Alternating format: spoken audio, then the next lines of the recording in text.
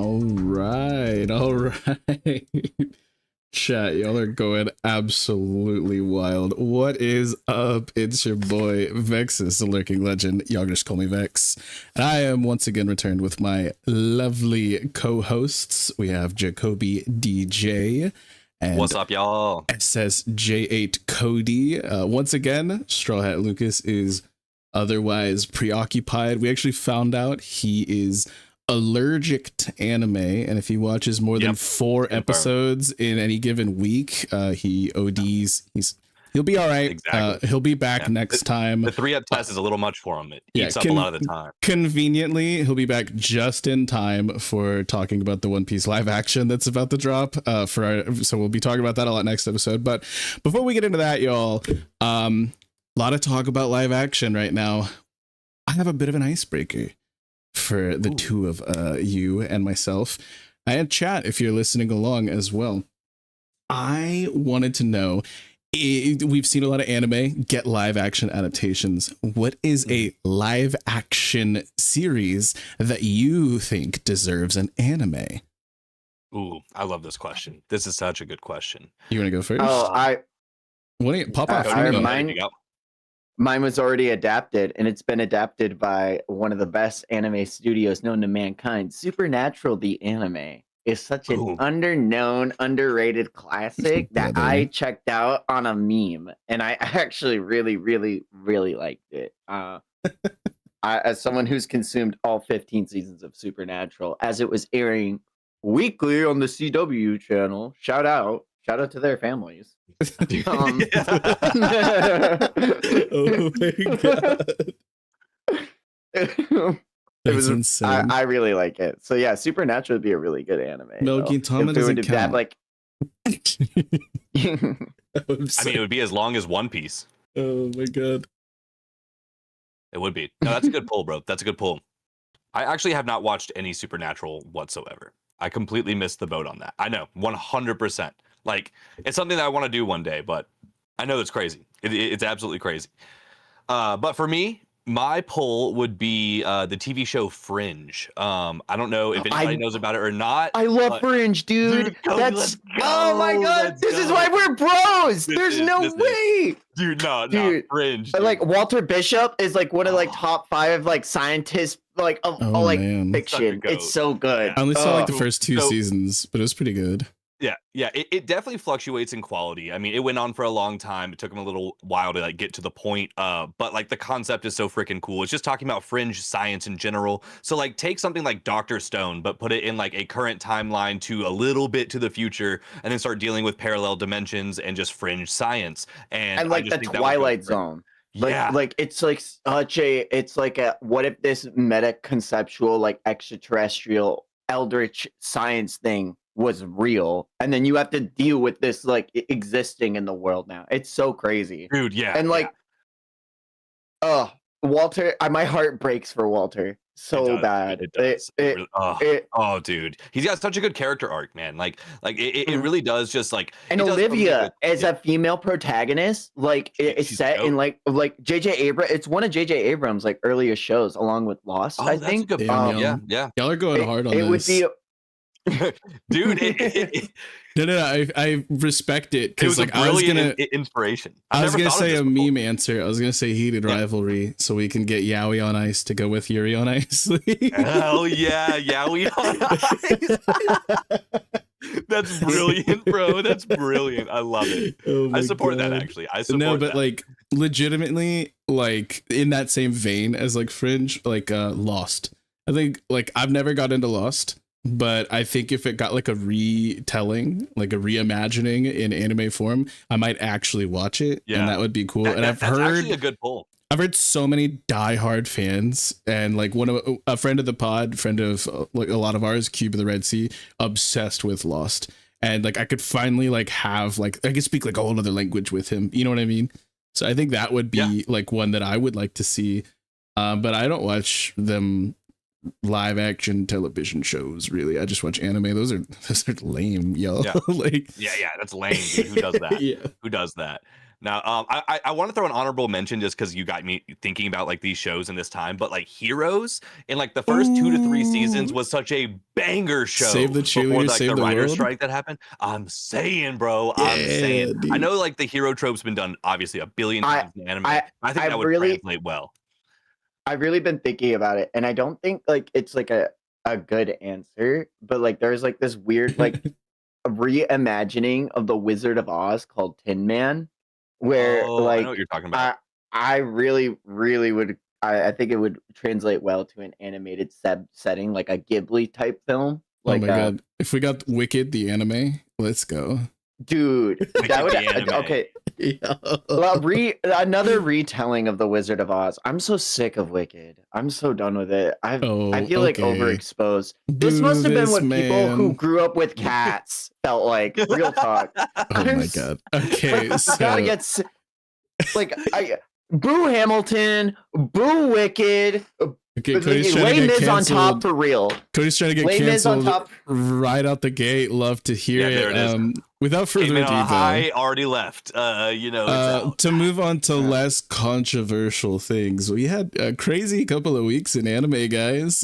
Chat, boys, are we ready to talk about the Fire Force? We got to get right into it. Rip it off like a band-aid. Got to rip it off like a band-aid. Fire Force is going crazy, and people, if you're dogging it, you're missing the point. I'm just saying that, like, it's a lack of reading comprehension. We got to drop the Oda bomb on you. Like, I don't know. I just came fresh off of watching these 2 episodes. The last 2 episodes, I was a little bit behind. Literally recorded my my reaction to it like minutes before I hopped on with the boys here. And I've been geeked on Fire Force the whole time. I've never had an issue with it, and it continues to be that for me. Boys, y'all want to yap a little bit before we go too crazy on it? How do we feel? I haven't even talked to y'all about this. I don't know where we're at. Oh, Cody and I had like a 5-hour stream, and about half of it was talking about stuff that was just covered here in the anime. I have a few talking points before we get into the obvious one, the one that, you know, the stream, the title of the stream was based off of. But Cody, do you have anything you wanted to say first? Yeah, Arthur's the GOAT. Facts. Arthur's the GOAT, bro. Air horns in the chat. Air horns in the chat, dude. Mel's Arthur about to Hate come in is crazy. I already know it. And Arthur and Hate she's is crazy, and Mel, I love you to death, Yeah. girly, but damn, that's my goat. in the I big love 2 him. Arthur Hate is crazy work. I love Crazy my work. boy. I love my boy, man. I gotta say though, I'm worried. He's the Gintoki of this universe. That's what I'm gonna say. That's so the real. truth of it. That's the real truth bomb. Huge statement. Mel about to pop off. But no, I have to say, remember when we were still coming up on this season before it started, I specifically said there were 2 things that I was worried about how they would handle. You remember I said that, Jacoby? Yeah. Without spoiling anything specifically, both of those things seem to have been there's a bit of a restructuring going on. Oh, interesting. With this season. So the arc that we just entered, so the climax of the battle for Amaterasu and the enter of the what is known as the Cataclysm arc, it's what we're in right now. That is around chapter 251-ish. And we get some cool stuff in the first episode that we got in this, you know, since our last episode. But the second episode, which we'll talk plenty about, don't worry, it goes from around like 254-ish to 279. And it skips about 20 chapters worth of content. And I don't think that they are just omitting that. I think they're restructuring a bit, but it'll come later. We're in this limbo state right now where I don't know if like how it's all going to play out, but they are restructuring things for sure, because like the events that we get with Assault and Tamaki, which again, trust me, we will talk plenty about. That's like, it starts at like 279. That's so crazy. Yeah, so they skipped about 20 something chapters worth of things, and they might I already know for a fact, it's confirmed from the preview for next episode that the next thing that we are going to be getting into is stuff that was covered in like 262 to 272. So I know they're covering one of the things that they skipped. I don't know about the other. So they're kind of just doing like they're just presenting the information in a slightly different order, you know, better, maybe just to keep pacing up or whatever it may be. I've got to say, I'm so happy to have like you guys who have read this to bounce off with every couple weeks about this, because like this is obviously the biggest fear everyone has had for this season of how many chapters they're adapting, how much information has to be said, and all that. So getting to hear this perspective, obviously I would say this is the first part we've really hit in this particular adaptation, or part of the adaptation that really started making some jumps and changes, because for the most part you guys have said it's been pretty consistent, it's moving fast, but like it's hitting all the points. I think it still will. It is curious. Like it still has the time to, but it's concerning because we're in this like state of like, is it cut or is it just rearranged? And I know one thing we're about to be getting was simply just rearranged, but I don't know if it's going to be shortened and condensed down any, or what the deal is with that. And I don't know anything about the other thing that they just kind of skipped over. So I'm just a little bit worried. This was one of the things that I was saying that I was worried about before we ever got into it, but we'll see. I'm reserving, any solidified opinions until we get a little bit further in and whatnot. Yeah. So tune in next episode where we find out if I'm enraged or if I'm happy.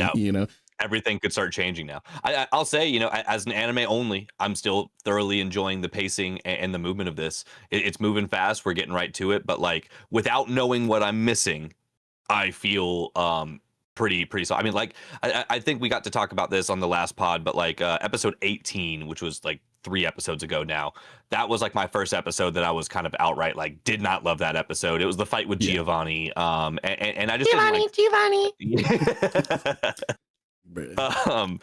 Didn't love that, but like the follow-up was really good. I like you said, dude, Arthur's moment, like just taking out Giovanni out of like the laser like head snipe thing, like the fact that Arthur can do that is crazy work.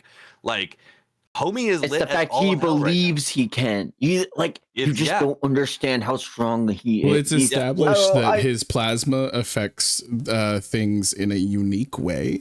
Whenever Haumea, specifically back in season 2, was like, oh, keep him away from me. He can interfere with my electric powers. And knowing the fact that Giovanni was almost entirely fueled by like mechanisms and whatnot, he does have a unique way of frying Giovanni and Haumea that nobody else really has. You know what I mean? Yeah. So I love that was set up so long ago, and we get crazy good payoff.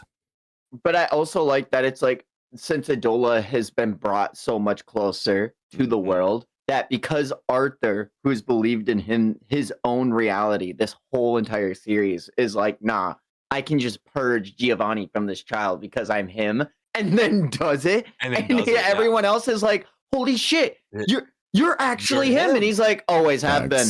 Anyways, I got shit to do. Dude.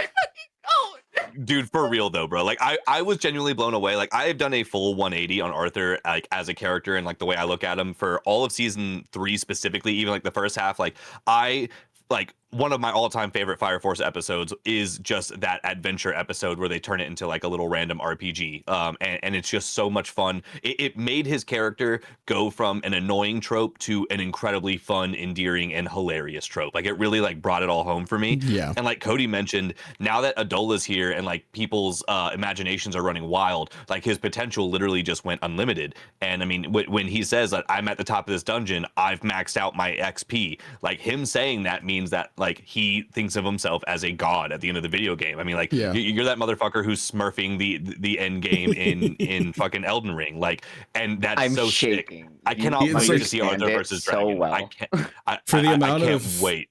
For the amount of payoff we got from that moment, we got just as much setup, and I just cannot wait for that, brother. Like I'm loving the dragon setup is crazy, bro. I'm hyped for the rematch. Another goat we have to talk about that got some really solid characterization in the episode following that or in the moments following that is Charon. Like seeing his, oh my god, Charon. Seeing god, his like mentality surrounding Haumea, and like it's not like like the whole like unrequited love scene, like that shit broke me, dude. It was so good. The chills I chilled when Cody. Like she looked at him and it was just unconditional love like that. I like y'all were gassing like Charon or Caron, however you say his name, like a couple weeks ago, and I wasn't definitely like downplaying him at any point. I rock with his character, but I understand now. That's my go. Like what I was a gassing short flashback Charon. that just like, dude, I was gassing Charon back when he took the fucking nuke on because he said, "This is my duty. This is who I am." As a And protector. if I can't, he's the I goat, love dude. him. I love Charon, dude. Oh god. And seeing how crazed, just the absolute like manic, just almost like disgusting and visceral way that this whole collective unconscious has like just been tearing apart any sense of humanity that Haumea has ever had. Yeah. It's like, it gives you such a really unique perspective and insight on like why she is who she is. You know what I mean? Dude, that like it's such a short flashback as far as time in the anime spent, and they nailed it by like just full impact and just the information you needed. But like realizing what she's been dealing with, like you said, like I mean, she had no chance. Like they immediately grade out these villains like just on the drop of a dime, and I love that. Like I love a good gray area villain as always.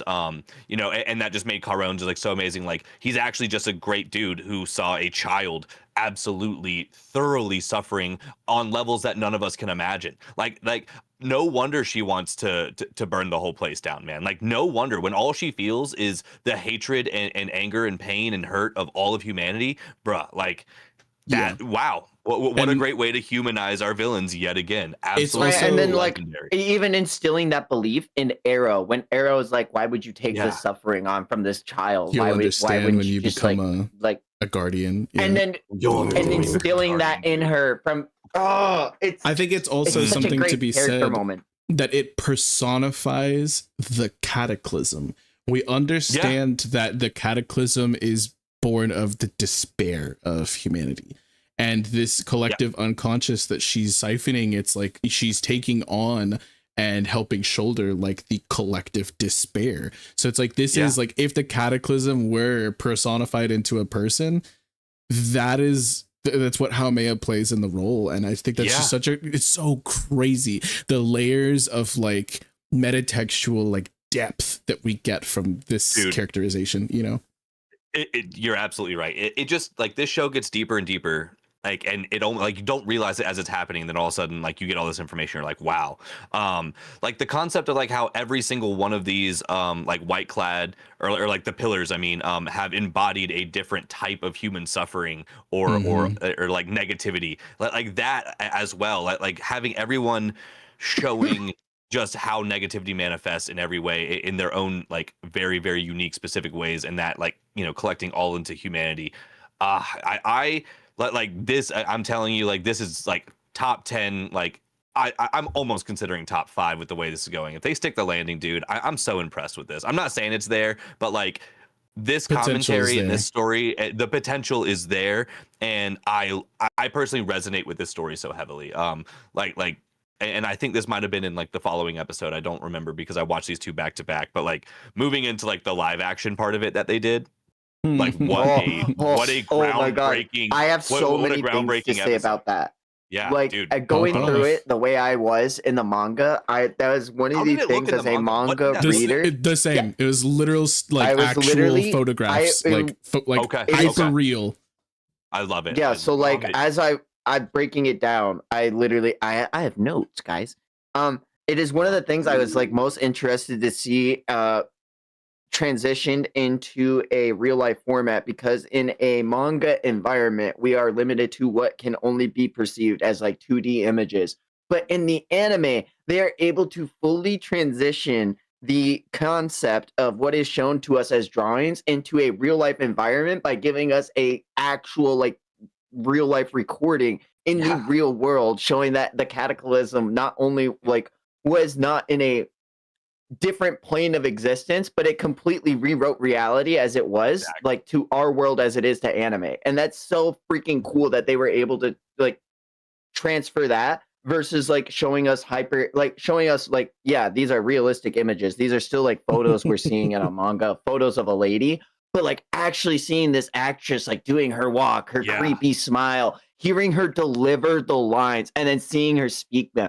It is actually eerie to the point knowing that this person exists in these two reality. It's so cool. I literally it's so fucking cool. How did they actually pull this shit off? I came into this Vex fully. live actions are ass. Oh my god! I came into this. No. Listen. I came into this fully expecting Jacoby to be like, "Man, this 3D animation shit's ass. Get it out of here."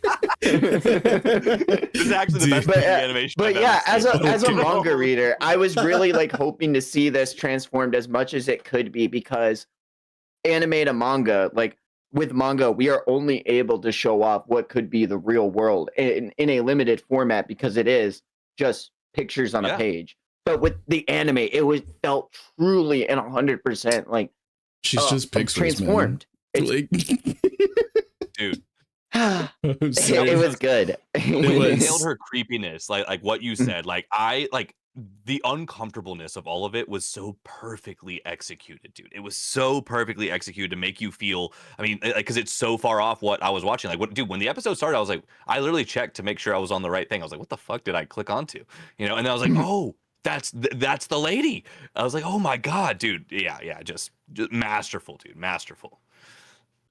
I also seriously, like it was one of the things I was looking forward to, like them adapting. Oh Go yeah, ahead, the like just complete like transitioning, like as like Adola fully took over, just like the whole like dream sequence, like color washing, like we've been saying, like we've been getting a lot from JJK and like whatnot. Just the visuals were astounding to see this entire like almost like submersion of one reality into another, you know what I mean? Like it was so cool. It was like full on like Dumbo style, like Alice in Wonderland acid trip. I loved it.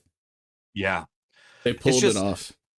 Yeah, it pulled the fact that like I think just simply the coolest thing about what's happening in Fire Force is its acknowledgement of what it is. Like it just being full, it's so fourth wall breaking while not breaking the fourth wall while still breaking the fourth wall. You know, like I freaking love it. Like it's self-aware. Like it's so wild to see an anime that actually is fully built on the fact that our reality that we all live in together, you know, got erased from all of the despair and mob mentality of humanity, getting swept up in social media and you know, lack of self-thought. And then boom, it turns into a freaking manga that we're all like, it's just the meta level of it is so cool to me. Like I'm right there with Cody. This is so freaking cool, dude. Like it's so freaking cool, man. I can't deny it, dude. I love it. I'm geeked on it. That moment blew me away, dude. That was groundbreaking. And I mean, never thought I'd see anime do it like that, and it works so well. What a moment. Hell yeah. It's like the best way to in universe like explain like this clashing of medias on like on a level that like reminds me of like why I adore To Be Hero X so much. Yes. And like but this came first. Like so like I have to give this its flowers. Valid. Proportionately. Because like it's something that you just really never see done at all, especially when you're talking about like to this level of quality, and like the setup and the payoff that's to come is just this shit is just chef's kiss, and I'm loving the adaptation so far. Just like I said, just a little concerned on the restructuring, but I'm gonna let them cook. I'm gonna let them cook. But with all that being said, we gotta talk about Assault versus Tamaki. We do. We do gotta talk about it. Crazy. This was insane. It was crazy. Like the whole like world builders like section of this plot. Yeah. I think they did a lot of things right in this, but not everything right. I do want to start with that. It wasn't absolutely perfect in its delivery. And I would say Assault was probably the biggest, like, you know, downgrade on this particular moment. But like the kid crashing out on his mom was so legendary, dude. Oh my it was so God, legendary. Dude. And like the commentary that they gave here, like this was, I think this was a brilliant way to do this. I just want to say, like, again, as an anime only, not knowing where this was going, I'm so happy and relieved to see what they did with Tamaki's character. I think personally this was such a massive W for just body positivity in general and the way people judge without like understanding more to it. Now, yes, did they throw shonen anime bullshit on top of it to make it over the top in shonen anime? Yeah, like I can understand that, like on the very surface of it, a lot of people just want to call this just goonery, and that is what it is. And Assault did not add to that, unfortunately. But the message was not lost. Like, I think the scene where everybody starts ripping their clothes off and you have every type of body in there and every type of person and everyone's just being comfortable with who they are and not judging each other for it. Like, I think that was massive, and I think that was a really important commentary, especially for women, because of beauty standards and the way social media, which is also something that was touched on here, really changes the way people think, because we're trying to think like everyone else thinks as opposed to like how we actually think and feel. I think it was an incredibly important message, and I'm really disappointed in the anime community, but not surprised that they're taking this the wrong way. Yeah, I think that the setup with Assault, like it's so funny because we got the setup like back in season 1, I think. Yeah, I did not remember Assault. I'm not even gonna hold you. He was originally like spoken about like this urban legend who's like he's the strongest, like outside of probably Dragon and Fairy and maybe Charon. It's like that's like the guy, like of all of the white clad, he is like he's most, the one we're worried about, like devastating combat wise. He's like he is him. And so like the setup of like that we got back then, and then the subversion of him just getting taken out by nosebleeds because Tamaki's whole Lucky Lecture thing, like that, I was like, when we first got it, I was like, oh wow, this shit's kind of ass. Yeah. But then like facts. understanding now what a doppelganger is, and that the fact that this iteration of Assault embodies all of that hype and none of the weakness. Yeah, it's like that made this foe that much more like intimidating, and it kind of retroactively. That particular one, like I will say, on that side of this fight, that was really, really cool. And so I thought that was honestly, a really overall was mostly cool. It was a really big brain setup, and it retroactively made me appreciate things about the story that I originally took issue with, and I know a lot of people did. Exactly. So I will say kudos. I'll give you the flowers for that, but aside from that specifically, I don't know, like it was just so interesting to see the Gooner Assault come in and like stand up for Tamaki, and like I don't know, like I have a lot of feelings. Why did his attack have to be named that? Why? That's really it. Like honestly, if he just pulled up and was like just didn't talk, bro's just embracing vitality, like and dude. Like the problem is again, all the commentary is there. It's just his presentation muddies the water so much for people who don't want to think critically to just be like, dude said throbbing like 15 times and hit you with a red rocket. Like, my main issue with it, and I'll speak a lot more in depth about it, is like on a conceptual level, I rock with this, but I just think that the execution was. And I get that it was intentional. It was very heavy-handed. It was exactly. And that's kind of the thing. It like does fan service ultimately, and like these types of gags and humor that can be a little bit crass if you just look at them for face value and not go any deeper. Does it cheapen an impactful moment? And this is like something that a lot of people dropped Fire Force around episode 8 when we first get Tamaki and like Reka Hoshimiya, like when we get that whole scene with her clothes burning off and whatnot. It's like people were saying that it took a lot out of that moment. It was supposed to be like the first big Shinra like hero saving the damsel in distress moment, and it just became like Gooner bait. And so that's like a question I kind of want to pose loosely, and we can get more into it, but like, do you guys think that kind of shit takes away from the depth of these moments could potentially have had? I think it absolutely could have been handled in a more respectful way. Like, and my concept on this would lean more towards like genuinely like camera angles and stuff.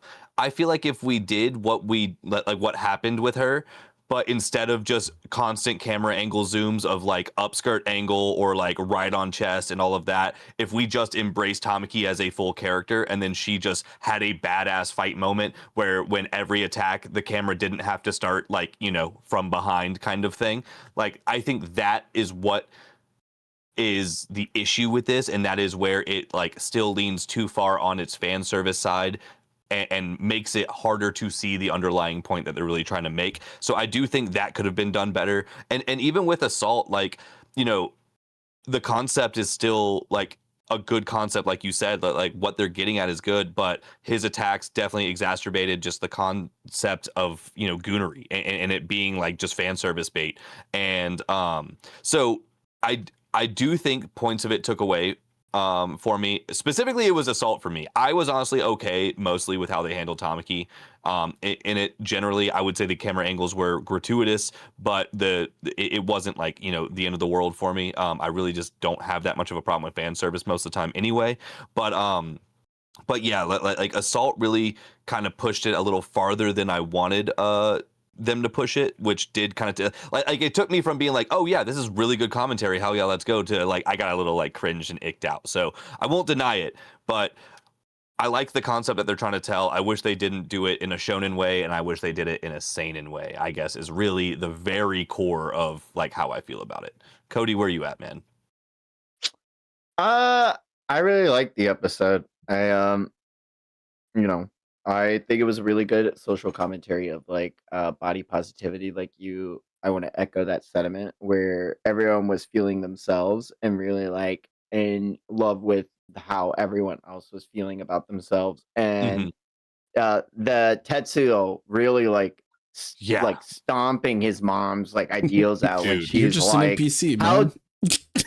Literally. she's only up there because she's blessed to be beautiful. And he's like, well, I mean, then you're blessed to be smart, so you should give up your job, right? Yeah, Like, yeah, give up because your job to someone you're dumb. not Clock smart. there. You're just Yeah. some and then he's like, I don't even think you're a real person. And then Leek's like, yeah, you're Tetsuyo's mom. Like, you don't exist Wait. without this kid. And then gone. Like, Boom, dude. Yeah, absolutely peak. Ooh, that was so powerful, bro. But with the exacerbated angles and everything in the manga, it goes by so fast that it's like I didn't really like take note of it. But when it's like a 30-second ass shot of Tamaki like using her ass to attack, I'm like, did we really need that? Because that's not what the message we're trying to send here is. And it feels like the anime it feels like almost like the animators who like David Production missed the point of what the manga's message was, which is not to focus on the sexualization of the body, but to embrace what like feeling positive and like the happiness of it. Like, yeah, I'm not sure if I'm wording it correctly, but no, I think your point stands, man. I think we hear it. They missed the point. It's a like a weird thing to talk about because it inherently does make a lot of people uncomfortable, and that's kind of a point of it. Is like just you shouldn't be afraid to talk about something just because it makes you uncomfortable. And do I think that they went heavy-handed in certain aspects? Absolutely, but they've done way worse in the previous stuff. You look at like some of the scenes with Tamaki in season 1, they're adding like the boob glow and like, you know, like the classic like ecchi boob glow and stuff like that. And like there's there's a lot like I don't think that was like the most egregious they've ever been, but I do think that they had it turned up to closer to 10 than 5. You know what I mean? And like, yes, I think that it's, you know, it is really based that like, you know, saying that people shouldn't attack, you know, anything just because it's sexual, and that things can be deeper and powerful despite being lewd also, because like that's real life. Like that's a facet of real life. And I think that that's like, it is the message. I see it. You know what I mean? I think that a lot of the issues that people have are pretty smooth brain and are kind of reductive. Yeah. And they are full of double standards. And that's what the kid was like kind of calling out as those double standards.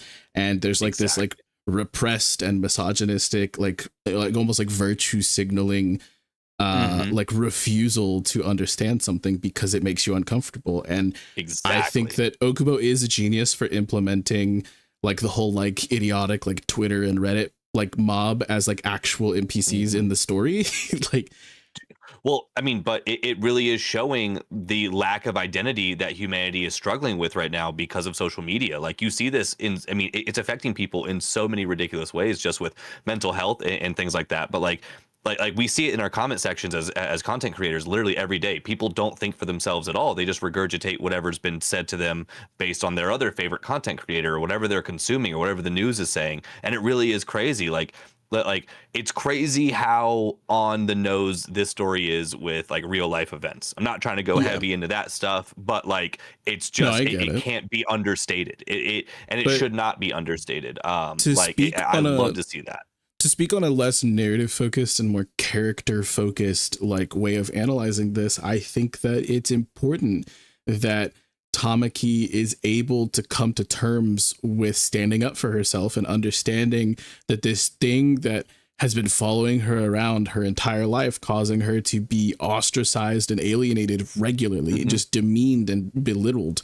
Every single like thing that she tried to do, every time she tried to fit in, everybody just like even by the fandom.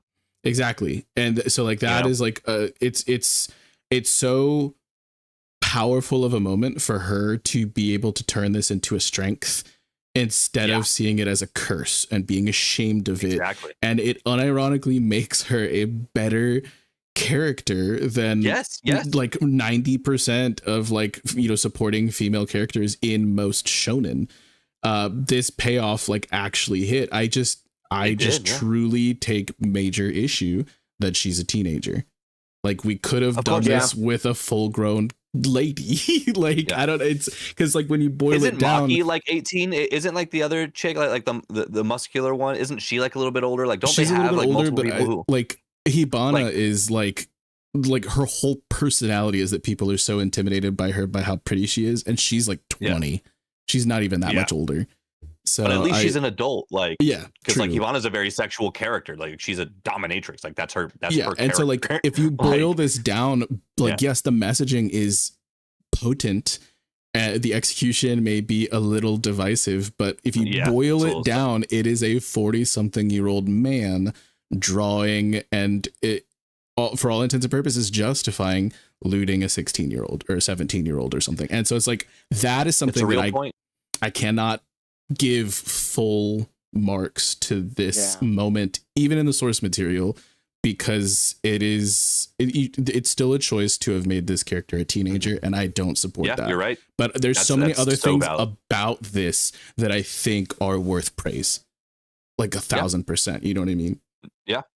No, definitely. Like, I mean, I got to agree on that, man. Like, you nailed it, and I think that's all angles of this point that we like really need to focus on. Like every bit of that is true. Every bit of it is accurate. Like I love your point of us not wanting to talk about like uncomfortable things, and that always comes up as like it gets turned into hate for something when it's really just something that like we didn't absolutely, you know, like we weren't fully comfortable with, but it like wasn't, you know, it gets worse with like the more opinions we kind of absorb about it, and like the more we like outpour our rage or whatever.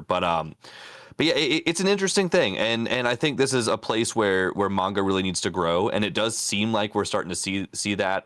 You know, we can touch on this a little bit later, but like with mangakas pulling their manga from sites that are supporting, you know, stuff like this, like, you know, it's interesting whenever someone like myself, white dude from the United States, complaining about quote unquote cultural things of Japan and things that they need to change or whatever, and everyone coming to my comments saying like, you know, you have no right to tell Japan what to change. I'm like, look, I'm not telling them to change their culture outright, but society as a planet has agreed on a couple very, very hardline things. Well, that's and the one thing of those is as kids, well. You know, and there's nothing wrong with us saying, hey, I don't want to consume content that's taking advantage of children. Like, that's like, not a bad thing to do. Understanding that obviously the demographic here is for young boys. That's literally what shonen means. And so like understanding that, I get it to a degree as well. But there's also the aspect of, especially with adaptations, if the source material was a bit heavy handed, if you're focusing on more global audiences, which is a talking point we had in previous episodes of this podcast, is like, that's something to maybe also consider as well. And I don't know. I think that, like, although I understand from like the demographic like standpoint, it's like this is designed for teenage boys. That doesn't. I don't think that really absolves Not an the excuse, excessive focus around the fan servicing of a teenage girl, especially when it's drawn by a full grown man. And like, I don't know. I think that it still falls a little bit short for me. And from what we've seen of like these final tidbits and this final season, it is honestly probably my lowest part aside from the Giovanni fight. And I've heard a lot of people who have bashed it, and I think that's ridiculous. And I've heard a lot, but I've also heard conversely people who have said that this is their favorite part, and I'm just like, I don't understand that either. So I mean, it's a part of the story that I'm happy they told. I definitely wish it was handled a little bit better, but I think overall it's more of a positive than a negative. I do have a question. So, like, obviously I'm complaining about the camera angles and the direction of the anime. Did Okubo draw those scenes like crazy as well? Like, was there a notable amount of paneling focusing? There's a notable amount of paneling of Tamaki. There were some but it's one-to-one also shots. not like. But it's also not like an exasperated, like, oh damn, we're spending like a whole last page on it. Yeah. So okay. some of the shots are literally 1-to-1, like they've recreated paneling, but they lingered, and that's like where it's different with a moving visual media. Time spent. Yeah. So it's like as far as like their art direction during this sequence, it was absolutely meant to be heavy-handed. Okay. Yeah. Like that was by design. So like that's like, I think we've said really everything that we can say on it. Like I still adore Tamaki as a character. I do think that this moment fully unironically puts her near the top of female supporting characters in all of shonen. And dude, I'm not mad at that. I'm really not. It's just such a travesty that a moment like this that warrants such a discussion like the one that we've been having here is something that just gets completely and outright dismissed, or people drop the series before they even get to it. Exactly. Which another issue with Okubo, and it's a valid complaint, setting her up for it taking as long as it does for the payoff for her ability. I will never dog somebody for dropping an anime for it having too much fan service. Like I cannot dog somebody for that. That is a valid opinion. And as a writer, even if you're gonna really round a character out, you need to find a way to do a better job of. I mean, because like. I think really the core of all of this is like this could have the exact same story with the exact same character with the exact same abilities could have been told without it just being so heavy-handed in the moments that it was, and I think that would have just made it a little bit of a bigger dub for body positivity as a whole. I do want to ask the question though, now that we're at this point, and they kind of touched on this in that episode, and with you having read the manga and having like more info on this, if you can give it to me. I like the commentary a lot. I want to touch on the fact that like sex is an important thing for humanity and it is a part of hope. And like she is the embodiment of hope within like, lust and sexual desire.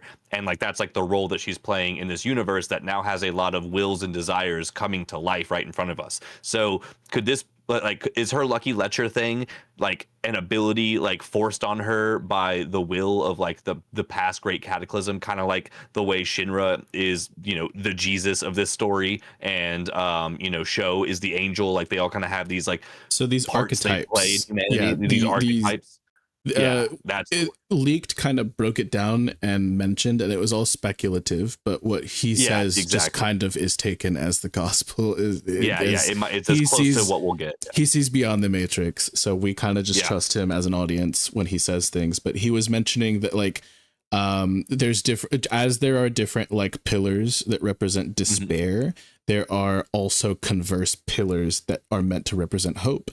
And so Tamaki representing what she does, and the whole embrace vitality mindset behind that. Whereas like he also mentioned Captain Obi, and Captain Obi is like that mentor figure who also helps bestow hope. And so like we are led to believe that yes, what she has is similar to like an inverse of the pillars of despair.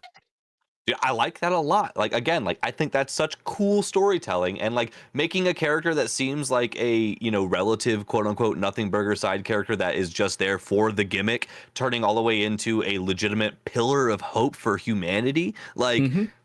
what a fucking come up for a side character that people don't like. Like, And that's again, like, more reasons why she's, you know, such a like well done, you know, female deuteragonist, I guess, or side character. I don't know what we yeah. want to And call so her. like a lot I of don't want to disrespect people, her by saying that, for real, because what a good I've heard play. I it- mean, what a good story.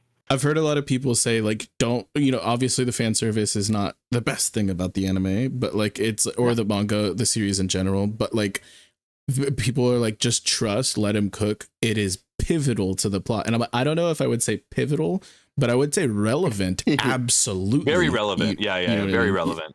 And so It's like at that's least like a well conversation. Yeah, that's a conversation I've had so many times over the past like 4 years since this shit like Yeah. dropped. Is that like it's like that's my issue with fan service at large. I am a hater of egregious fan service. If I'm Yeah. like enjoying a seinen, sure, whatever, I guess, if that's like what this is about, but I don't lean towards stories that are overtly sexual. And Yeah, especially in shonen, I take a bigger ick from step it, you know. back. And so like Yeah. me specifically appreciating this for the way that I do, I think that like you should, like if you're watching this, you should know I don't fuck with fan service. I really do not. Yeah. But seeing that this is not irrelevant or completely out of nowhere fan service does make me feel a lot more positive about it, because there is a lot of the times where it's just for zero reason whatsoever. But for this to be at the very least relevant, if not relevant enough for people to think that it is pivotal, then like, yeah, I think that it gets the pass more or less. You know what I mean? Yeah. It's on the right side of the commentary with still having some notable mistakes in its presentation. My only note is like it could have been Hibana. Like that could like there's two different that's a good characters who are overtly sexualized as like a core tenet of their existence in this world, and one of them's an adult and one of them's not. And you, that's my whole opinion. That's where I kind of. That's a great opinion, brother. I think that's a very base take, dude. And like there's other series that have not this exact same way of having it woven into the plot, but there are other series that have had characterizations and character arcs similar to this, and I legitimately think that they handled it slightly better just because it was an adult character. And so like that's, I don't know, that it would have been like one of the most powerful messages to come across, and instead I do think it is slightly stifled by that. But that's just kind of a product of the culture, and I'm glad that we do see the culture shifting a bit. And as we see a lot more female mangaka's works getting popularized, we see this becoming less of a prevalent issue, which is something we've also talked about on this podcast plenty of times. Facts. Dude, with all that, I'm blown away with this series though. I love the commentary on how the hive mind kind of thing takes people over, and that's what leads to despair. It's really about to kick off this last episode setup, which I guess we have an episode tomorrow at the time of recording, which I'm so stoked for. But we got the Arthur Dragon fight coming up. I want to round this out with Arthur the freaking goat, dude. Like, so much fun, dude. So much fun, and I cannot wait to see what he does. You need to be on that frame one, brother, because I don't want you to get spoiled. Like, you need to literally. I got you. Yeah, absolutely. I will wait. Well, wait. So will it be next episode? Like, is it fair to say that? I think it's the title of the episode, so I would hope so. I haven't looked at the title, so I wouldn't know. So that's all I'm gonna say then. But I'm almost, if it's not that. Oh, actually, maybe I have. Yeah, it does say Arthur and the Dragon or some shit. Yeah, you're right. You need to be on that shit. I'll be watching it tomorrow morning. It'll be up on Patreon. Let's go. Link in the bio. Yeah. Link in the description. And that being said, I also went super like heavy on my Patreon talking about these last couple episodes, because I did go into the Fire Force episode knowing that there was Tamaki drama, so I could assume what it was. I didn't inherently know what it was, but yeah, good stuff, dude. I'm excited to watch the next episode. I really am. Hell yeah. Well, as usual, We tend to try to cover all of the different perspectives here, but I think we did a good job. Hella healthy discourse here. And if I love a good y'all nuanced conversation about uncomfortable things. Yeah, and that's the thing is like if you're not somebody who can stomach those types of conversations, you probably haven't made it this far to the podcast. But if you are, we appreciate you because that's like Genuinely. Yeah, like you can't just I don't know. There's so much. Shout out to your families. There's so much with like people's media diets recently that I think is worse than what we are getting from Fire Force by far. Even the lowest point, in my opinion, that we've gotten from Fire Force, I think is better than a lot of the baseline of what other people are consuming, but they don't want to talk about it because it makes them uncomfortable. Exactly. No, there's nothing wrong about talking about this stuff, guys, and working out and changing your opinion based on other things that you've learned and other perspectives. That's the best thing about us having, the four of us. Generally, you get four different perspectives of the same scene that everybody just watched. Oh shit! Sometimes. R.I.P. Anyways, what's next on the docket, folks? What do we have next? So I am a bit behind on Hell's Paradise, unfortunately. I would love to be caught up because I am so no. I know. Please, no. God. I know. But boys, if y'all want to dive into it a little bit, I can finish up this chapter of Modolo and disassociate for a second because it is important, and I know. No, I don't want to. You should not be spoiled for this. This is some real shit that's happening. Hold on, did you watch episode 7? Are you only one behind, or are you two behind? I believe I am only one behind. Okay, so you saw the one where they set up like the two fights, yes. Okay, bet we can at least talk about that, Cody.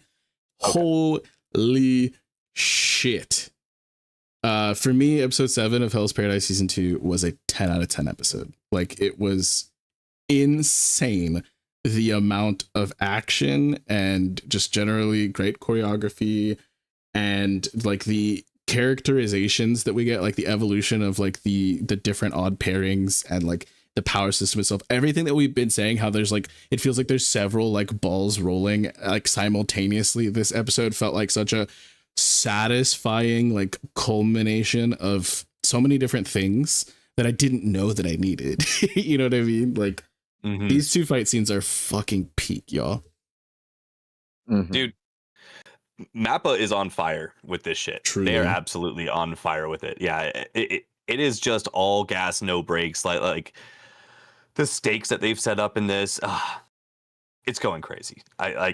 It's been a minute since I watched that episode, so I'm kind of coming back to everything that we saw. But I don't know. I just know that I cannot wait for what more is to come, because I can only imagine where 21 went with where this shit's leaving us off. Or I guess episode 8 is what we're on now. Yes, that is correct. So in the contents of that episode, we saw something that I called in the previous episode, which was where like Chobe was big braining the whole time. Yeah.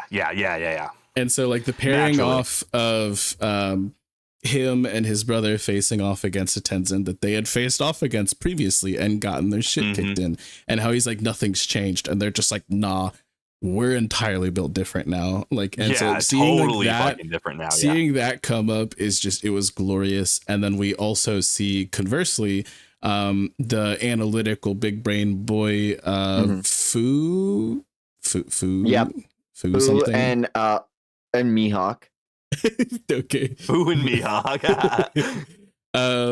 But then those two, he's so cool. It's like the biggest brain and the biggest brawn who have zero team chemistry originally, like fighting the Gooner's Paradise, like, you know, Tenzin. And yep. Gooner's Paradise, we're so back. Dude, these Tenzin guys, I gotta say though, just small side note, we gotta give the hats off. Like, good lord, what a character design. Nothing like Gear 5 Tenzin over here. Oh my god, yeah. They had the little boncho behind them. Yeah. Yeah, these fights were absolutely insane. You know, I don't know if they showed it. It had to have been in this episode. So I mean, I know why Vex is avoiding it. So I guess I'll get right to the point. I'll get right to I'll just dig it out. I'll just, Would. That's what you were gonna say, right? That's not stolen valor. He Oh lost my his God. eye. He Oh my God. That they did not have to go so Dude. hard. They did not have to go so hard. Oh, When yeah, you see the that was the very blade, second of the episode. Dude. yeah, when you see Oh the my blade, God. like and like the membrane of his eyeball, I was like, I almost threw up. I was like, "Ugh," like, oh no, like I'm used to I eye was pain. in call. I was in call with Vex and a couple of their friends while they were playing like Expedition or something. And I was like, oh my God, he's the GOAT. And they're like, what? And I was like, he's like Vex. Oh my God. No, like, so Vex has so much representation in this anime. I love that. I love that for you, bro. So, for those of you who don't know, it's your boy Vexus. I'm legally blind, holding it down, POP. But this was insane because like I'm used to eye pain. My eyes hurt all the fucking time. I've had like my eyes poked and prodded at by ophthalmologists my whole life and stuff. And so like I feel like I'm a little bit desensitized to it. That shit was crazy. Like they did not. Like, it wasn't quite as bad as when the Iwagakure like ninja like sawed his throat while he was singing that song. Like that was a little crazier for me, but this was still like, damn, dude. Like they really went there. But him like shutting out like his senses to try to unlock like this ability he was struggling with, it was insane. And I thought it was so funny too, because if we look at his training arc beforehand, the way he had to try to focus his 10 with dude, it was so funny is the way he had to try to focus his Tao was like by like staring at Yuzuriha's ass. Yeah. Just locking in on some peaks. It was insane. Him, bro. What a legend. It was insane. So then like for him to just remove his vision while fighting that specific Tenzin was really funny to me because like he was like, I can't lock in. Dude, I'm so blown away because like I'm such a hypocrite when it comes to this character. I generally hate the annoying pervy dude character. I fucking love this guy, dude. Like it's so I think it's because this show is so violent and so visceral and everything is so bad that his contrast, like his comedic relief just hits where it needs to. And dude, like taking him to like Gunner's Paradise really is just absolutely wild, and I love it, dude. He's such a goat of a character, and I can't believe I'm gassing out like for the same things I bitch at Sanji about in a lot of ways. I'm like, dude, this guy's the goat. I fucking love him. He's so sick, you know. His characterization, you can see Sanji ripping his eyes out one day because he's got to like deal with this situation and he just can't stop fucking bleeding with what he's seeing. But like I think him and Fu's relationship growing in battle and like Fu like coming into being of like that, like what I love most about this power system is that not only are they finding the weaknesses in their combats, but they're finding the inherent character flaws that they have in their day-to-day lives, and they have to work on that in order to truly get strong. It is such a wonderful fucking power system they've set up here with not only Tao, but like actually like intrinsically looking at like a character study and what can I do to make the battle better? Like him gouging his eye out, like Beck said, because he had problems with like being pervy and he had the problem with staring at Yuzuriha and not being able to lock in. To be so ready to lock in and throw his vision away because, remove what you can and you'll see what you truly have left. Like the old master. First off, we didn't even talk about the old guy. Well, hold on. What the fuck was that? I think that's stuff that Jacoby hasn't seen yet. So like, I think that's next episode. Okay. Sorry. No. It's You're so good, hard for me to like.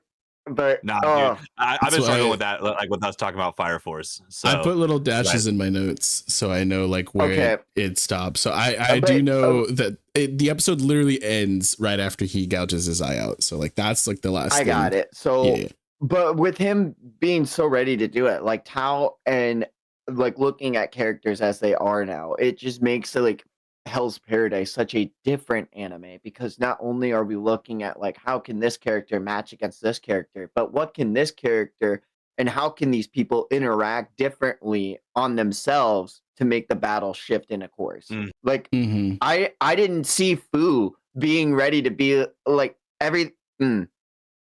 it's a really good fight. I really like it, Jacoby. You need to watch the next episode. Yeah, I think that was like one of my favorite parts when I was a wee little child watching like my third anime ever or something. Like no, it's probably like closer to 10th anime ever. But when I was getting into Naruto and like they were explaining their chakra natures and things like that. And then I was like, oh, okay, so like wind and fire go good together, so that like it was just so interesting to see like how you can play off of the strengths of your ally, and you could also cancel each other out, and that can conversely also help or hurt how you interact with your foe and things like that. And so like seeing that reflected in personality types as well, because there's so many of these characters that are set up to be like almost the perfect foil to another character. Like when we were talking about Shugen, how he seems to be just this like very amazingly set up foil to Gabimaru, and then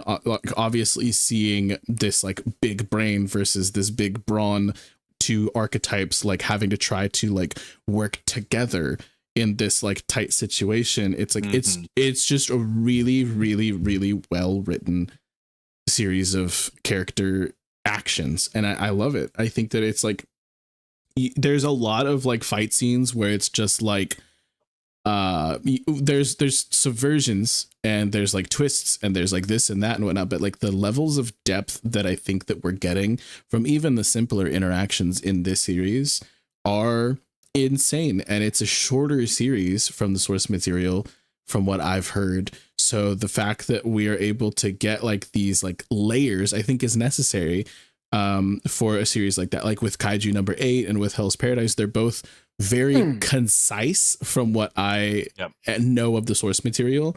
Instead of being like 600 plus chapters, they're able to I love that shit, tell us a full story in like less than 200, and like that's amazing. Like it truly speaks to the quality of each of these given moments, you know what I mean? I fully agree, bro. I fully agree. This one's up there, dude. It's up there. And also, I want to give a shout out. I saw this post, and this might just be some clickbait bullshit because I didn't research it, and I don't actually care about IMDb ratings, but I love to see this. Hell's Paradise has gotten higher ratings than Freerun and JJK for like 3 weeks in a row now, and I just fucking love to hear that. But like, whether people are talking about it or not, people are rocking with Hell's Paradise, and I think that's cool as hell. Hell's Paradise is eating right now. I love it. We need more of it. I think you're really going to enjoy the next episode, and I cannot wait for the rest of the season. I think that, without saying too much, I do think that I was correct. If we are only getting about 12 episodes from this, I think these fight pairings are going to just be the whole rest of the season, which I'm not mad at. For sure. I'm not mad at. Yeah, I'm not mad at that either. Like, I'm not mad. It's Yeah, so dude, gas. The level of fights they're giving us, bro. Oh, dude. Yeah, I'm so with it. Now, Hell's Paradise is so goated, dude. It's so goated. Absolutely. It's definitely one of my favorite things I look forward to weekly. And one of the other things I'm looking forward to weekly is something that some people in verse aren't looking forward to weekly for the rest of their lives. It's Sentenced to Be a Hero. Damn right. That shit is gas, dog. We finally got another backstory and more lore. More lore. I like more lore. So we actually got 3 episodes. I know that Cody has not seen the most recent one, episode 9, and I think Jacoby has not seen 8. So largely, nope. We'll just be talking about episode. 8. Nope. Oh, you have? I have seen 8. Yep, I've seen 8. Hell I just yeah. haven't seen 9. Yep. So we could talk about 2 full episodes here, which is great. A lot of anime were on break for at least one of the weeks since our last episode, so we only had 1 episode to talk about for some of them. We got technically 3 of this one, but to speak on episode 7 and 8, can I just say his fiance is kind of based? Dude, super based. Super based. Oh my god.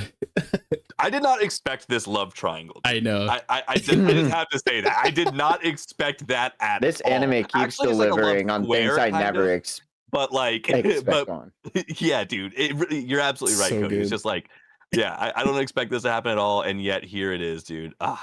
Xylo has grown so much for me as a character too. Like, I'm really, really enjoying Xylo's character, every time we meet a new hero, I love them, dude. Like all the heroes are so eccentric in such cool ways. Like this show is such a sleeper banger, dude. Out of freaking nowhere, they came in and just did some crazy work. I'm geeked on it. I love the growth between Kiva. God, I'm so close to her name. Kivia. Fuck. I almost had it. Kivia's character growth has been so good since episode 1, dude. What a good turnaround on a character that we hated in the first like 2 episodes we saw her in. So sick, dude. So sick. Yeah, I think it's so funny seeing Kivia and I forgot the name of his fiance, but like them being kind of like French. Oh, there's no way that's her name. I think it's like French or Frenchie. That's crazy. Okay, wild. Frenchie. He literally calls her Frenchie one time. French. I'm sorry. But seeing the like snide kind of like side eyeing comments from the two of them, I'm Frenchie just like, Masterbolt. that's insane. It's so Sugandi's nuts. Yeah, but the guy fact who's that never heard they're a name like before couldn't possibly be right. the fact that they're both like being a little catty, I'm just like, damn, Xylo got that single dad riz because Terita's like his kid effectively. So it's, I don't know, it's so funny, dude. Like it actually cracks me up. No, That absolutely. is a wild And name. it is a wild name. Yeah, and that's why I remembered it, because I was like, that's crazy. That's an odd name in this world.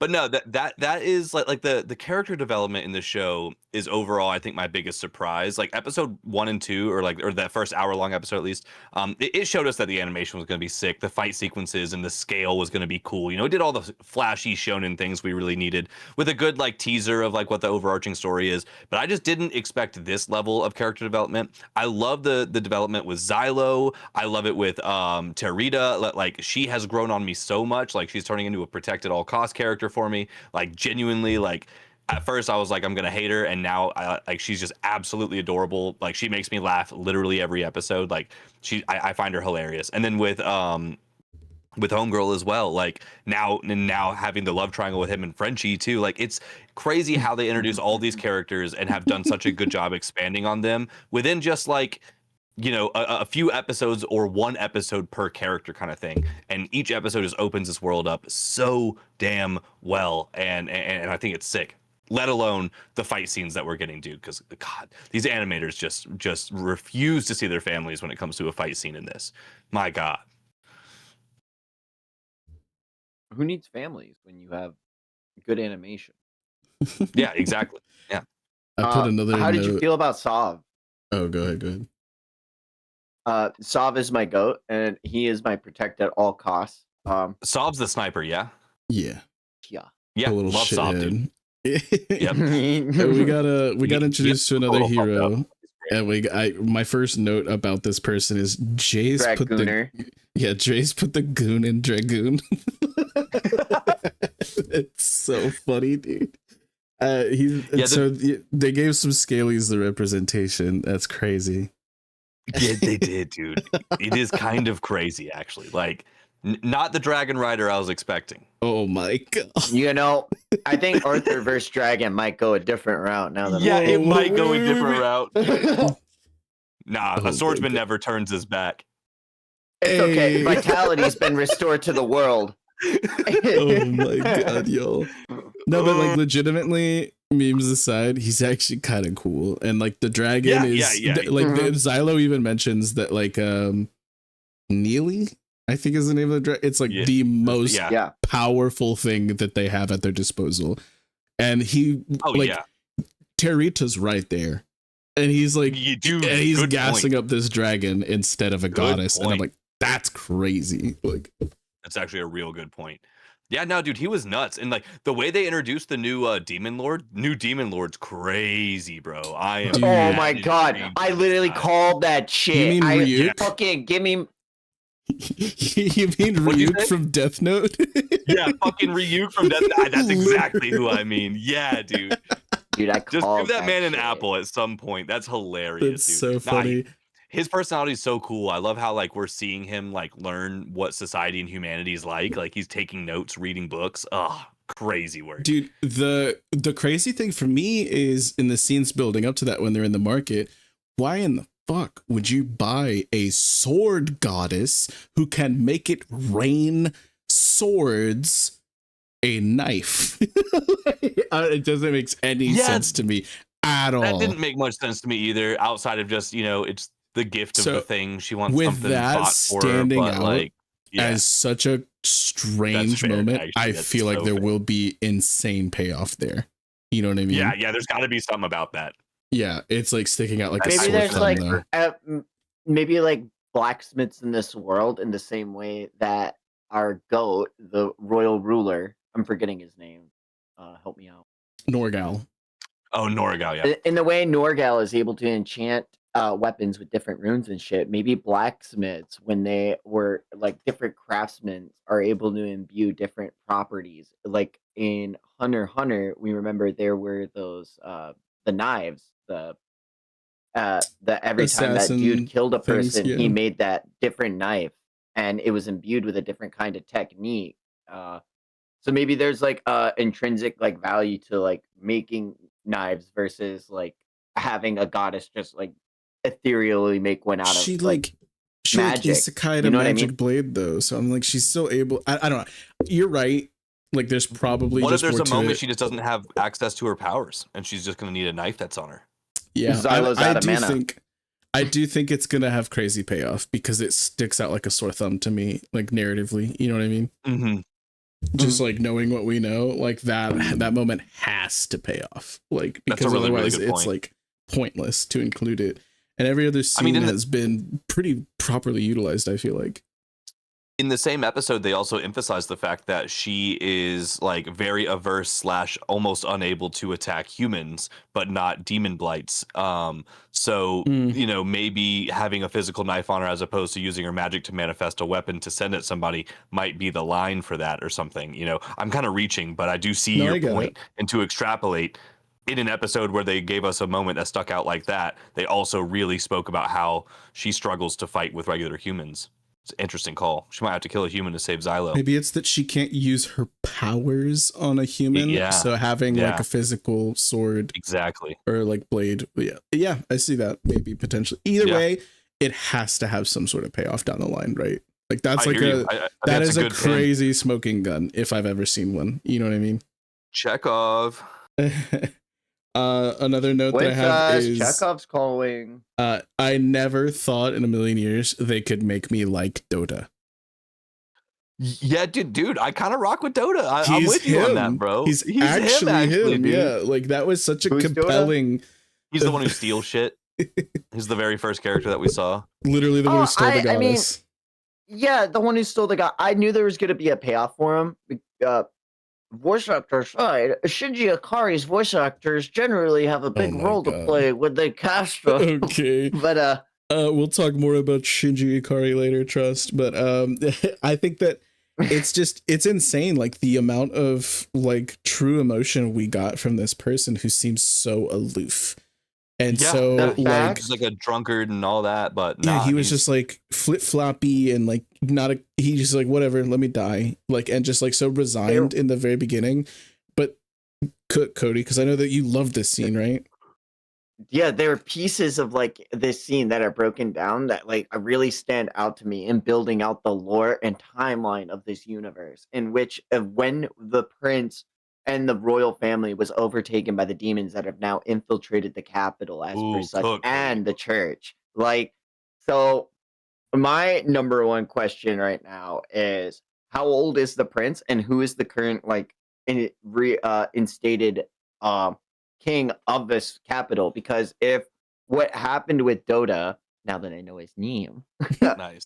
If we know now that what happened with Dota and the prince was actually overtaken by the demons that were trying to rule this kingdom, it could be that we are doing an isekai D&D and we're working for the bad guy without knowing it. Already. For sure. Yeah. Dude, I think that's the big thing is like they very quickly set up that like we can't really trust anybody in this. And Xylo even like reiterates it, like obviously they've set it up. They're like, there's nobody to fucking. They've done such a good job of that, dude. Like, Let me it's find great. out the demon blights are good. Let me. I don't know. It's like such like a crazy thing because like as a DM, and I'm sure Vex picked up on it, but like when Dota was going off, he never gave a name. It was always we gotta help the prince. We gotta help the prince. Like it was never there was never like an established title or anything given. So like I'm waiting for that name to pop up of like if Dota gets a message from the king or something, he'd be like, oh, but that's not the guy I met, or that's not the boy I helped, or like there's gonna be some huge payoff, and I know it's coming, and I'm like, give it to me because I seriously, we know that Xylo hasn't died yet, and that's another thing. Right? Yeah, and I think that we can infer. Oh, wait, shit, do we confirm that? No, we can infer that, but it's not like a hard confirmation because of the way that his fiance interacts with him. It does seem like because she reveres him like as wholly the same man that he probably hasn't lost any of himself. You know what I mean? See, I mentioned that early on if Xylo has ever actually died or not, because he is just Timothy, you know, and and I think that's a carrot they're gonna dangle in front of us pretty heavy. I still think it'll be wild, you know, seeing him actually die. Like that's probably gonna happen at the end of the season. I think it's really something to be said about her character, though. Franchi or whatever. It's that, like Frenchy. Literally called she's her French. She's French. It's okay. But I think that She's the fact that French. she witnessed this guy's character arc go from I am a legitimate captain of the Holy Knights to I'm a hashtag I'm a hero. Totally a slur, a hero.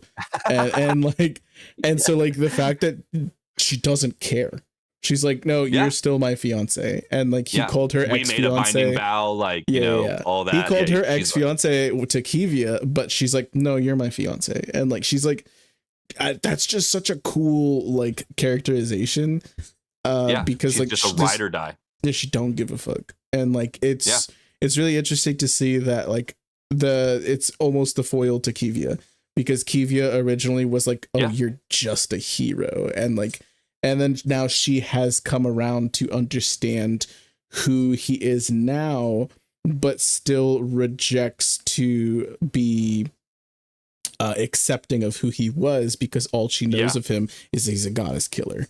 And so it's really crazy to see these two ladies being such successful foils of each other in ways that honestly make them like really still good characters. Like I don't think that anything is taken away from their dynamic just because they're kind of showing what each other is lacking in a sense. You know what I mean? Absolutely. And I feel like they'll both like learn from each other. I gotta say, like, another super humanizing and just hilarious moment was Kivia, you know, confessing that, like, you know, they had promised their bodies and souls to each other under this specific type of tree to like the front desk lady when they were like looking for a hitman. Like I found that moment so endearing. Like I genuinely laughed at it and just how awkward she was about it. And again, just like a moment of me thinking like, man, this character that I just loathed from the moment I like met her, like in episode 1, to being just this character that I'm just loving watching grow and be in this like awkward situation. I just thought that was freaking hilarious. And then of course, just immediately like from that moment pivoting straight into Xylo's fiance, good old Franchi. That was so crazy, dude. And then I gotta say, like we gotta talk about it, dude. The freaking choreography and the animation for the fight scene in that hotel room was ridiculous, bro.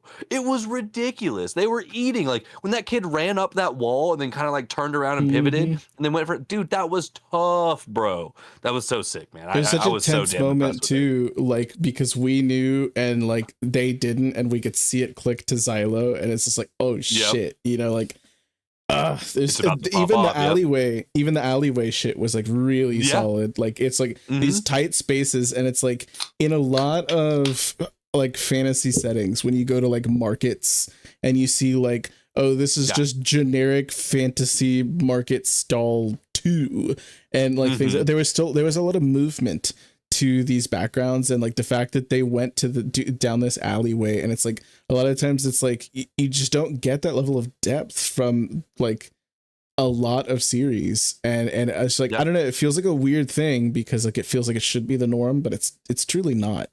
So seeing that like this setting feels so like I truly get immersed in it, you know what I mean? Like the music for the market scene and through like all of the tension leading up to the big fights and whatnot, it was like, dude, it was so good. Facts. We're eating. Yeah, absolutely eating. Sense to Be Heroes, the sleeper of the season, like without a doubt. Like, and possibly might be like it's the best new anime of the year, like in my opinion. Far. And it's gonna, and obviously we're early, but this is the one to beat now for me. Is kind of what I'm getting at. I feel that. Cody, you're about to say something? I really like the fight scene. I'm really hoping to see more. But no, like this is a sleeper anime from Katakawa. Absolutely, I haven't heard anything about it from the manga even. Like I haven't seen anyone post anything. Normally I get like when new anime like this pop up or whatever, like the new Jack of All Party or whatever, I'll get a couple of manga things across my feed. Throughout the socials that I'm on, whether it's TikTok, X, or Twitter, whatever you want to call it, Instagram. But still, I don't see anyone talking about this, and it's absolutely blowing my mind because it's like this should be number one. This should be like on everyone's list. This should be up there with Jujutsu Kaisen, I think, or like Hell's Paradise or Fire Force. Like this is the hype is there, dude. The hype is there. Aside from it just being a new story, but like I've seen a few visually edits. keeping up. I've definitely seen a few edits here and there, but you're right. It's not like making headlines per se. But I think that what's interesting to me is Token Anki exists. What's interesting to me is that like whenever I click on the totally legitimate and legal website that I watch my anime on, it is consistently in the top 5 most popular listed for like what they're airing like right now, which means that it is being held to the same regard as your Fire Forces, your Hell's Paradises, and your JJKs. And so like it's like, I'm happy to hear that because on my actual totally legitimate site that I'm ready to stop using, it is not in the trending in the United States section. Like crazy. Like not even like it's not even deep in there. Like it's got like Spy Family is still over it. It's got random ones like Roll Over and Die, the Jack of All Trades one, like that. So I'm really happy you said that. The Jack of All Trades one has got to have the best PR team or like search engine optimization of all time because I'm seeing it everywhere. It's everywhere. And from what I've heard about it and from like the ratings across a few different platforms, that shit looks mid. I'm gonna be real. Like I don't know. Is it good? Is it good? I started episode 1, and based off of the 1 episode test, it's a no for me, dog. It seemed very, very cheesy. I don't know. Like I watched it at a time where I probably should. I mean, it was late. I was like, I'm just gonna throw something on it. I've got some homies in the community who are definitely, I was entering it. That's for sure. And I got homies in the community who are like really rocking with Jack of All Trades. So like, I'm not gonna sit here and shit on it by any means, but I will be honest, like with at least the decent 15 minutes I put into it, I really wasn't feeling it. I know what happened. Yeah, I was watching on the couch. I watched the first episode, fell asleep, woke up during the 3rd episode. Classic. And the 3rd episode didn't seem much better. I'm not going to hold you. It was one of those moments where I was a little too far from the remote. He did the speed run of the 3-up test. I speed run. I watched it like the anime men did when they were watching the first 2 minutes did of any of percent 3-up test. Yeah. So I don't want anyone to take my word for this by any means, but I will say from what I was seeing, I don't think it's going to be. I mean, with everything else that we're talking about, it's so far on like down on the list for me that like. Maybe one day. I haven't given it any time yet, but I've seen it all over the place. Chat, should we give that the 3-episode test? But we'll see. As far as talking about Sense to Be Hero, though, like I've seen a few people talking about it, and like from the conversations that I've seen in comment sections and whatnot regarding content surrounding it, it's overwhelmingly positively received currently. Yeah. but I People do are think rocking with it. it deserves more. Like whatever it's getting right now, fully it agree. certainly deserves more. I fully agree with that, bro. Yeah. I'm definitely seeing commentary as well. You know, like I follow a lot of the guys who hit the consistent run, like they were talking about the full season and stuff like that. So I definitely see it in the rotation. But I mean, to Cody's point, like it's not being talked about anywhere near the level of JJK and even Hell's Paradise, you know. Yeah, I don't hear Hell's anything Paradise about the source material. That's like the major I've thing. heard is, like, nothing about it. I've heard nothing zero. about it. Nothing. Yeah. So I Yeah. don't know. Yeah. That's like the biggest thing that's like different because like It's something I want to jump into, but it's also like, wow, I'm really enjoying this anime. I don't want to Fully lose agree. that spark. No, I'm right agree. there with you. And I love that we have I doubt I will read it. We have 2 currently airing anime that Cody's enjoying so much as an anime only. He doesn't actively want to go and binge it. Like he That's so did legendary. when he left me in the Urgh. Hell's Paradise. Oh yeah, Hell's Paradise. You're right. I thought it 2 was like currently Frieren. I airing- might. no. I'm about to. I No, was you like, could do I was that. like, I'm about to That's rip fine. the Band-Aid off. No, you can do that. You I'm- can leave me in the dust just like you did with 3-0. That's fine. There might not be a proper manga for this. It might all just be light novels. What? That makes a little bit of sense. Wait, what? That's It's like a I think that's why no one's talking about it because people can't read. It's like, is this the straight to DVD? Like, is it like it's straight to anime? dude, for real though. That's All so I'm seeing is funny. light novels. I can't. Oh my god. Yeah, the original run was from September 2021. It's brand new. The light novel. Oh wait, there's a novel series from 2020 to present. The light novel from 2021 to present. I guess there is a manga that started in 2022, and there's only 2 volumes. There's only 2 volumes of the manga. So yeah, that's why no one's talking about the source material. There's like 3 people in the anime community who've read anything that's more than a fucking text bubble. So yeah, crazy work. Oh my god. I kind of like that people don't spoil it though. You know. Hell yeah. I've never even heard of that. Shady. I'm gonna be so real. Journal with Witch, yeah. No. Witch stuff is in though. Like Witch stuff is so in. I've heard good things about the Silent Witch one, and then there Which was stuff one. is in? Witch stuff. Which one's on first? Like, no, I think that Witch Hat Atelier. I'm keeping my eyes absolutely fucking peeled for that shit in spring. I cannot we'll wait. probably end up talking about that during spring. 1000%. Because 1000%. Favorite anime out of this season. That is high praise, brother. High praise, bro. I'll have to add it. Crazy. I'll have to add it to the list, but anime's been so good. We've only talked about 2 in 2 hours now? An hour and a half. It's 3. Yeah. Let's 3. move on. Let's get on with it then, y'all. What's next? No. Yeah, I don't have anything else to add to sentence, but yeah, dude, I love it. Love it. If y'all want to dive into Fate Strange, I might sneak away for a little Modelo real quick. Yeah, we can talk about Fate. Yeah, Fate's kind of crazy. Oh my god, dude. I'm gonna be so real. It's so hard for me to talk about Fate though, because I'd be turning my brain on and just be like, damn, yeah, Hercules be a thing. His I've name never is seen- Alcides. He's rejected that name. Oh my god. Yeah, Yamato, Odin. What are you gonna do? I mean, No, I think that there's something so compelling about Alcides' arc because he like legitimately like he stated if he wins the Holy Grail War, he wants to completely remove any connotation or semblance of relation to that name. So it's like this is like a huge big deal. So I think it's crazy for you to just immediately dead name him.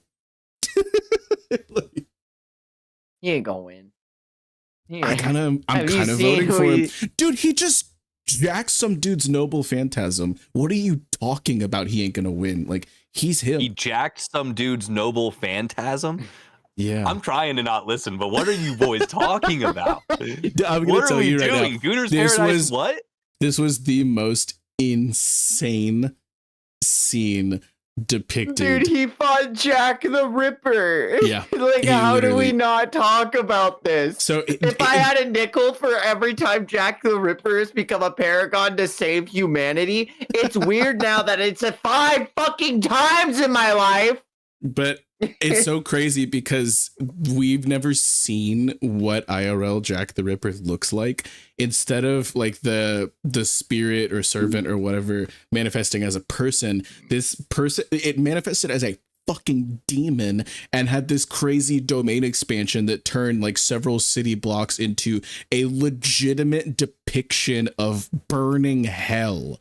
And like, it was so sick, dude. It's like, it's crazy that we get literal hell being superimposed onto the real world twice in 1 week. And I don't know. It was insane. This was one of the most, he literally, his ability transformed the entire surrounding city into hell, and it turned everything into CinemaScope. Like the widescreen black bars showed up for the rest of the episode. Like he turned it on so hard. Yes, and that's awesome. And we also have to remember what's happening in the background, because while Majin Buu is absorbing Ultimate Gohan, and that's amazing, Ultra Instinct Goku and Ultra Ego Vegeta are literally squaring up in the fucking background fighting. Like, Gilgamesh Arthur is happening, and we cut away, and I understand why. Jack the Ripper was really cool. He got jacked off. But like, okay, chill. No, if I'm gonna be so serious though, like I understand the hype that's happening elsewhere, but I have to spit so ridiculously much about the Alcides and Jack like instance, because it truly deserves it. It is, I think, legitimately, of this entire season that we've had so far, the most visually stimulating and pleasing fight scene that we have gotten. Like, I think these dude. I think these people were big fans of Bleach, because we're gonna have a Kenpachi Byakuya moment, and Yami's gonna be all like, "All right, I got my new noble phantasm." And dude, Arthur and Gilgamesh are like, "Yo, we're dick measuring. Back off." Like, they're literally just gassing each other up so hard. It's like, oh yeah, it's an honor to they team up, because they're like, we can't fight with these dudes like trying to show off in front of us. Like, let's beat them. That's honestly what I think is gonna happen. And what the scariest outcome could be is, what's his name? I don't want to dead name him for you to go on again. Alcides. Alcides. If Alcides beats them, that's the worst case scenario. I truly, but I don't see that happening with all the outside forces that could be in play, like the vampire. We got the ninja lady who's in the waiting. There's so many outside forces too. I don't think anyone's worried about Assassin right now. She's been nothing. She's been getting mogged on by literally everybody, even a 12-year-old at this point. Like I think that there's, your cortisol levels are spiking, man. No, there's obviously a lot of things being set up here, but the plot line with Alcides is insane. And I think that the fact that Gilgamesh had fought him previously with Hapolita, it's like he understands that like that person's true name, for one, and like what they're all about. But seeing this person just start to like grow and take on these other servants' powers and like take them away and I think assimilate them into himself, and like knowing that his master is also just like an insanely proficient like magecraft user, it's like, I think that like the more Gil and company find out about what Alcides is all about, the more he's actually going to take him seriously. And like, I think that would be insane to me. I think like, if you like, we want to talk about fan service though, and I don't just mean like tits and ass, like legitimately this like most recent episode. What else do you mean then? This most recent episode was purely fan service for Fate fans who have been waiting for so long to see like Saber versus Gilgamesh, for like just like the absolute like hype levels of like everything that's going on right now, because fan service is deeper than just tits and ass. Like it's truly like showing these excessive and it's insane. Goku versus Vegeta. It's literally happening. Exactly. It's I've literally never thought I'd see the day, and they're both boys, and they're gonna kiss, and it's gonna. Okay, chill. Like, I think that They're they're setting up like one of the most insane, like they're stacking these action sequences on top of each other with like very unique visual and audio profiles of each of the different like scenes that we're jumping from, and it's just like it is so ridiculously well done and like meticulously executed, the amount of peak that they are serving us. Like, I get what you're saying, how you were like, I turned my brain off, and like, but like truly when you dissect this, it is a fucking masterpiece. Like the shit that we're getting, and I'm only like a fraction of the level of invested that I could be if I had known more about these characters going into this, and I'm like absolutely eating this shit up. It is insanely well done. But he's not even a real saber. He's just it's so perfect. He's not even Arthur. He's Richard. He's like he's a cosplayer. He's Yamato. He's like he's the goat. But him. Yeah, it's really insane, and I think that like, dude, I don't fuck with power scaling at all, but I couldn't even imagine trying to do that shit in the Fate verse. Like, holy shit, this stuff is wild.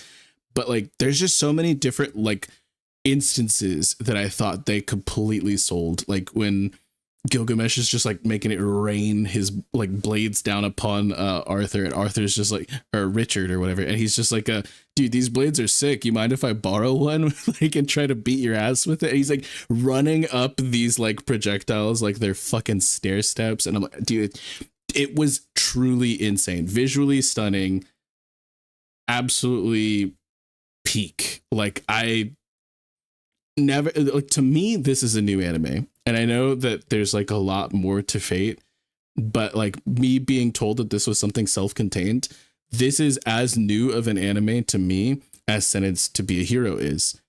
And truly, right now, I'm more hype about Fate. That's all I gotta say. Crazy work.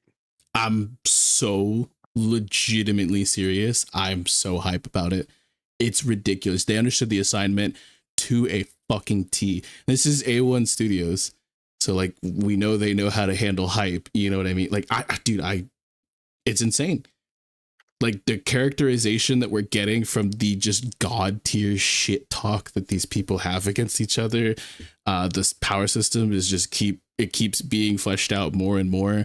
We have like 20 something main characters, and almost every single one of them has had a really good showing. Even Assassin, even though not really in combat, she's had really good moments with Sigma where they're just talking about like being actual people before all of this war shit happened. And like, that's crazy. Like, the levels of depth beyond just the fight scenes, it's there. Like, you can turn your brain off and just enjoy the spectacle, but there's so much more to it as well. And I'm loving it. I'm absolutely loving it. Yeah, Fate's really, really fun to watch with the homie. It's good. I'm voting for Alcides. I'm not even gonna lie. Good luck, man. It ain't gonna happen. It probably won't. But he's too big bad coded right now. But like, God, dude, he's so cool. No, I'm going to be real with you, Vex, because not everything's off the table, because this is a fake war. You with who wins, it could be like a fake reward or something, and like the big bad could end up winning this. It's not unprecedented for Fate. So like, well, he's not even as much as I say bad, and I write it off. Big bad coded, because like Francesca and Francois are like the big bads, right? Anyone is on the table to win this, and that's as much as I want to say. But like, you know, you're valid. I'm loving it. However it plays out, I know I'm gonna enjoy it. This shit has been so ridiculously enjoyable. And I had zero expectations going into this, like, truly. So I think that also kind of sets it up on a higher bar than maybe, I don't know. I don't think, it doesn't feel like I'm glazing. It just like legitimately feels like it's actually peak, man. Like, so I'm looking forward to the finale. I don't think they're going to finish this in one part, because like, we're still unaware of certain characters' names. You know what I mean?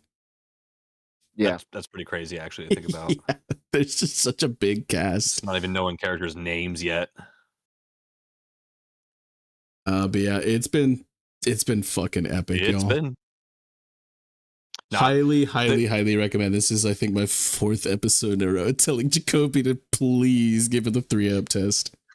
Dude, there's no reason outside of time that I haven't, man. I genuinely am gassed on everything y'all are saying. Like, y'all are properly hyping it up, dude. Every week you make me want to watch it more. It makes me think of Togenonki even less every single week. Just hearing about Fate. Oh my god. Speaking of Togenonki, you guys are not going to believe what I watched. What'd you watch, bud? Nothing. I was fucking. Nothing at all. That'd be so crazy. That would be. Actually, I'm fully caught up on all 24 episodes of Togenonki now. Crazy. It really came back in the back one episode. All back 184 one. chapters. Thank you. Oh my god. I can't.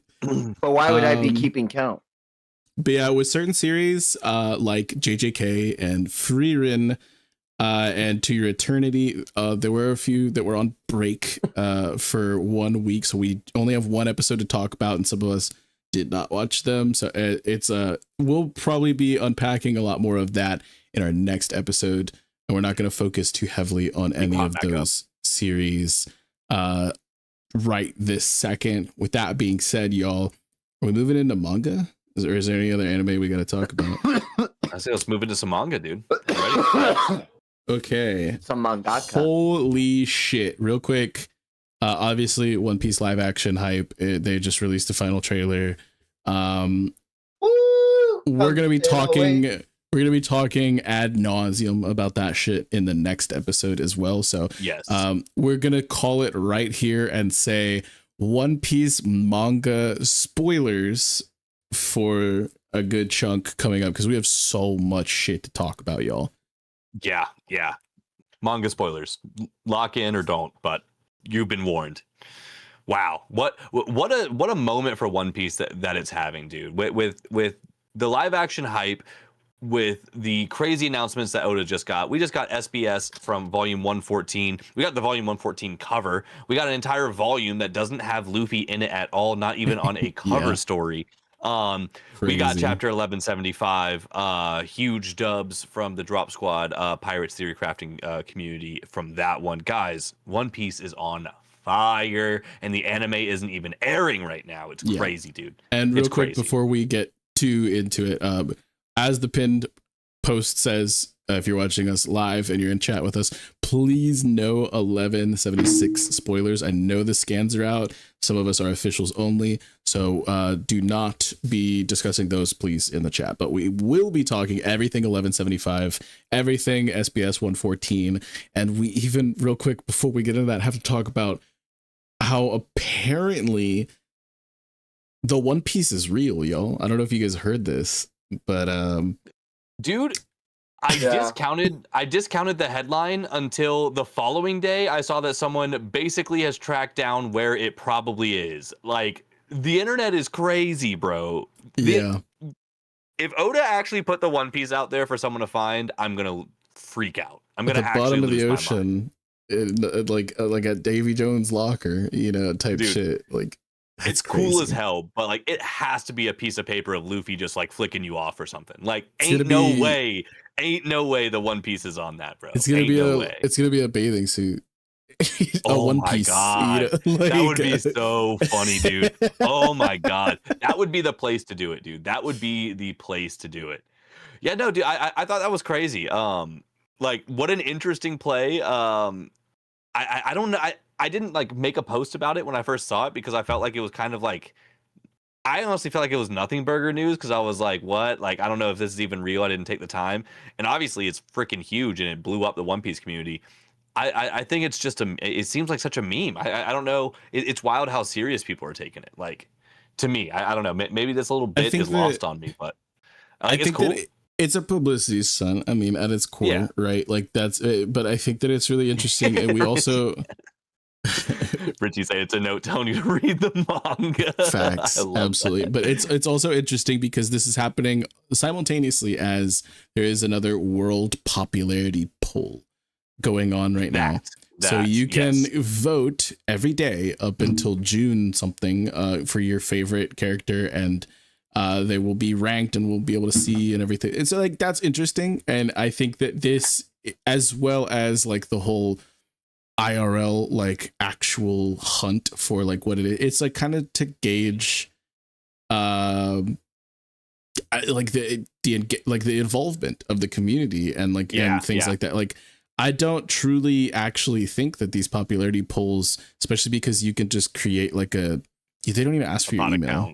You could literally just open up an incognito and cast a second vote every day or something. So it's like I don't think that it's like legitimately meant to say anything definitively. I think it's just it's just there to get like demographic. It's just something data. to keep the community active. Yeah, which I'm excited.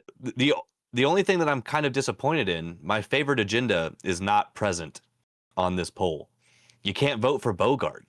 Oh my god. What the hell are we doing? Bogart is not on the poll. It's because that's not his name in the manga. He's never given the name in the manga. He hasn't been named, right? Yeah, it's only in the anime and the live action. He's got a canon name or some shit. I don't know. Yeah. They named him in the anime first. That's so I think, funny. Which is actually genuinely crazy. If you type in like, surely that's his name. Though. If you type in like, surely that is his name. If you type in like Marine B, maybe he shows up. That's so funny, dude. Yeah, try A through Z, and he's probably in there somewhere. But yeah. So, boys, who are we voting for? Who's your One Piece MVP right now? Vex, are you still sitting with Rayleigh? Absolutely, till the day I die. Yeah, that's my goat. Odin. Nice and boiled. Vote Roto, dude. One person's gonna vote for fucking Roto. That's so funny. It's gonna be you. I mean, dude, Zoro's my goat for sure. But dude, Loki, I think, is about to dominate this fucking list. He is. I think Loki's about to just go insane. Loki is gonna be. I think Loki and Kuma. If you're rocks, honestly. Loki, if Kuma, you're manga current Loki, if you're anime current Kuma, they're gonna be the absolute real show stealers. In a similar vein to in previous popularity polls, we've seen arc-centric characters hit the top 5 metric. I think that it's almost a guarantee both Loki and Kuma, and probably Rox even, are going to break top 10. Yeah. I hope my boy Kuma is top 5. I truly hope. Yeah, Kuma deserves it. I hope so too. Last time they did this poll, apparently Kuma didn't even make the list. So or he didn't make the top 50. So they did a top 100, I believe. Is that what it was? All right. Yeah. So then he didn't. Yeah. So I don't think he broke the top 50 in that list at that point, which is just like crazy. I mean, that was pre Egghead, so pre all of those events, which is like wild to think of. Like, no matter what, Kuma's about to have a legendary rise on this poll. An insane glow up for sure. And I would love to see him top 5. I'd be happy with that. I think we're going to see a lot of Loki and a lot of Rox. I think those two are going to be up there. I've been seeing a ton. Like, so many people are posting these across like the different Discords and whatnot throughout the community, and like, holy shit, the amount of people who are voting for Rox and who are voting for Loki and who are shitting on Harold. It's crazy. It's like, it's truly insane. So, dude, I mean, I'm not gonna lie though, with the showing that we got with Rox and what we're getting with Loki, like, they are also some of my favorite characters in the story, dude. Like they did it. Like, for me personally, and I know this might be like a jump for you, Cody, but like, I like that God Valley flashback better than I liked the Odin flashback. Like, that's not a jump, and I think that's a very valid take for the amount of like data and everything that was extrapolated and the amount of build up that it's had narratively around the story for the last several years. Mm-hmm. It's just been so hyped up, and for me the payoff was there. So yeah, I'm real curious, and like, I think it's more fun to really think about what the community is going to go for. Like, Zoro's been my goat, since Jump, and then I have to go Nico Robin, and then we can talk about everybody else. But yeah, I'm expecting heavy dominance from our two Elbaf heavy hitters. I think I'll be blown away if Harold ends up in the top. Arc-centric characters like Rox got his own entire self-contained bit inside of Elbaf, but also Loki, obviously, and then Straw Hats. Like, you can guarantee they are going to dominate this. Like, there's very few Straw Hats that I think aren't going to place in the top 25. You know what I mean? Facts. Oh yeah, no, you're absolutely right. So like that's no like matter kind what, of there's a a given. locked in 10 characters holding down the top 25. Like guaranteed. Absolutely, like Yeah, no. undeniable. I'm interested to see how many people are still voting for Kid, despite us not having shit from him. Yeah, Oh. womp womp, dude. Yeah, it's I it's wonder hard where out Kid there. was on the last list. It'll be funny to see where he lands, if he even lands. I think that's gonna be. He's If not he in the fucking even story. lands is wild. It's gonna need to be studied. Like that's all I gotta say. He will definitely land, but like, but dude, I mean, like he ain't landing top 25. Dude, the like, memes he ain't though. touching that's for sure. To get back to the IRL like hidden One Piece letter, the memes are like, oh, Eustace Kid at the bottom of the ocean is gonna find the One Piece before Luffy. Oh my god, that's actually hilarious, dude. That's so funny, dude. Oh man. Oh man. Kid's like, Shanks doesn't know what he just did. Yeah. But make sure you guys get out and vote if you are passionate. Yeah. I'm kind of just I cast one vote and I'm not gonna hit this shit daily. I was like, my guy's not gonna break. I'm not rocking daily, but I do need to go cast a vote. Yeah, my goat is not probably gonna place, and I'm fine with that. I voted once, and you don't that's think all Rayleigh will do. place? I don't think so, especially not with the Scalper hype. No. Oh, that's fair. Scalper does have some pretty big. Scalper's gonna beat the shit out of him in this poll. But Rayleigh bagged the baddie in the fucking backstory that we just spent 4 years on. wait. Oh man, you're cooking. No, I think dude. Like Rayleigh's moment with Sommers and getting Shaki was fucking legendary, dog. The fact that he was I'm dragging like nuts Rayleigh's on that, number one fanboy, and I didn't even really register that was going to launch him forward at all, says volumes. Dude, come on, brother. You got to lock in, brother. You got to lock in. We'll man. see. Oh my god. I don't really like. That's the thing that I don't care about. Like this doesn't actually. Yeah. It just shows me who has the most active fans, not the like who's the most popular character. You know what I mean? I like to look at these as which fan bases and which like groups of One Piece people will will mobilize the most for their person. It's like the Naoya drama that happened with fucking. Oh my JJK. fucking god! Don't. You know? Oh my god! To see which angle of the fandom is the one who sends all the troops out to really push their agenda. Because honestly, for me, best case scenario, we get the worst top 10 in history. Okay, I really hope we get like how it's up there, Charlos, though. fucking Saint Saturn, rest in peace, my goat. Like that's the kind of shit I would like to see just for the lulz of it. Like that would be hilarious. It's always gonna be different because for the JJK one, you had to buy a tankobon to go vote for Nio, and this person literally sat on volumes of Jujutsu Kaisen. And see, that's what I have to also say is that there's such a low barrier to entry to this one that like truly you're just going to see the people who are most willing to bot for their character. And I think this is just based off of what I have seen recently. I think it's going to be Carrot fans. Like there's a ton of people on Reddit who are, dude, half of Reddit is furries and they're going to just bot the shit out of this. Right. So I'm just saying Carrot is going to place, and it's, I don't think she's a bad character. I just think that if that's your favorite character, there's an implication, you know? There's something to that, and of all of the most active people on the internet, we know that Redditors are going to be on this shit every day, like clockwork. You know what I mean? That's an interesting call, dude. I'm not tapped in with Reddit like that. I luckily don't spend much time there anymore. But like, I'm so curious, dude, because like I really am. Like I really expected that, like if Bogard was an optional like vote, I really did expect for him to potentially place because there's enough of a meme around him, like with Bogard guy on TikTok. Shout out the homie, he's the fucking go. I love Xavier Wolf. We also have to shout out real ones. Remember the real name. We also have to expect for some meme answers like Whoop Slap. I know that in previous polls he had placed because of the campaigning that was done by several large creators, most prominently Liam from Grand Line Review. So it's like I think that there's almost those are the ones I'm interested in. I want to see what the content creators Whap Slap. Shit. If you know, you know. But shout out to my boy Smokey. But yeah, there's it's gonna be interesting, and I don't mind whatever happens. I don't think my goat. I literally don't think my top No, okay, Kuma's in my top 3, and he's definitely going to place. But I don't think the rest of my top 5 are going to have anywhere near enough like movement, you know, to place high. Is it top 100 or is it top 50? I think it's top 100. Okay, then I mean, Rayleigh's on there then.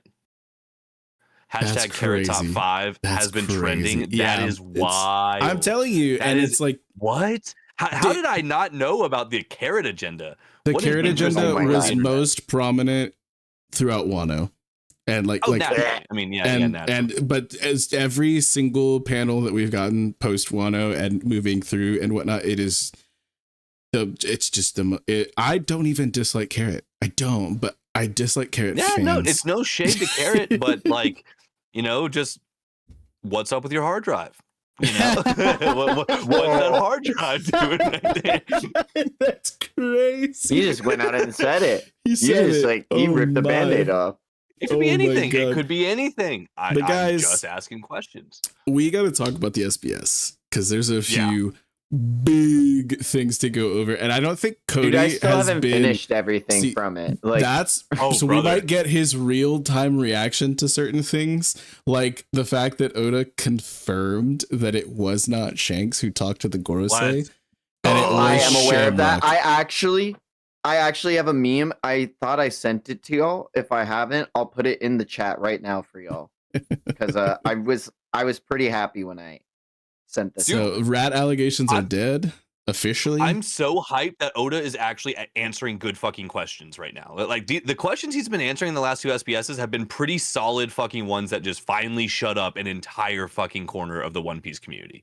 Like the thank Shiki God. theories are dead. The rat allegations are dead. The fucking do mermaids poop from the front allegations dead. You know? Definitely not. And I mean, obviously, how the hell does Nami's outfit on Elbaf work? Well, now we know. Now we know. I- Yeah, now we know. Yeah, the underworld. Yeah, must now have we been know dropped. that Roto like fully stripped them down to their bare necessities and nothing. Now we know. Dude. Like It's- everyone was like, man, he didn't- I was didn't make that crucified. jump. Yeah, there's no underwear on Nami, which means Roto. I mean, yeah. That means when he's put it together, dude. That's why he was. No, Cody. It's together, brother. Now it's all together. I just didn't have that together 10 minutes ago. And we're about to cover that I in don't think the. about Roto. Why is Hey. Roto coming up? We could have talked about One Piece for the next hour and never mentioned Roto. No, Why no, are we no, fucking but talking about he's- Roto? Because he's about to be the star of the anime once it comes back. Your favorite arc, Legoland. That's your favorite. I'm more hype on it than you, bro. I was with Oh my Legoland. God. I was there for it. Beck That's was what I'm like, saying. "This is You trash. love it. You Oda's love falling it. off, dude. You ride for it, and you think Toei, your beloved Toei's gonna coworkers, cook. are Just going let to. Toei cook for Legoland, bro. Oh my god, it's Oh gonna be nuts, man! dude. You're gonna But see no, the little Lego fucking logo on the tips of every fucking brick, bro. Outside of the Shamrock confirmation and the name of Rox's weapon, Oh, dude, Eclipse. Oh, what is? it's sick. Oh, It's Yeah. sick. So, It's so does cool. the Davy Not as clan good as eclipse Ace. the sun? Okay, man, Not as I good as I Ace. love It's it. way better than Ace. It shits on Ace. Conversationally, I think But- those are the 2 These two? points that I like the most out of this. Is the obviously the Shamrock stuff and the Rock stuff. That's the most banger topics for me. dude, the Rock's weapon being called Eclipse could have huge implications if Garling has a second weapon, because there could be a lunar eclipse. Like, and Garling could be a representation of the moon in the celestial body now that he is a Gorosei member. Like, oh, am I cooking, boys? Dude, the implications are insane with this. I absolutely see the run, like, or just like the parallel with Davies versus the sun. I mean, like, eclipsing the sun is like the whole thing. Like, that could just be fucking, low key nodding to Blackbeard being the final, the actual final villain. I don't know.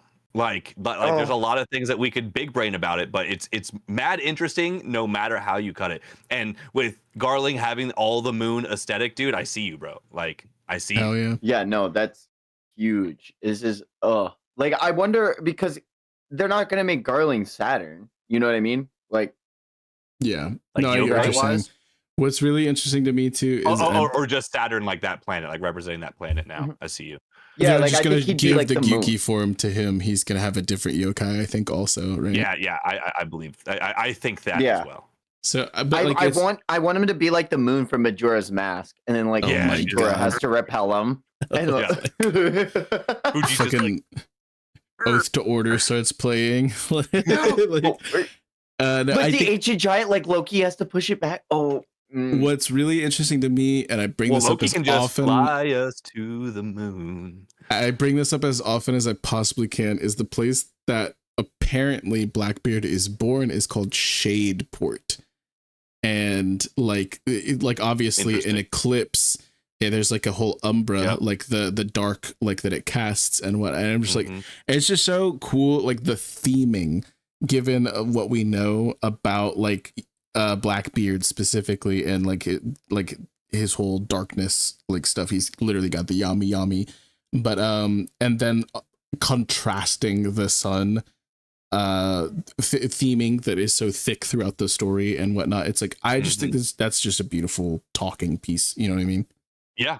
It's heavy-handed, like Blackbeard upscale, in my opinion. Like for real. Like it really is just like so much like, and that's the thing, dude. I had some people in my comments like downplaying like Blackbeard. People even tried to say like, tell me this: did Blackbeard lose the fight against Law and Beppo? He could have, but no, he did won. not. Like But he did not. Like no, so that's the thing. He I'm was not saying that actively losing and then hit a buzzer beater. He hit a buzzer beater like hard. Yeah, you know yeah. what I mean? He hit his off screen no me, and I mean, but like, And people, it could people be to stepping the away fact from that like moment it- thinking that Blackbeard's a fraud is crazy. when Law got away, people aren't really like looking into like, you know, I feel like we got a lot of new age One Piece readers versus a lot of old Facts. heads like me who are like, hey man, hate the new age Blackbeard's kids. smiling in that panel. Blackbeard is gonna make a Weaver card and he is going to follow Law to Zhao to get the one fucking poneglyph rub, and he's been missing this whole time. And like, if Beppo takes him back to Zhao because he thinks it's the one place he'll be safe, they have unequivocally fucked the world by handing the One Piece to Blackbeard. Well, do we think Blackbeard has the fourth poneglyph that we don't have? Is that your theory? Because Law has all three. Because that he Kid needs the and one Luffy man marked by flames. You're right. Yeah. But I do feel you on Law getting picked up by Zoe. Like I feel you on every bit of that. Like my thing is either way, Law didn't fucking win that fight. Like it was a diff fight. Like it was a high diff fight in a lot of capacities. But like Blackbeard did what he did. And like again, like it's back to what the narrative is telling us as opposed to what we want to believe. Like Blackbeard is out here fucking winning his battles, whether it's from bullshit or not. He's winning his battles. A win's a win when it comes to Blackbeard. That's his fucking character. That's the point. Like that's the point. It's not about a clean win or a clear 1v1. That's not how he plays. And I think that, you know, him working, you know, him being from Shadeport, him having the Yami Yami no Mi, his father's fucking sword being called Eclipse, he works in the shadows. Like he's the epitome of that. Like, and it's crazy, dude. I really like just feel like this whole moment is just more Blackbeard upscale with him. Like I love it. He has almost like so little feats, and his upscale is crazy. He's the Hell yeah. He's the I think another really important thing to talk about is the stuff with Kozuki Moria. We got confirmation he is not a blood relative of your goat, Cody. Thank God. He is just accepted amongst the people, and they just called him that as as a title, as a term of endearment, and he was whatnot. adopted by the Kozuki. So riddle me this: can he read the No, there's no way. then as Kozuki can? Because that would be like a big boost if you were to join Buggy's crew. Like everyone from Ringo can. You know, I would like assume Odin's dad could. Like yes. So hold on. There's something we have to understand here is that if Odin specifically was wanting to show Momonosuke, but not even Hiyori, it's something that only the Shogun is supposed to know. Facts. There's no shot that Moria knows. Absolutely none. Knows that, but I'm saying, can he read poneglyphs like Kozuki clan can? Because if he can read poneglyphs, it's that not gives all Kozuki. Like it specifically is something Sukiyaki had mentioned that like only Momonosuke was Like that's Momo, the only Odin, and Grandpa. like Hiyori is also a Kozuki, so it's like there's no way because they weren't I even just trying think to this teach gives her. cross-skilled. I just think this is Oda trying to like give a like reasonable doubt to set up cross-skilled to have a reasonable doubt to get the One Piece. If And be like, anything, no, they have a way. if Like, anything, this kills those I see what you're theories, trying to do there. in yeah. my Yeah. opinion, because he's not like a blood relative. Like those I theories just think it's existed unlikely beforehand. regardless. I mean, like, Yeah, if I you're thought not they set were. up to lead, then you're probably not like. I thought they were you're probably not the unlikely one. before we got this information, and the fact that we got this information just makes it almost impossible in my eyes. Yeah, I do find it crazy that Gecko Moria came back from pirating to save Wano, but Odin didn't. Wild. I thought that was pretty crazy. I have to say that to be a little inflammatory because generally speaking, like all love for Odin, but Honestly, though, like to speak I do more think on it's the, crazy that Moria really did like ride for Wano, and he got mollywopped for it, but he rode. Like I gotta put some respect on Moria's name. He came back to Wano just to help him out from Kaido, and just wasn't him, unfortunately. to speak more on the poneglyph aspect, though, it's like one thing that I think could be interesting is that we know that Roger had been able to hear some sort of voices from them, but he couldn't fully decipher them, and he needed Odin for that. But if they have voices, is there some semblance of a soul? And if there is some sort of a soul present or something like that, we know they definitely have a shadow. And that's Moria's whole thing, right? Is so I don't know. I think that would be like really interesting. Interesting. I don't know. I see where you're going. It's very abstract and like nebulous, but like I don't know. There's something behind the whole voice of all things and how some people are able to tap into it more than others and things like that. And I think that finding a back door to the voice of all things through devil fruit powers is something that I think could have been hinted at several times over. Like having a backdoor to several different facets of hockey through devil fruit powers is something I think is well enough supported throughout the story as well. So it's like, I don't know. I think that that's something that's not entirely off the table. And I think that would honestly be preferred to me than if he were taught it by his adopted dad, I guess, but somehow Hiyori never learned it. I don't know. You know what I mean? Yeah. It's just, it feels strange to think that he can just read them, It would be real crazy if Moria literally could just pull the shadow off of a poneglyph and then have it just say like, all right, now tell me what the fuck you say in English, Give me like the Corona answer. From One Piece D&D with his anime fruit. He's like, yo, what do you say on you? What you say? We also got confirmation of some previous devil fruit users. Some of the individuals on Rox's crew had held the, what is it, Mr. Five's fruit.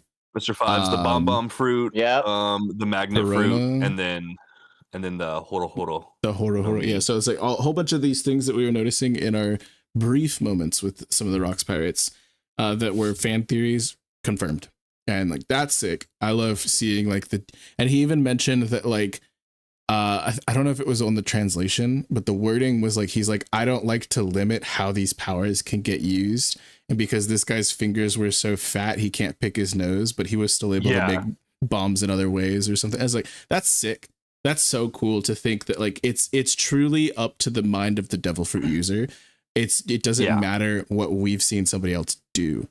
You know what I mean? I think the community desperately needed Oda to say that out loud, and I think that's actually a bigger dub than we realize, because unfortunately it's a media literacy thing. It was a more implied thing as opposed to a directly stated, so Oda saying it will shut a lot more people up. But yeah, like it's the same issue with people saying like, well, why hasn't every person with the gum fruit actually found out that it was the Nika fruit? And I'm like, it's different personalities, dude. Like anybody could eat any fruit, but like the way you actually mesh with it is how you can get to a point of like using it and then eventually awakening it. It's why a ton of people don't ever awaken their fruits, but there are people who have probably awakened those fruits in the past and then will in the future, like I'm so happy that he just laid that out clearly. And I think the Ganzui reference was just a brilliant way to say like, hey, yes, he has the bomb fruit, but obviously he's going to find a different way to do it than fucking Mr. Five did.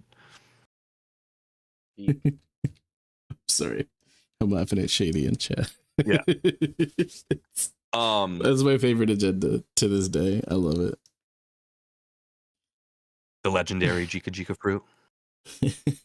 I gotta say, Rox's ship. They gave its name a Rox's ship. It's so fucking lame. The Rox Fury. Yeah, What a I don't like lame it, name for a ship, dude. Lame. I think that was a big freaking fumble.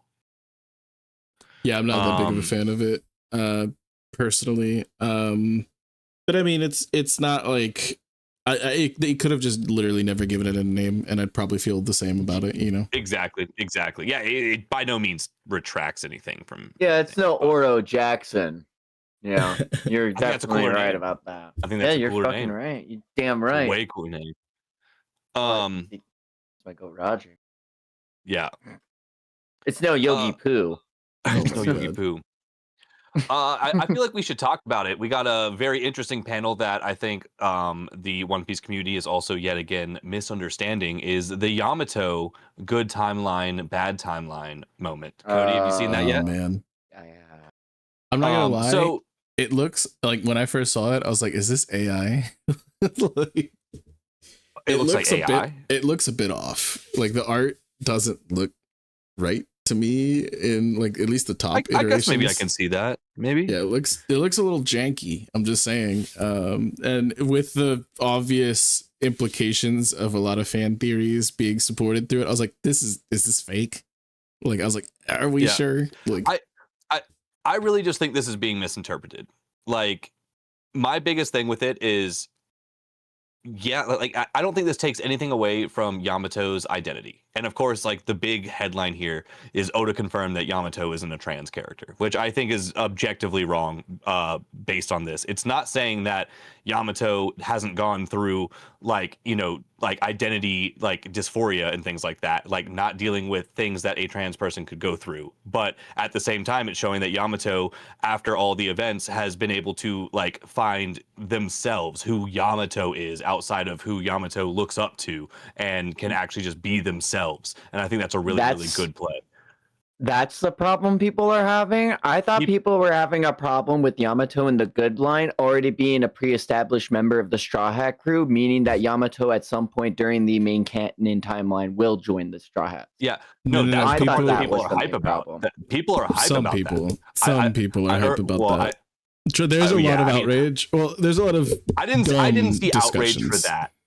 I've just seen much more discussion personally, at least on my post. I've gotten a lot of comments, like literally people just being like, yeah, like confirm not. And it's like that's people just genuinely misunderstanding like the trans experience. And not to say that I fully understand it myself either, but having friends and people that I've talked to, who identify in different ways like this, like, well, I think that I think it's reductive to say, Yamato finding themselves and figuring out who they are means that their trans identity is completely invalid, and I think that's just an unfair take right now.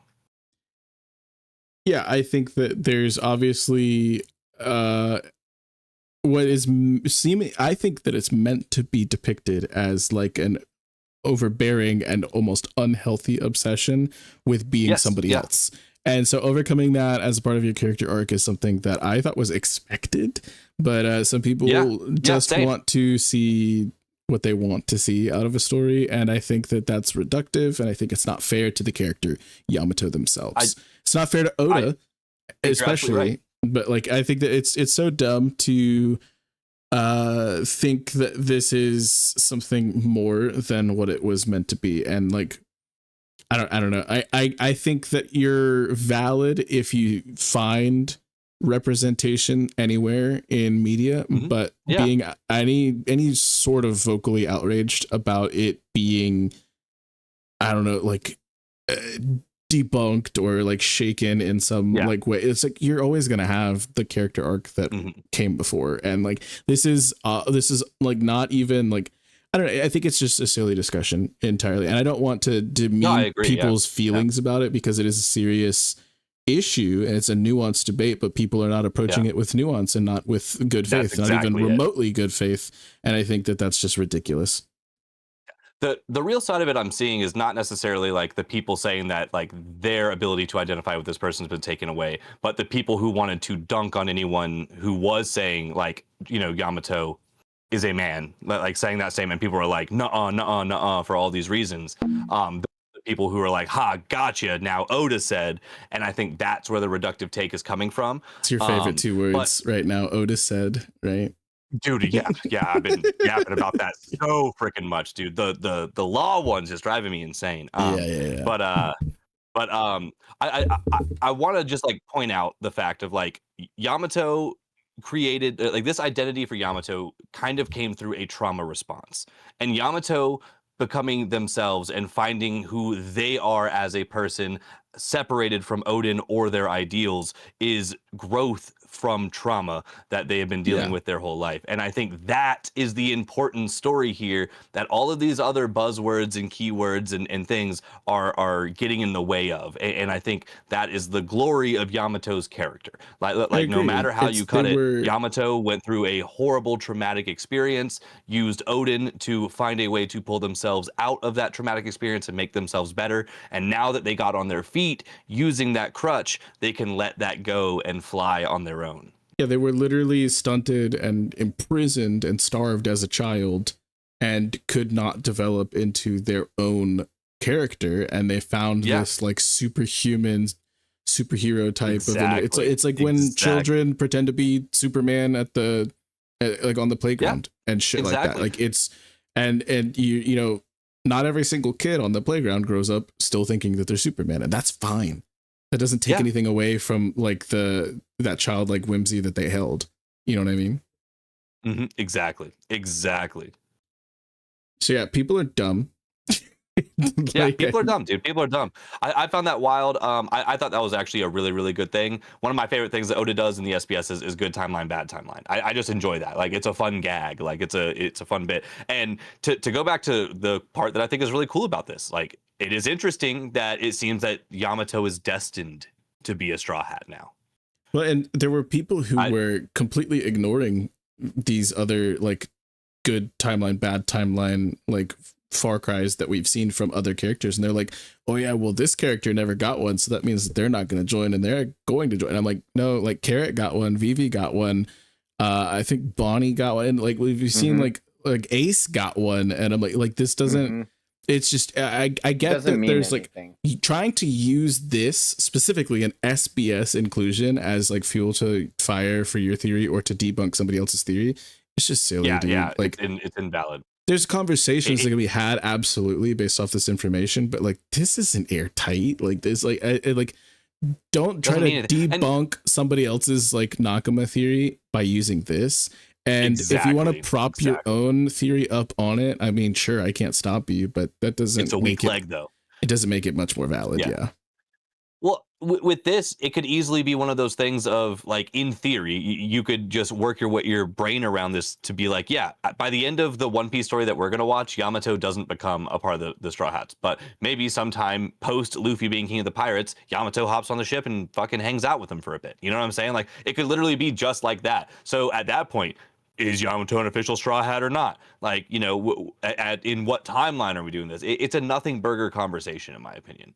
And Yamato is significantly less of a nothing burger conversation for like a future Straw Hat than like Loki, which of course I'm obviously also very, very against, even more so now with these most recent chapters. But you know, it's you're absolutely right. Basing a full-blown theory, unless your theory was, I think Queen is Frankie's dad, the SBSs are really not debunking your theories as hard as you want them to. You know? I also think it's funny that just like the Carrot bad future side, like they become food in the end. Carrot is literally like a roasted rabbit dinner, like on a plate, like, and that's like her bad time. Like, and then like Yamato's is like becomes boiled. Like that's so funny, dude. Yeah, like Yamato's is like, they follow Odin all the way to the fucking oil. Like that is wild, crazy. That is absolute. Like that. It was like Oda was in his bag with the lulls in this. Like the kid who asked the question about why Gold Roger's pirate flag had this crazy mustache before he even had a mustache, and Oda's like, 99% of y'all don't care, but 100% of y'all will never unsee this. It's udon noodles. It's not a mustache. And I actually laughed. The amount of people. And he's like, y'all will never unsee this. The amount of people seriously, the amount of people that were like talking about like in the God Valley flashback, they're like, why doesn't he have a mustache? But his Jolly Roger shows it, and they're like, this has to mean something. It has to be deliberate. Yeah. It has to be like so Oda's amazing. alluding to something. oh my Foreshadowing. It's foreshadowing. Nah, bro, it's Peak. udon noodles. And he said, what am I gonna say for my foreign crew? Oh, macaroni or macaroni instead. like fucking hilarious, dude. I love what it. a W. Oh. What a meme lord. That one absolutely banged for me. I just thought that was just so damn funny. I also like the gag of saying that Shiki is not from Wano. He's from like Yano. Which is he's like it's like from Wano, North Korea instead of South more Korea. dangerous. Yeah, like it's so funny because that just killed so many Shiki theories. But simultaneously, he didn't say that Shiki would be 72 years old. He says that he is 72 years old. So we do get the confirmation Shiki is still alive in present day One Piece. So and it's like it's crazy. What special or skillful grade blades or something like that? Yes, 2 skillful grade blades. So like they are Meito, but they're not like supreme grade like some of us were hoping they would be. Yeah. But I'm a huge Shiki fan.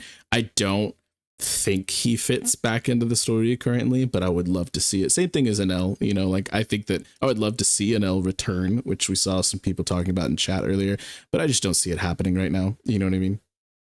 I think the Enel return, I think there's enough lore around it for there to be, I think that theory has enough legs for it to be something worth considering more than the Shiki side. Because to your point, I don't know what Shiki has yet to contribute to this or has to contribute to the story. Like Enel, I can see a lot of reasons for like the Arc Maxim being similar to the ancient weapons and then him being on the moon and there being lunar. I mean, like there's a lot more like things I feel like that can open up the world through Enel that Shiki wouldn't really add for us. Yeah. Have you seen episode 0? Or like chapter 0 or whatever. It's like it's where we first get Shiki. Like it was like it's canon, but it was originally released to hype up Strong World. Oh yeah, I did. Okay, so it's like they set it up there that like he has been plotting for like 20 years. And so like that's what he's cooking. We don't know what he could narratively provide is like my whole argument to that. Like obviously NL could provide a lot, but do we think that he's going to take all of that information and just exposit it the second he gets back into the story? No, I don't think he's going to do that at all. But I think that it's interesting nonetheless. I'm trying to see if there's any other like big ones that I wanted to pull from. But very, very solid SPS just with the Shanks thing, the Shiki thing, the Gecko Moria thing. Big info here that I really, really appreciate. The mermaid thing. Yeah, you're right. You're right. Crucial. Forget. I love how he just answered it in like 3 words. He's like, definitely the back. And then he moved right on. The back. But we got to talk about 1175. Again, no spoilers, guys. No spoilers for 1176. If you have read it, we have not. But huge W to the community for the Needhog shout out. Like that was crazy. The official fruit name is the Dragon fruit model Needhog. I think that is just hell yeah, dude. Shout out the community. 12-month called shot is crazy for like so. 12-month call. Yeah, dude. Like insane. Love having that one documented.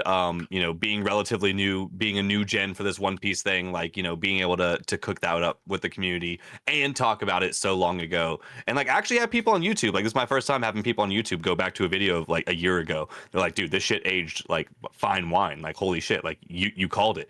So that's sick as hell. I love to see it. I love how creative our community is and how tapped into different angles of mythology that we are. And this is my absolute favorite thing about being current with One Piece, dude. It's so fun cooking these things.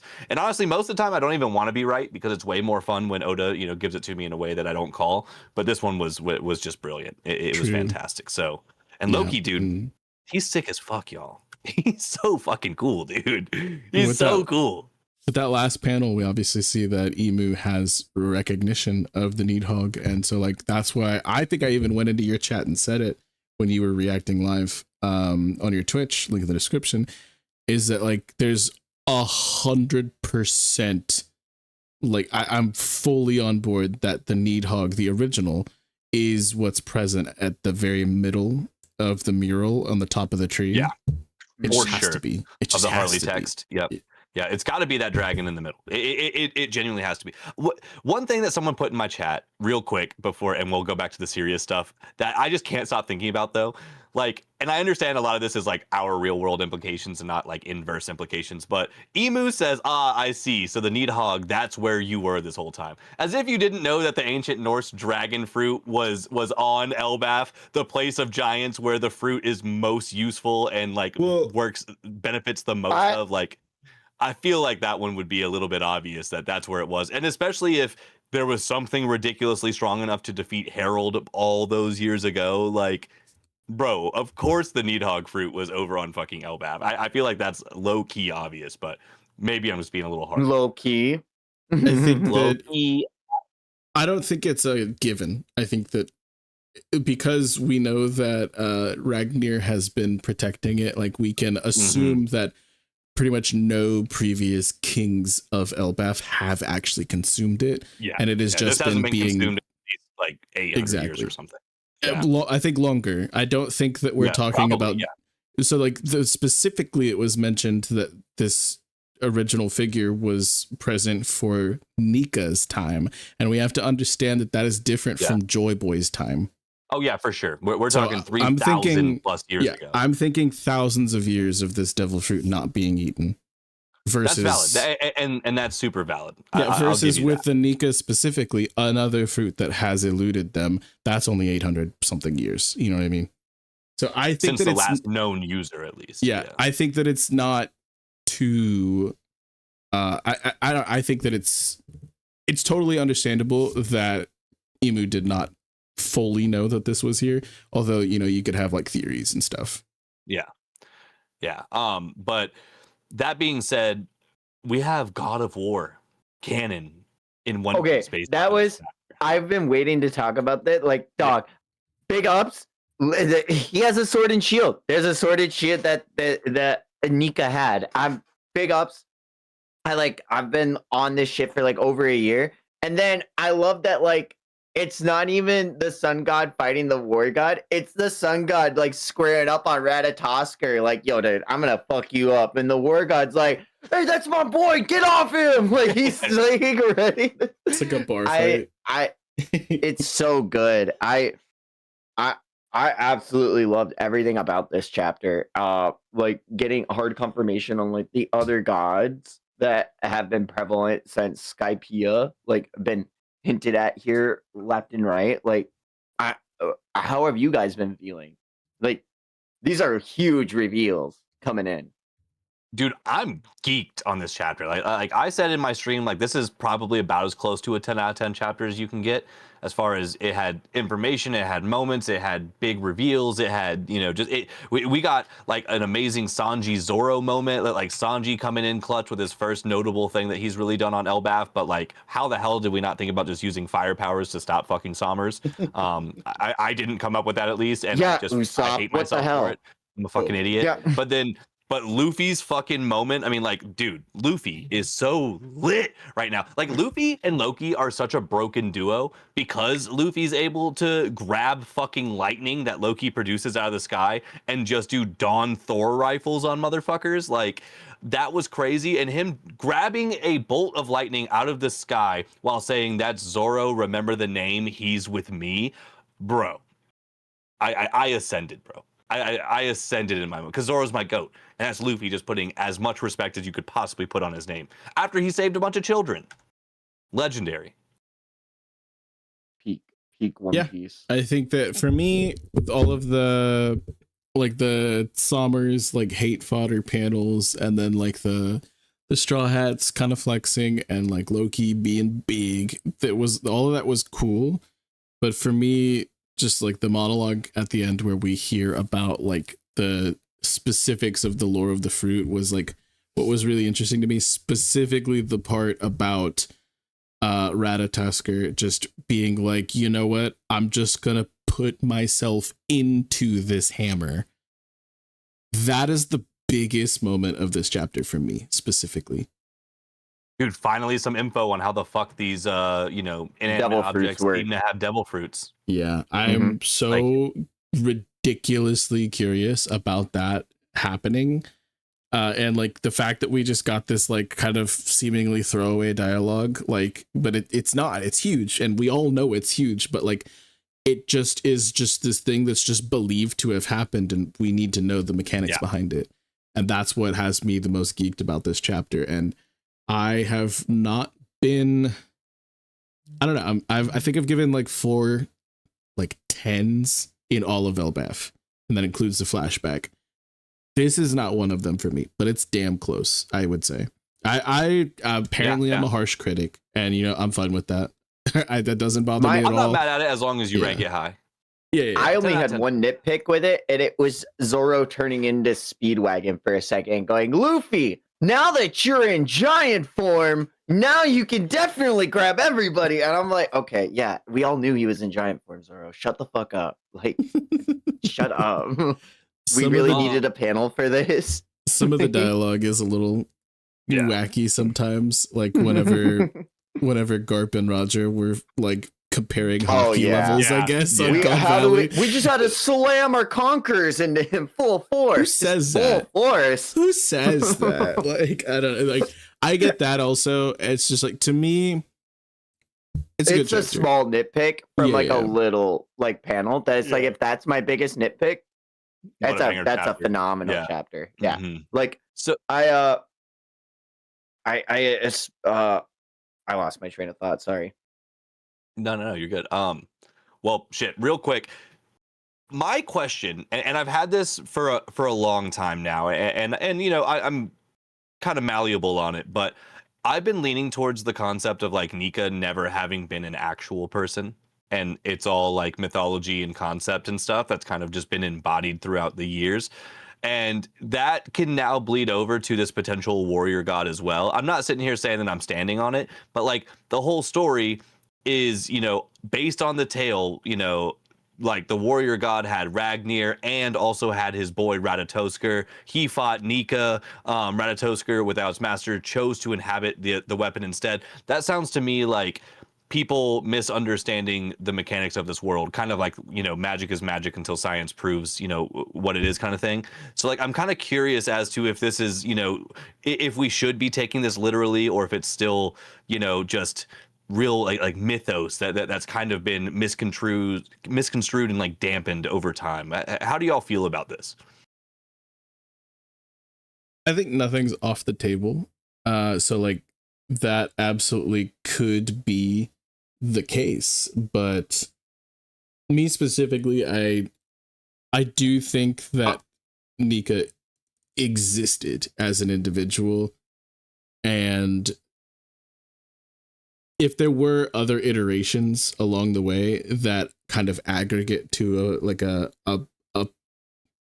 a fuller definition of what that title means as a title, as opposed to as like what the individual accomplished, I still think there was an initial Nika before all of that.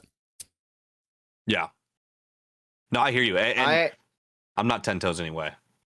I think regardless if Nika exists or not, what's always interesting to me is that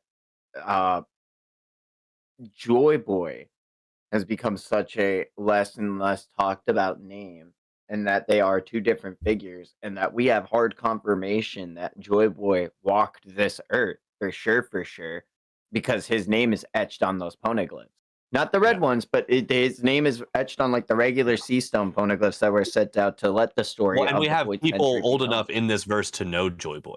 I mean, Zunisha was there, confirmed. Yeah. Emmett was there, confirmed. Like, absolutely. So even if Nika is just a concept, we know that like these people who have held these powers at one point or another have existed. And so like, even if as cracked as Luffy is right now, what's crazy to me is that someone was strong enough to stop it. like Emu Yeah. was strong enough to win. That's crazy to Absolutely. me. But and it could be a genuine argument, kind of like Vex said, of Joy Boy didn't have the support of the ancient giant with the Needhog fruit. Mhm. Like that seems like maybe this is something you fucking need. And like back to early theories that we were having in early LBAF, that I've definitely harped on a ton in my streams, is the concept of three different types of Nika: the god of liberation, the god of laughter, and the god of destruction. And, if we're looking at it this way, maybe we have two out of the three, and the third one could be Blackbeard's fruit, maybe. It could just be Emu's fruit. That's part of the Trinity. I'm not sure. Blackbeard and Emu, neither of them fit liberation or laughter. You know what I'm saying? Maybe Blackbeard with laughter, but I'm not so sure about that. So like, it's an interesting concept for sure, and maybe doesn't hold up. But I really do feel like to win this battle against Emu, like there's a level of counterbalance that's necessary that Joy Boy just obviously didn't have. Because like that's the biggest question post like Egghead. We see Joy Boy have this crazy, ridiculous, dummy, wild hockey, and yet he lost. Like, no matter how you cut it, Joy Boy loses. So, was Loki the missing piece to all of that, or the Needhog fruit? I feel like it very likely was. I think it could be a few things, because we also do have, I don't know, like members of his crew, like Emmett and like Zunisha and things like that, which are assumed to be such. I don't know, there's always been like a theory that I never really took too much credence behind, but like if the curse that was put upon Zunisha like all those times ago for like whatever is, if they betrayed or something of the sorts. And so like I'm wondering if like there's just something simpler behind what they were lacking, like back in Joy Boy's day, but yeah, that's fair. Clearly, back in Nika's day, things were much more stacked in his favor, I think. Yeah. I think to your point, like my best theory on Zunisha's great betrayal, and my headcanon around this, at least for right now, is that Emu, obviously being able to infiltrate the mind of people and change the way you think, I think Emu got to Zunisha and somehow convinced Zunisha that, Emu's way was the way, and to betray Joy Boy, and Zunisha got manipulated by whatever Emu's mind manipulation powers or just ability to convince in other ways is, and that's kind of where I land on just what their great betrayal was, or their great mistake, or whatever cursed them to do this. I just think they got caught up in the Emu bullshit at this point. Yeah, and I think that with the way that the mural in tandem with the Harley kind of tells us that at the end of each of these worlds, the sun god was present in some form or another. It's I don't know, when you kind of think of Luffy's entire pattern of how he faces off against bad guys, it's a lot of the times he'll, like with Crocodile, with Kaido, with several individuals, it's like he'll fight them and he'll lose. Then he'll come back and he'll draw, and then he'll come back and he'll win.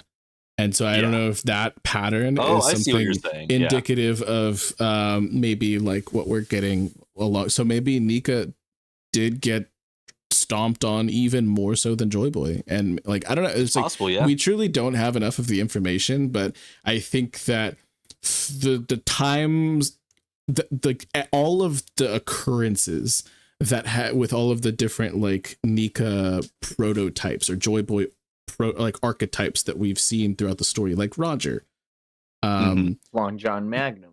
Okay, it's these people. I know these people were all putting pieces into place that would help form the true victory, the eventual dream team that Luffy will undoubtedly have in the end.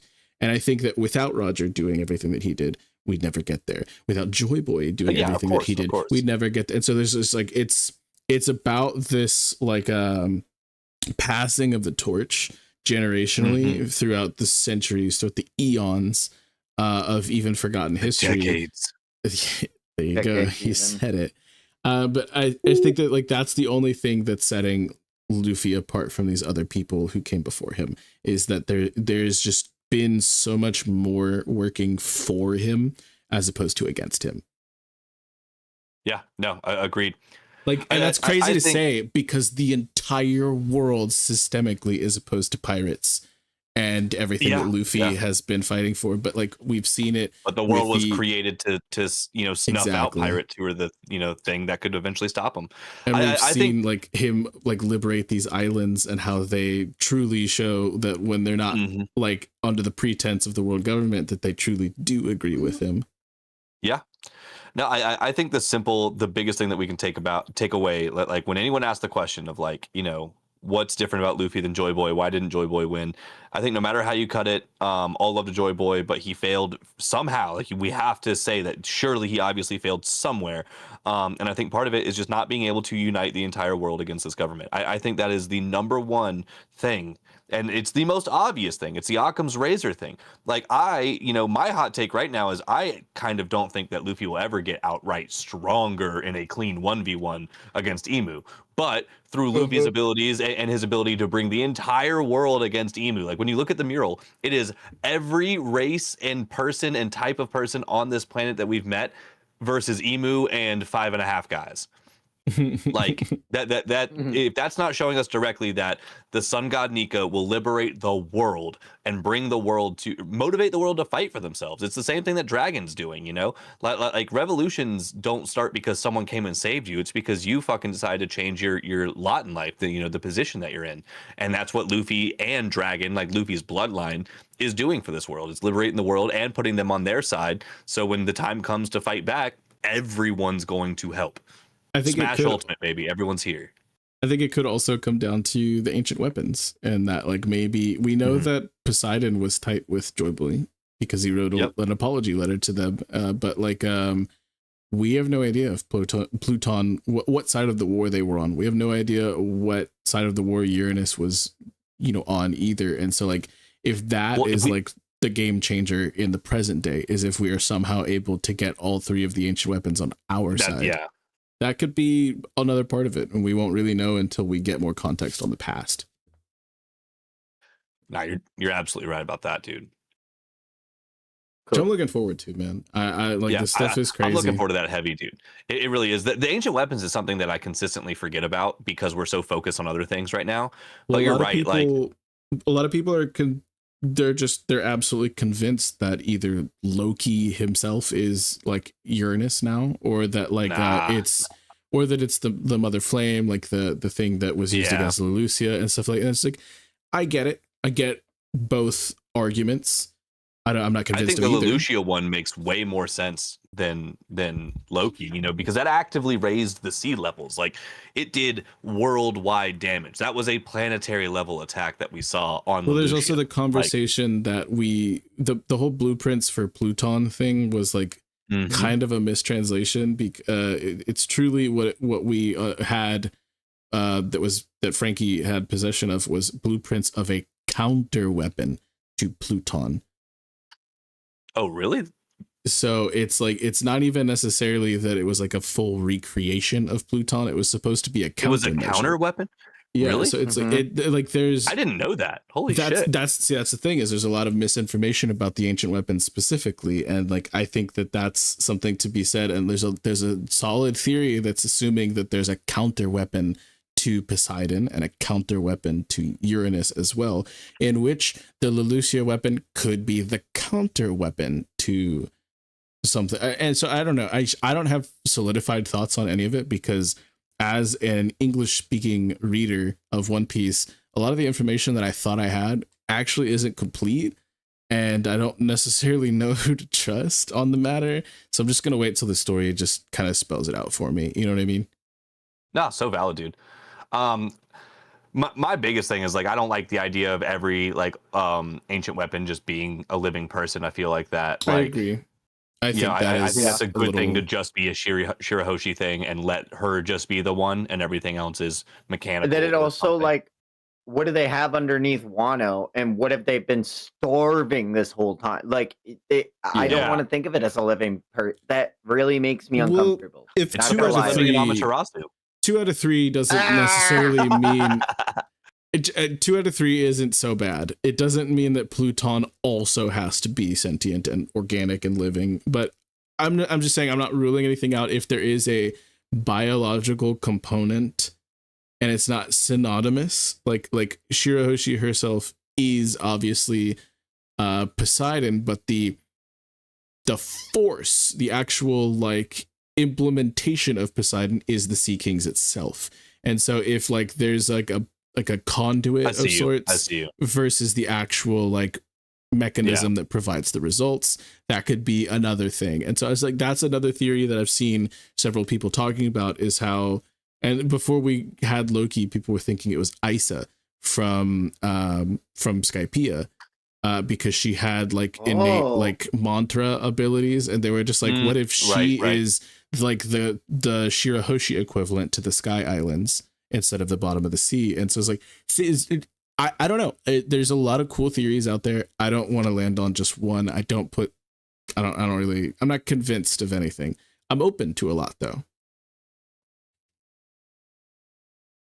But I think that I'm right there with you. Yeah, that could be what is like most important in defining the difference of the eras, is the formation and utilization of the ancient weapons, because they're clearly these gigantic Chekhov's guns that were introduced into the story a long time ago. And we know of Joy Boy's involvement with one of them, but not the other two. No, facts. I'm excited, dude. This chapter, I mean, I've been high on Elbaf this whole time, and I'm sure I'm gonna stay there.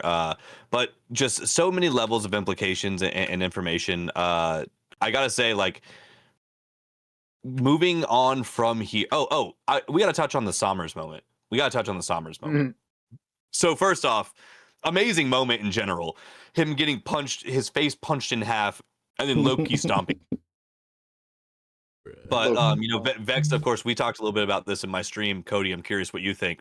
Is Sommers actually dead, or is there gonna be a booger of him regenerating under fucking Loki's foot in the next chapter? No, he's getting up. He's not dead. There's no way he's dead. Yeah.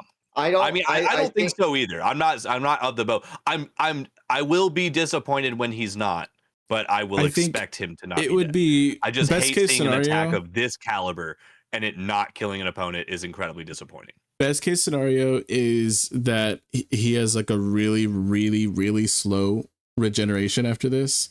So his like half of his face is still misformed whenever we see him talking shit when he gets back up from it. You know what I mean?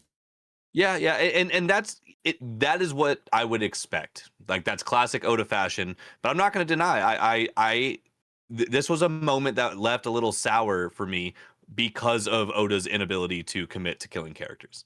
You know, it took the people out of this moment to not kill the people with like regeneration abilities makes the most sense, at least. You know what I mean?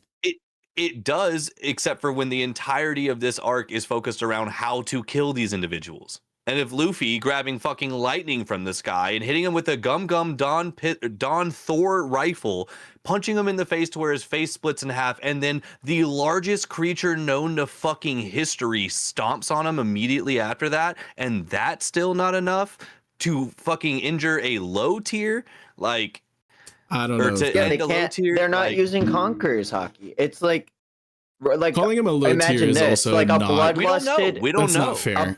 That's just not fair. Bloodlusted rocks wasn't enough to take out Garling. Garling came back and got his get back. Like, we have to remember, we don't know what the like actual capabilities of these regenerations are. This is true. Calling Sommers a low tier is that's just fair. It's just not fair. That's insane. Like, I cannot agree with that at all. I mean, that's not a low tier in like the entire like story, but like versus our big bads that are in front of us right now, Sommers is by no means one of the strongest. Like, as far as our enemies, like, that are moving forward. Like, I think he's one of 10 because there's only 10 Holy Knights. I think you're being a little disingenuous. I don't know. Like, that's my thing, is like, people discount their strength in combat. And I've had this conversation several times over in the past couple of weeks. I'm not just specifically saying you, Jacoby, but I've heard this multiple times now, is that people discredit their combat capabilities because of their regeneration, and they think that they because absolutely have become complacent, but complacency is a thing that almost every single arc villain has had. And Nell was complacent. Axe Hand Morgan's was complacent. Luffy's W's I agree with are that. almost entirely given to him because he has been he's been completely underestimated. So complacency is not something new here. And when we're talking about like a nigh invulnerable person, when you look at Kaido and his durability, he just nullifies any attacks that aren't Conqueror's coding. So it's no different from like the regeneration abilities. They're interchangeable. But like on that exact same thing, and I feel you and I hear you. Like again, like it is what it is. I'm expecting him to not be dead. So like it's fine. But we don't know if Luffy used Conqueror's Haki or not. We simply don't, because Oda also does not depict that very well. There is black lightning coming from the attack, but that doesn't mean anything anymore. So like that's the other problem. We genuinely don't know. Like you can't say Luffy wasn't using Conquerors here definitively just as much as you can't say that he was. No, I know that's not what you're here to say. But I'm saying that like and I'm not correcting you on that. I'm just saying based on context, like obviously we don't have enough information, but like it would be a bit ludicrous in my opinion at this point, especially with the argument of like Luffy is always coded in Conqueror's Haki when he's using Gear 5, to say that he didn't use any amount of Conqueror's Haki, and then even if he did with his attack, him getting hit, that's what we know that does actually take these Holy Knights out. I think this should be a good moment for us to display that is what it takes to actually take a Holy Knight out. You know, you need a concentrated, Conqueror's Haki hit. And then fucking combining that with the largest creature known to humanity stomping on you immediately after while you're already in pieces, I think that'd be a good moment to display. All right, this is how we actually stop these guys. Because if Sommers doesn't die right here, Imu's killing him. My biggest way to respond to that is that like I would prefer it if it wasn't just Conqueror's Haki. If there was like, because there's more to the situation that went down with Harold and Loki than just I hit you really hard. It like Harold was conflicted. Harold himself did not want to remain in that state, did not want to fight with his own child, and was internally fighting it. And if there is some sort of like level of emotions that also have to come into play, or just any other thing other than just I hit you really hard, I would love that so much more than just I hit you really hard. You know what I mean? So like that's my only. That's where I'm at. I'm fully with you on that. Yeah, I could not agree with you more. I would much rather a creative way to defeat these people than not. But we haven't been presented with either. So, Richie's saying Summer's going to get the Saturn treatment from Emu. I mean, genuinely, that's kind of where I'm leaning to. That's been more set up, so I think, than him just not getting it from this punch, in my opinion. I guess the core of it is personally it'd be so much more satisfying after all the evil things that they've set him up with and that he's done. Zoro blocking an attack from him and Luffy coming in and being the one to end him after him abusing these children for an entire arc, I think would just be a significantly more satisfying ending to Sommers than him going home and Emu being like, you fucked up, you're dead now. Like, watching Saturn do that was here. Cool. But I want Emu to do it right here, right now, not letting him go home. And I guess he doesn't need to go home. Like that's the thing. Though, fair. If he were to just get dealt with in that one panel, it feels extremely anticlimactic to me. So I'm hoping for more. Like I'm hoping for. Yeah, I don't know. I would say that was properly climactic. I mean, I don't know. This is like one of the coolest attacks I've seen in this entire series. I think, like genuinely, for me, like I think it was Luffy, cool. But Luffy grabbing lightning bolts is fucking nuts, dude. It's the second time he's done it. I think that's cool as hell. Like this is the biggest form of Luffy we've ever seen. Like the way he lined it up with the scope, I just think this was cool as shit. And then following it up with him getting stomped on by Loki, like what? It's definitely not cool. But I'm hoping that for an arc villain who's been set up the way that he has, that we get more from Sommers' demise. That's all I'm saying. I mean, fair enough. Yeah, I would be very happy if this is the end of it, but I respect it. It's also like we know that Sommers has tussled with the Roger pirates before in trying to have attempts to get Shanks back, and so we know that even if this attack wasn't enough he fuck not with Prime Rayleigh even. That's Prime Roger. That's hello. That's literally a god amongst men. Like I think even Whitebeard could fucking hit this man as hard as he could, which we saw Whitebeard and all 6 of like the previous 6 strongest of the generation hit Emu with regeneration, and Emu was still able to come back from it. So it's like, I don't know, man. I feel like regeneration has something weird about it that we're gonna have to combat in a very different way than just hockey it up or big attack. Like there's got to be some brain thing. And that's super fair, Cody. And if they use this moment to really stress that point, I will digress on everything that I said. Because I mean, we literally had like we had Kaido, Whitebeard, Roger, that's Rock, Emu, not a Holy Knight. But it's possessing a Gordosei. Like I think they are comparable. Sommers, still on a different level than Sommers. I don't think it's comparable. I don't really think it matters that much once you like. I don't know. That is something we don't have confirmed information on, so it's speculative regardless. But the thing is that we simply do not know enough. But like I don't know. I just think that we haven't even seen Summers like actively sweat or flex. Everything that we've seen from Summers, Killing Him, and Gunko has been lose. We have watched him lose for an entire arc. We've seen passive abilities from them, and you're right. No, that's I'm not even going to talk about that because he's going against literally the top of the verse in that point. So it's like that saying that that's a bad showing. It's like he was set up to fail in that instance. So I don't think that extrapolates here at all. But like we've seen passive abilities from these individuals. Passively, Killing Him has been able to conjure potentially island like size threats. Yeah, and that's passively. He has not actively thrown blows with anybody. Gunko has passively no diffed the Straw Hats, sans Luffy. And so it's like passively Sommers was able to fuck up a bunch of the parents and the kids and like Saul and all of these other people. So it's like we have not seen them actually fight, and that's what I want.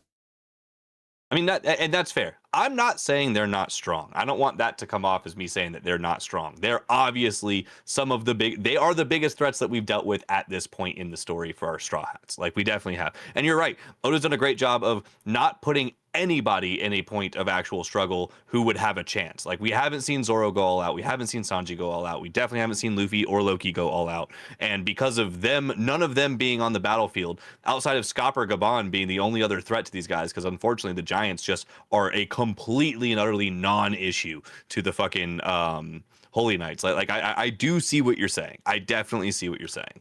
So we'll see how they handle this next bit. Yeah. And I mean, I might not get what I want, but I just do feel like if they just get like one punched, after not really even, to my opinion, being fully utilized as combatants, and that's just a byproduct of their complacency, that feels a little flat to me. And it might occur. See, that might happen. Would be flat if it happened with all of them. I don't think it'd be flat if it happened with one of them. Like if it happens with Sommers, because that's the douchebag that he is, like I still think that could be in character. Whereas with Gunko and Killing Him and Shamrock and whoever the other Holy Knights are that we don't know, we'll probably get much more fleshed out like defeats and stuff like with that. Gunko, I think it's going to be a Talk No Jutsu. I think that's for sure. Gunko's 100%. It's almost entirely set up. Oh my god, we haven't even talked about Brook. Have we? Brook top of the verse? Brook fighting? You talking about the Brook top of the verse? Bro, 1v1ing an avatar of Emu? Emu? No. Oh, I think the debates that I've seen surrounding that interaction are so dumb also. I'm sorry. People are like upscaling Brook so massively. I'm like, clearly it's more aura. It's aura upscale. It's not. No, but like people are like, he's clashing evenly. I'm like, no, he's not. No, he's not. No, he's not. But he's also It is cool that like try. he is the first of the Straw Hats to clash with a Yonko 1-1 when he fought Big Mom. Now he's the first of the Straw Hats to fight Emu 1-on-1 in like an avatar of Gunko. Like it's Brooks W. Like it's still. I love it. Yeah, I like the It moment. just doesn't mean that he scales higher than the verse because of it. No, but it's a cool moment. Like I hate this is the thing I hate about the One Piece fandom. It's like, no, I don't think Brook is stronger than Emu. I just think this moment's cool, and it's so fucking stupid that I have to talk like that. No, I know. It's just it it's really funny is to dumb. me. It's really You're funny to me. absolutely right. But yeah, I don't know. If I were reading the same story that these other people were, I wouldn't like it as much. I'll say that. But They're reading their own story. This is a sick moment, and I think that it's entirely set up that the Shuri Gunko situation where it's like they will, and again, it comes down to what happened with Harold, is he was emotionally opposed to fighting the person he was fighting, and I think that is what's going to break the spell. Yeah, I don't think that it's just hockey. You know what I mean? So like, I would love that. I'm right there with you, dude. I genuinely don't think we're even going to see Luffy and Loki clash with Emu at all. I don't know if we're going to see any more legitimate attacks from Emu. I think we're going to get either Brook backstory or the Talk No Jutsu moment, or Emu slash Gunko is going to realize that their connection is not as strong as it needs to be with Gunko. There's something going wrong here, obviously. And with Sommers also failing in this moment and everything kind of getting to a point where like their main goal is pretty much crushed at this point, I think Emu's gonna hit the retreat and you know, come back at a different time, because Emu doesn't want their Holy Knights to die, because that seems to hurt Emu in some way. Emu can't keep good consistent control over Gunko right now, so that's a loose cannon anyway. So Emu would be best suited to just fucking dip and rip them through a fucking abyss circle and they get the got hell other out of shit on their plate right now too at the yeah, Holy and Land, Marijois so. on fire. Yeah, I think so like, that I really don't think that we're gonna get the fight people think is about to happen. Like the Emu fight is not happening on Elbaf. I really don't think it's. I mean, like I really don't think we're getting any of it with Luffy versus Emu. We're not gonna see that. At best, Luffy might see Emu. There was Elbaf is the final arc, don't you know? Okay. Obviously, we're there. There was one other thing that we didn't talk about that I don't think it was an SBS thing, but it was a volume correction, which was in the flashback with the Rocks Pirates. Big Mom had said, "Oh, I'm gonna have Katakuri eat this one," and that has changed, and it is now saying that I'm gonna have Perospero eat this one, because we were apparently we were told beforehand that Katakuri had his devil fruit before that canonical event happened in the timeline. So it didn't make full sense. Up the timeline. Yeah, well, it was something that was said in the Viva card, and people always say any fucking time the Viva cards are brought up, they're like, "Well, Oda doesn't write the Viva." Yes, he fucking does. He has a significant He's consulting input on them, bare minimum. Yes, like he has significant input, and at the very least, this shit is meant to at least cross his desk. And sometimes he just doesn't have time for it. He's a busy man, but like saying specifically that he doesn't write them is just wrong, when he's publicly stated before that like this is like a group effort. It's not something that he just leaves to the third party entirely. So it's like, yes, they're wrong sometimes, but guess what? They're right infinitely more times than they're wrong. And also they're canon until they're corrected. It just is what it is. Like it's the kind of information that like Oda can literally say right now anything, and then in 5 or 2 years, once he's written more of the story and it's expanded more, he can be like, you know what, my bad, I was actually wrong about that. Like that just happens. Oda isn't this an unfallible god that everyone wants to put him out to be as well. Like Oda has changed things. He's noticed things. He's fucking bounced around ideas. Like the core continuity of the story stays true. But little things like, did Cat eat his fruit before Perospero? It's a nothing burger retcon or fix or whatever it is. You know, he even said no matter what, it doesn't change the story. Yeah, somebody asked about Ceci's fruit model and why it's like bato with 2 T's instead of 1 T. And he was just like, oh, yeah, I remember. Well, somebody asked him, is it any relationship to Patrick Redfield's Devil Fruit, who's from a video game a long time ago, like 20 years ago. And Oda straight Patrick up said, Redfield, the vampire? Oh. Yes. Yeah, so Oda like legitimately said, like, I must have had some reason back then. I don't remember now. I don't even know what it is. But I'm going to just stick with what was pre-established because it has to make some kind of sense. If it made sense to me then, it's good enough. And so like, and everything doesn't need to be theory crafted on, dude. Yeah, like, but maybe that's just maybe he did leave crumbs, not, maybe he didn't. he's not like, if he is deliberate in certain instances, that doesn't mean he even remembers about it now. Facts, dude. And people The just story's need to gotten bigger than him. understand that. Yeah, people really Yeah. need to understand that when they're making these theories. Like, it's Oda's just a man. He's a goat, Yeah. but he's just a man. You know what I mean? Exactly. But good shit, guys. I loved this chapter. Yeah, I really loved we had it. a lot I to love talk where One about. I Piece love is right both now. these chapters, and you know, some other chapters I really loved of manga. Some Jujutsu Kaisen. Are we ready to Some transition into Modulo. that? It's Modulo time. It's Modulo It's Modulo time. We have a couple chapters to talk about, if I remember correctly. Yep, we got at least 2. So, how did y'all feel about the resolution to our conflict? How did y'all feel about it? So having like literally just read it on stream, I'm probably going to need you to break a lot of it down for me because I kind of went a little fast Yeah. through it, obviously. It's convoluted. I don't like that we didn't get a definitive end of like the Dabura fight, it seems like. Did I miss that? Or did he just No. domain expansion and that's the last we saw of it? And then it's like, okay, It's a full cutaway. over. Yeah, we don't get any more I from it. have not read chapter 25. If you have, I do see it's on my No. site. Okay, No, it's not on Viz or whatever. So I've only read Sick. officials, so I don't know no, whatever. Yeah. No, Dabura's fight did get cut short. That is one of the things Maru does apologize for. Is he says this is the second time I've interrupted a warrior's fight, but yeah, if he didn't interrupt the fight here, and we did see that Maharaga was on the cusp of adapting to Dabura's domain expansion, which is the pinnacle of the technique, and just him existing. And if Maharaga had adapted to it and it led to the death of the Deskunte, what would have been the next tribal chief, it would have led to no harmony between these two coexisting. You're right.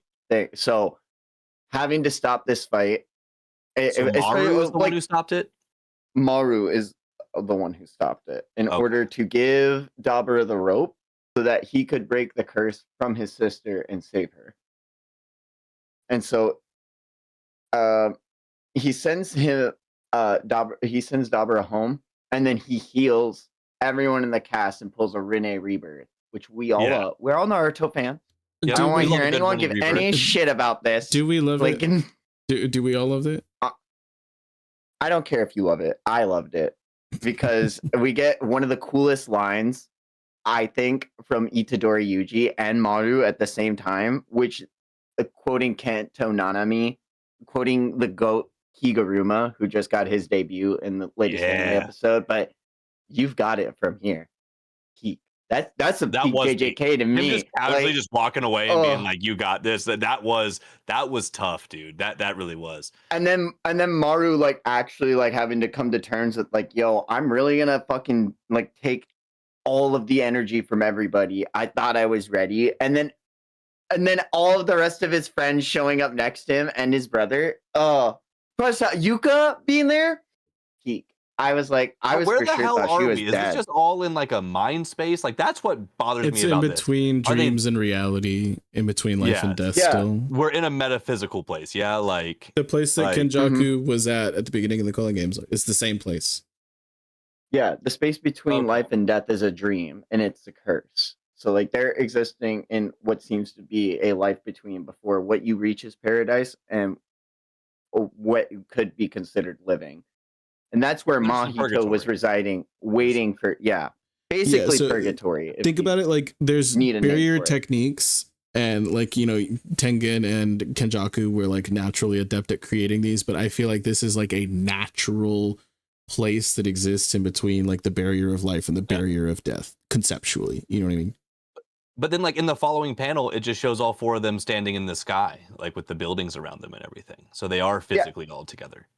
Then it's not physical because on the chapter right after, Yuka wakes up in the rubble. Oh, that's like, a good point. With the Maharaga. So it's them being there in spirit in the metaphysical concept, in the space between what is dream and reality. They're in this purgatory type state, and it's Maru like needing that push to do this. because I read he it doesn't want to take this as sin alone. I read it as they're existing within like harmony as he generates it. You know what I mean? So it's like it's think of it like Yuji's domain at the end of the main series. Yeah. How there's like this entire liminal space that's created, resembling life, but it's something different. I think that's kind of where my head was at when I was reading it. Is that they're like, oh, this is just like harmony incarnate. You know what I mean? Mm-hmm. No, I hear you. I hear you. It's just, to me, it's very obtuse and it feels very abridged. It feels like this could have been a little bit elongated. It feels a lot like the end of the original series to me, which I didn't dislike, but I just wanted a lot more from. It was fast. There are good moments, absolutely, like the panel you were talking about. In the middle of the like peak of this is crazy to me. Like, it's just, yeah, like it to me feels like very quick, and I would have liked it to be a little bit more, I don't know, like there's like these action moments where they will sit and explain all of these like physics and stuff like that, and then all of a sudden once we get to like culminating resolution of the entire subplot of this series, we're not saying a word about it and we're just kind of just like watching it happen very quickly. And we're speed running it when we could have sped run the explanation instead of the actual fight. You know, the past like 2.5 or 3 chapters have felt very different for me. Yeah. From like the rest of Modulo. I don't dislike any of it. It's just that I feel like I could definitely like it a lot more. Personally. I think I'm in the same boat. I do. You know, like what was it, 21, where we got like Yuji versus Mahito, and like that was so sick. But then like, I don't know, from that point on, it's kind of just, or no, 22. Yeah. So 21 we got Dabra's domain expansion. Then 22 we actually got Yuji with Mahito, and then 3 and 4, 23 and 24 have just been, I mean, it just feels like, we just hard stopped the hype, and we're like, and okay, you know what, let's just wrap up. Actually, it's just been really abstract, and I get it for the most part, like the broad strokes of it conceptually. I just think that execution wise, I'm wishing I got a little bit more, and I feel the same way with the ending of base JJK. Yeah. So, and that's kind of just the same vibes. You know what I mean? Yeah, definitely. I mean, Dabra just being on the new planet all of a sudden, like he's there, and then we got fucking King Guy just with his little Discunte baddies, you know, and he just fucking rips homie's head off, and he's like, "I'm king now. Let's make a good grave for homeboy," and now I'm not king. It was a good moment. Like, it was a good moment, but I felt like it could have had better like framing in the narrative. Yeah, is my thing. You know what I mean? And so, like, again, I don't dislike anything individually that we got here. I just think as a whole, I'm left wanting a bit more, and we're still not done. I'm, you know, I didn't even know if there was going to be a 25. I'm going to be so like, so the fact, I don't know. I don't know how much more we have left on the table. And that kind of also just makes me a little nervous because I don't know if I'm going to get what I feel like is a proper resolution to a lot of things. Seeing Panda again was peak though. Yeah. He's just a little guy now, huh? But I don't know. I'm glad that like it's still something that's enjoyable, but to me it doesn't. This feels like closer to like a 7, whereas other parts of Modulo felt more like a 9 to me. Still passing by all means as a story. Cody, how you feeling, bud? Oh yeah, this is an absolute 10. I freaking loved everything about it. It's super good. I'm absolutely on board with the it is very fast paced. I think all of your criticisms are valid, but artwork really good. If you're looking at like Cross waking up on the ship and like looking at all of the cursed energy floating up from like Japan, that dude, the skyscraper shot with the clouds, oh my fucking god, that was gorgeous. That was insane. I don't think Yuji's ever going to be doing any more artwork for Gege after this, especially because of how many different color spreads he had to do side by side with Gege for this. Like he said, it was really intimidating having to take on a project of this, but seeing him knock it out of the park, nailed it. I absolutely I loved this run, the expanding of the lore and curse techniques, the different references to like the OG cast in passing was phenomenal. I don't know how many chapters we have left for it. I but I'd say like one or two, with maybe. with as fast as the resolution is coming up with, the fact that like this whole debacle is over not being able to see the difference in what a Kalian is to a cursed spirit, then they're like, all right, well then we'll remove the Kalian's abilities to see the colors either, and we'll remove cursed energy so that they're all the same. But in doing that, we've also fucked our own tribes clans up because now Kalians will try to there's a possibility they're going to eat us. Like we will be their next food. We will be like what humans are to cursed spirits. And so them trying to make a resolution on what to do with that as Yuji is going to Panda, I think what Yuji is going to do is implement Yaga's curse technique in order to make more different types of curse corpses like Panda so that they will continuously take care of the curses that appear in Japan while there are no sorcerers left to deal with it after Yuji is gone. So he's So creating that like there will the, the be the final army kind of to clean up the last little remnants of all this shit. or if any ever come back again, they will Yeah. be the ones to take care of it because they will exist forever. Because Like they it is the mentioned they perfect can't fully eradicate like the leaking of Yeah. the energy, and so like curses indefinitely will come back. And that was when Yuji was will, like, yeah. well, I've got another 300 years left in me, I'll defend it. But he's thinking about what's beyond even his own existence. I see what you're saying, which is Cody. sick. I think that it's just like the plan just feels like it could have accounted for that. If like while Maru was like just God all of a sudden, you could have just thought of this ahead of. If we were thinking of everything else, why not this? Is my kind of concern. So I don't know. It feels weird. It feels obfuscated. No, like what do you the mean? sake Could of you expand on that? it's like, yes, well, while we were rewriting the rules of reality and existence for these beings, why didn't we just think of adjusting this one thing that's still an issue after the fact? You know what I mean? They brought it up. Like they said that this was an issue. Like even if we do this, like that is a main talking point. I But thought, why in the not just chapter. fix it then when you're just fixing everything else is my question. They can't change the color of the soul. It's not something that is possible. And you could change the Callians, you're changing the curse spirits. So it's like, I don't know. It's just, it feels. They're changing what they see though, not what they are, right? Yes. It just Yeah, feels so a that's bit the thing. They're not- obfuscated to me. You know, like I don't It know seems if like the I'm, hard line is you can't actually fully. I think that's just what they're trying to do is like put the hard line on. There is no 100% no cursed energy. Like you can't do it for whatever reason. So thus, all these things will exist. I don't know that. I mean, I do feel you. Like this is it something just, I'm going to need to read a for couple it to times. be something where it's like, well, we just can't do that, and then now this is going to be a problem, and so like now these beings that were treated as gods, now we have to kill them or they'll kill us. And like the whole shit with like Otsuki being like such a dickhead the whole time because he cared so deeply about Callians, and now we're just all okay with killing them. It just feels weird. I mean, did everyone agree that they're all okay with killing him though? Like That was I like don't a feel whole like that conversation that was I being mean, it was a had. conversation that one guy had.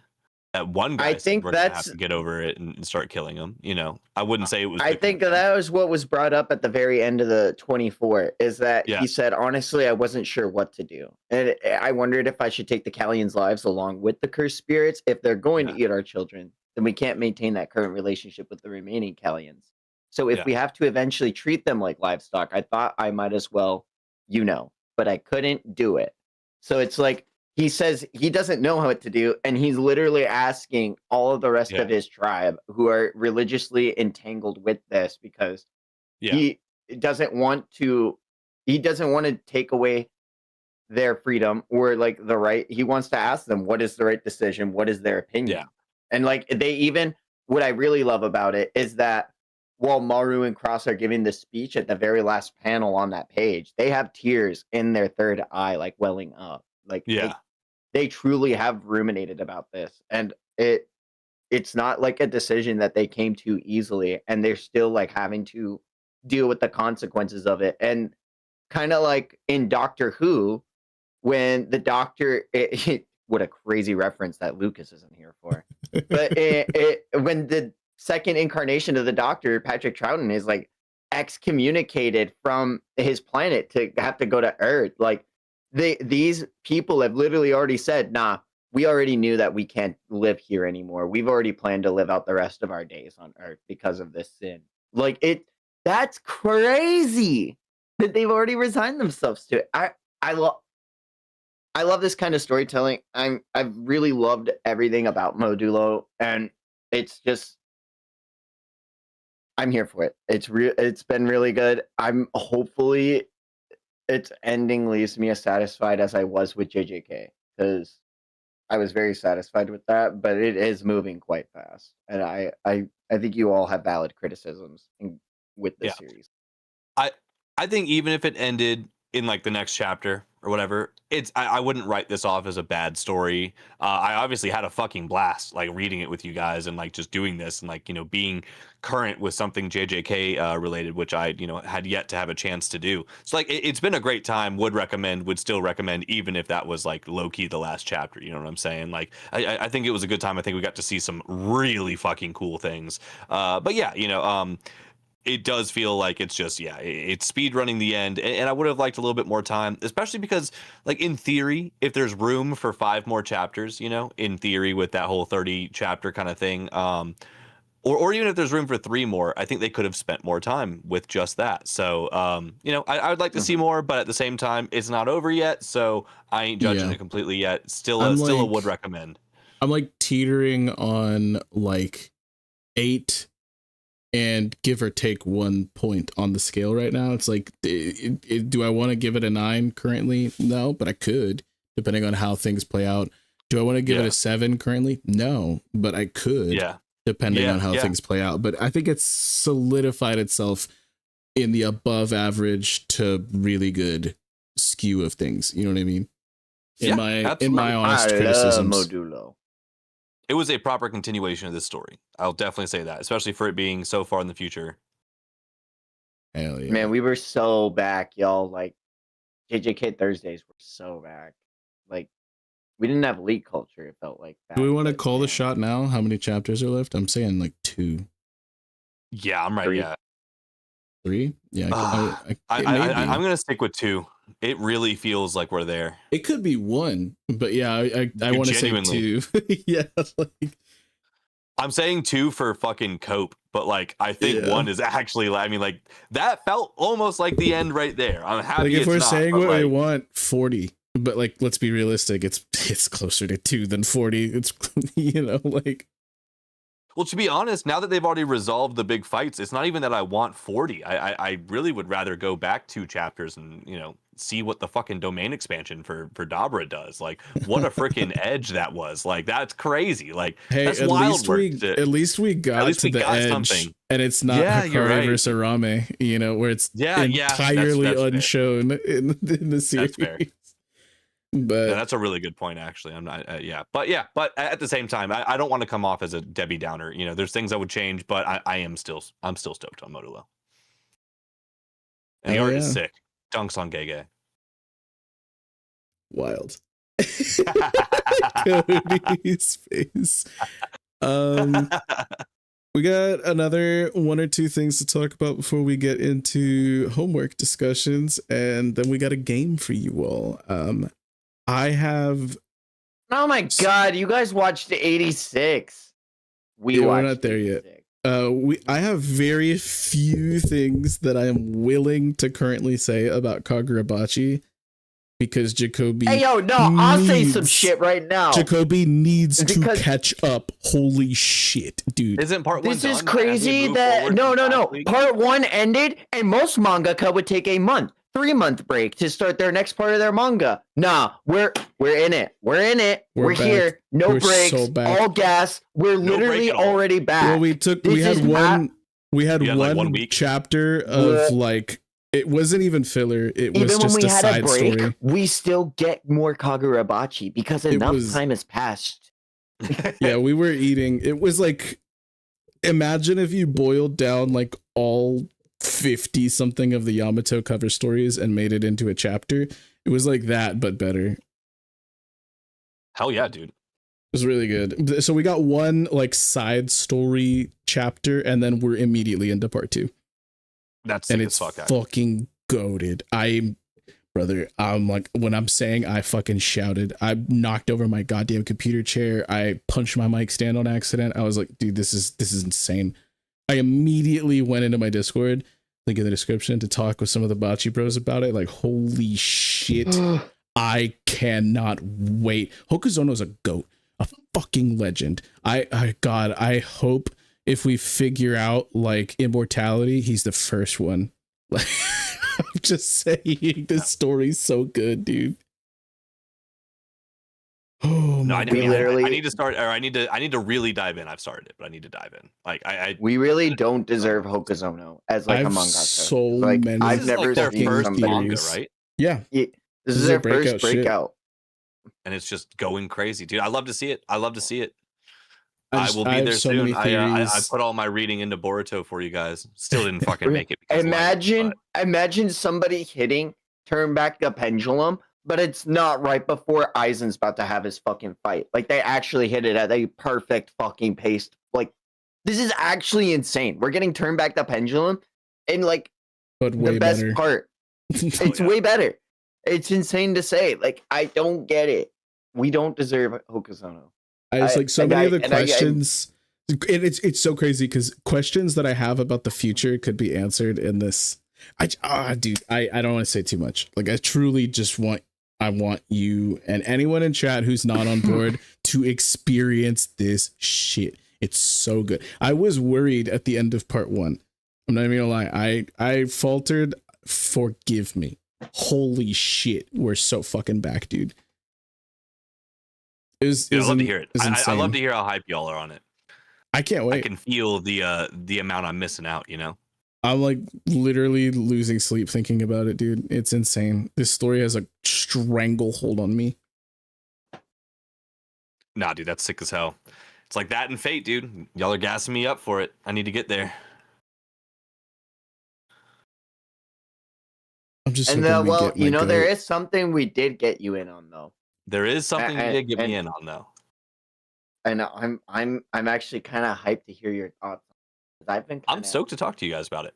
Yeah. I kind of like it, but I kind of have gripes about it. A Yeah, little bit of Boruto, guys.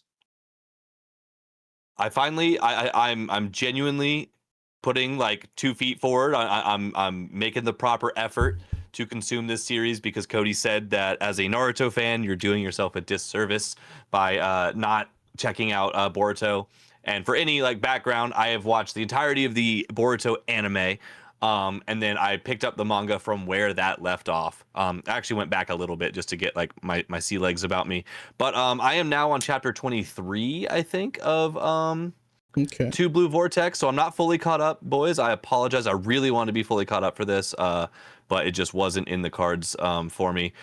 Two Blue Vortex, no matter how you cut it, is a stark improvement on way fucking better on the first 80 chapters of Boruto. It is a stark improvement. Boruto is a cool character, like a genuinely cool fucking character. Like, thank you. I literally stood on business and I was like, imagine if they made Guts in a shonen, because that's what they did with Boruto. And it's so crazy. Yeah. Like, Boruto went from being like the annoying whiny brat kid, which is the point of the story. That's what they're trying to tell you and show you, to having everything taken away from him and coming back bigger, badder than ever. And it's like what everyone thinks of as Boruto, but then he comes back as fucking Ichigo. And you're like, oh, you have confidence. You're cool. You're broken, dude. Like, his ability is busted as all hell. Like, he is him. Like, I've got to say, like, I want to read the next chapter as I'm reading this. So that alone means that, you know, it's a dub. But almost every one of my gripes outside of not feeling much connection to the characters, which is like the big growth moment, I feel like Vortex still exists. I really don't like the paneling. It still feels really bland to me in the majority of panels, not all of them. Everybody can actually me on one particular panel that cooks. It happens, but I didn't even notice that there wasn't spreads in this until Cody actually pointed out, but that is another like subconscious issue that I was kind of noticing of like the epic moments are still not as epic because we don't get like spreads, which isn't like a deal breaker by any means, but at the same time, Two Blue Vortex is it's good. It's good. It's not my favorite. It's not better than Naruto in my opinion. It's not going to do what Naruto did for me, but it never had that chance. It's not even its fault, but it's cool. It's cool. I'm happy that I'm reading it. I'm happy that I'm in there. I like the fashion. I like the fashion a lot, actually. A lot of people don't like that, but I think it's pretty cool. Himiwari, my goat. Himiwari's sick. Almost all of the issues I've had with like it feels like a lot of the issues that I had with the OG series are being repeated in some way, shape, or form in Two Blue Vortex, where I want more from the side characters. I want them to be doing more. Yeah. And then as I want it, Two Blue Vortex finds a way to deliver on it. Like we get moments from we get Enojin. The most nothing burger character. What up, bro? Enojin. Leave him alone. No, because he was a nothing burger character for 80 fucking chapters. That is so real. Was when you're Sai's kid, when you're Diet Sasuke's kid, I'm sorry, like you have to hold that torch. Oh, okay. Yeah, I'm gonna let you hold that. I'm gonna let you hold that for a second. No, I think that is something that does bother me a lot about part one, is that part one is not the full experience because you have to check out the novels and you have to check out these other, things that are anime canon in order to get like the full characterization of some of the side characters. In Two Blue Vortex, there is absolutely a significant like amount of more effort to have a full cast. And I think that it's doing a better job in Two Blue Vortex than most of the main original series of Naruto. And definitely of part one of Boruto. It's just doing better across the board, in my opinion, in that aspect specifically. I think that in a lot of ways, Two Blue Vortex specifically, or if you look at Boruto as a whole, and not just talking about part one and Two Blue Vortex, but also the novels and everything that is considered canon, I think that it has addressed and mended like all of the issues that I had with original Naruto, because I'm not going to sit here and tell you that original Naruto is perfect. It has its flaws. It has these things that I did not enjoy about it as well. And they're not enough to like put me off from the series entirely, but there's stuff that stuck with me for a long time after, especially on a rewatch after I gained a little bit more media literacy and wasn't like 12, you know what I mean? It's like Naruto is not a perfect story. And I don't think Boruto is either, but it does do, in my opinion, a better job at a few things. And so I like, is it perfect? No, absolutely not. But it made me appreciate Naruto more.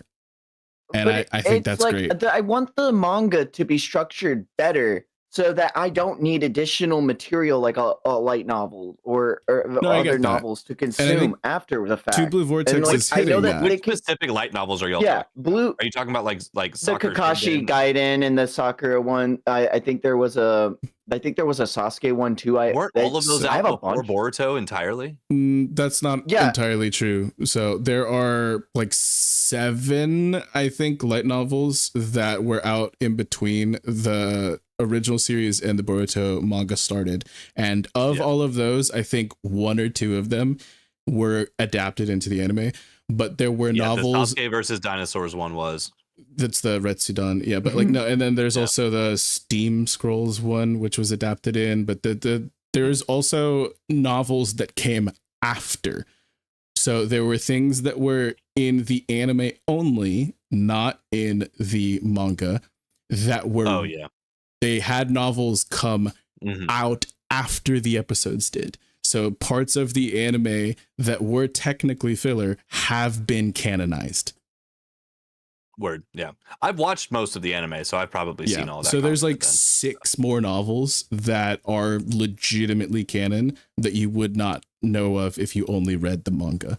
And yes, I agree with what you're saying, Cody. I would like a better structured story where we don't have to do all of that extra stuff. And that's, I think, what we're getting into Blue Vortex. I think that is what we're getting into Blue Vortex. Yeah. I just think it's a shame that like there are times where I'm like, I wish this story beat was fleshed out more. Instead, we're going right into the next fight because the villain can't fucking chill for more than 2 minutes before trying to fucking level Konoha again. Which, like, can we That's not what please they're get a doing. fight outside of the? That's not what they're doing. He real. wants to preserve Konoha. He specifically does not want I to level know, Konoha. So that's not I what don't want to what's fight in happening. the will at the village drop of a though. dime. Like, And I'm with you on that, Cody. I am so sick of being in Konoha for this. But also, when we went to the sand, I hated how it looked, like manga-wise. So I'm just like, I really, really struggle with the environments in this. I wouldn't mind like going to like the village hidden in the rain, like with all the I would pipes love and that. everything, and I it's would raining, love and that. like you I know, would like have it this great. is where Jiraiya and the Rain God fought, or like if like there'd be some cool shit to like do there. Maybe like this is where Killer Bee used to train if Yeah. we went to the land of the clouds, but like they're not story prevalent. I get why we're not doing it. I'm just like, man, dog, Would like Konoha again? Yes, honey. Yeah. Yeah. Well, I think that's a good point. I'm happy you brought it up like that because like this was another complaint that I had, especially after like catching back up on the original run too, is like a big issue a lot of people have with the OG run of Naruto is its world building and how like I think Naruto did a decent job of world building personally. I don't have that complaint. That's not a me thing, but I hear it a lot. And you know, a lot of things could have been fleshed out more in theory, whatever. I expected that a lot from Boruto to flesh out and give us like a lot more world building, and we really haven't gotten much of that. It's still just been very Konoha centric, which, you know, look, at the end of the day, that's where all of our main characters exist. You know, that's what the story revolves around. So I get it. I understand it's not necessary, but I would have liked to see Boruto expand on that. Like I will say, like Vex said, Boruto really has done a good job of pretty much, you know, fixing the you know, what I would consider a bad ending of Naruto. You know, we have the Otsutsuki well fleshed out now, and you know, we understand their history and their motives and all of this stuff. And I mean, and shit, I'll even say, like, I think the World Tree enemies are cool enemies. You know, I think they're a compelling group. But yeah, I would have liked them to use the Boruto manga and the first 80 chapters heavier to just give us a little bit better world building. I think we still just got a little bit more of the same. We went to the sand, or we saw the new sand, you know, ninja. I know in the anime we went to the village in the stone. That happened in the manga too. Yeah, that was all canon. Or no, that was all not canon. See, that's unfortunate because I watched all of them. Only, so. and it was piss poor which was in cool, the anime too. It was my least favorite it wasn't part. Good, but it was fucking garbage. But it was not like, good. It's like there's some other like I think these plot they're not plot holes. They're things I want to be addressed, and I think they will be. Like after the fourth Great Ninja War, presumably there are just 7 other tailed beasts just roaming the planet. That's just happening. Like, are we? Damn, I didn't even think about that. There's just fucking full-blown tail beasts just casually walking around right now, just minding their own business. But these 10 tails like beings that that Code has made, they're like, yeah, man, Konohamaru. I gotta get me some of that. Yeah, that's a good point. Like, dude, go consume a fucking tail beast, become the demon you're trying to be. Like, y'all could go get one right now. And I think it's gonna be addressed later on. But also, it's that slow drag of like, is it or isn't it? Or are we just forgetting it's about monthly it? Or like, yeah. I think the point behind a lot of that is like this was a conversation that was had back in like the Warring States period when the villages were founded. Is Hashirama had wanted to divvy up the tailed beasts amongst the villages.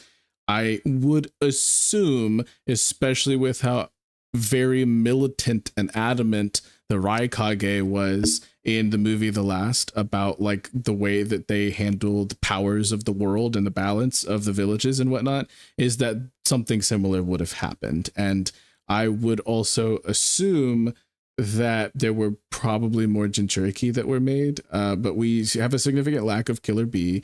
We have a significant lack of even Shikaku, who is an actual character in the anime. If you check out the Boruto anime, he's like kind of the homie. He's like actually cool. Yeah, but he was in like a jar or some shit for a hot minute, right? Like he's in a teapot specifically, like the Tanuki, Tanuki in a teapot myth, and so he's actually besties with Himawari, and so like I love that. But we don't get that at all in the panels. But it's an actual thing, and there's people who are legitimately using it to theory craft, even though it's technically in a filler arc. But yeah, I think that I think that yes, there are aspects that do feel less than utilized properly, I would say. But there was also something to be said about the fact that they took interest in Naruto Uzumaki specifically is not just because he was a Jinchuriki, it was because he is somebody who has touched each of the tailed beasts and thus holds something comparable to the 10 tails power itself. Yeah. So it's not any Jinchuriki or any tailed beast that specifically would pique their interest. It's specifically a recognition of something akin to the 10 tails itself, not a piece of it. You know what I mean? So that's like and again, I'm not standing on that firmly. I'm just saying that's kind of my what I can see as the reasoning within lore. No, I respect it. Yeah. I was just wondering what your take was on it, because it's as like far as the Konohamaru to the thing, series. Yeah, as far as the Konohamaru thing, that's simply because Moegi had strong feelings, and that's nothing to do with power level. That. It was.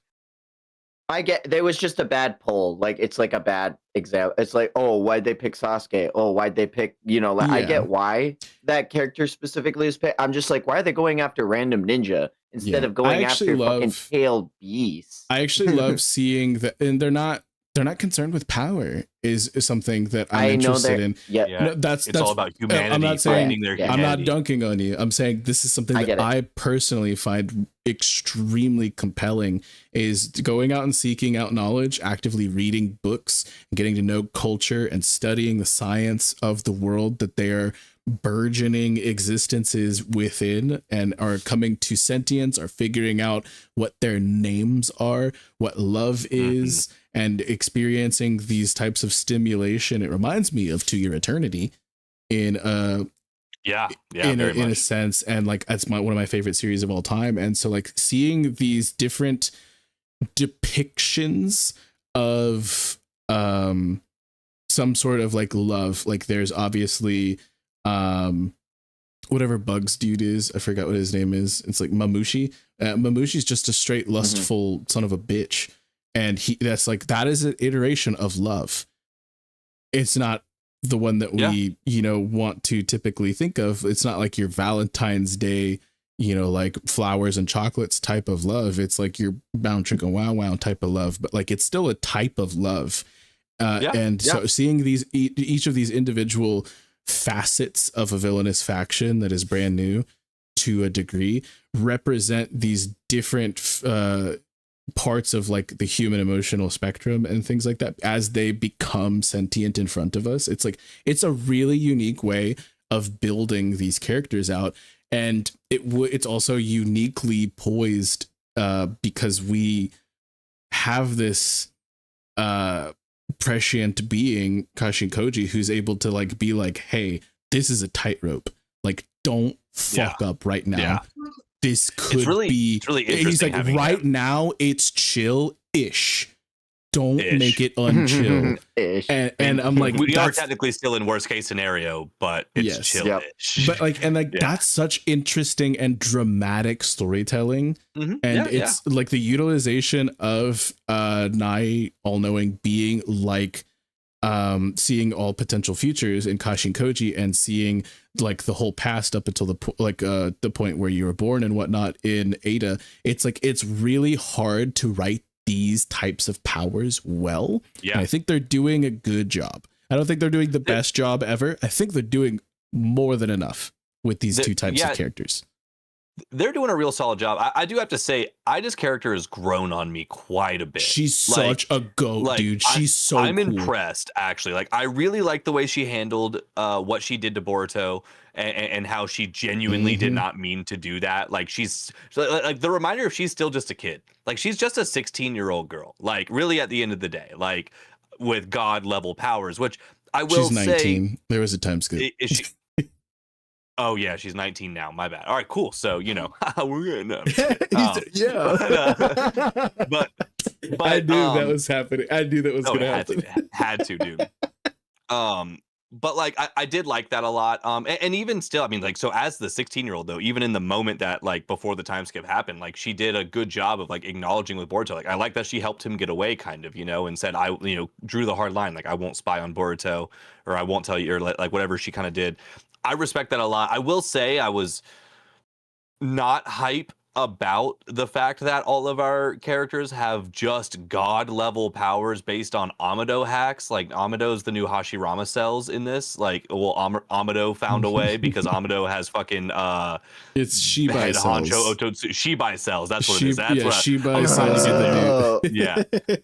And I'm really like, I don't like how like it doesn't feel very trained. Like it doesn't feel like the classic style of training like it used to, where like most of this, like Boruto, don't get me wrong, he's definitely been training. He's been learning his version of the Flying Raijin. Like I'm not denying that he's trained, but like Kawaki is literally like, give me the passcode to make me stronger. Like, fuck off, Kawaki. Go fucking do some push-ups, dog. Fucking go get stronger. I will say I hate Kawaki's character.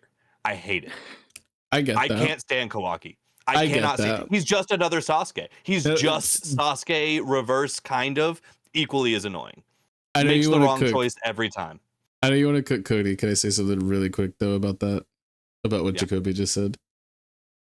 I think that yes, Kawaki being given all of this power, that is the literal point of his character.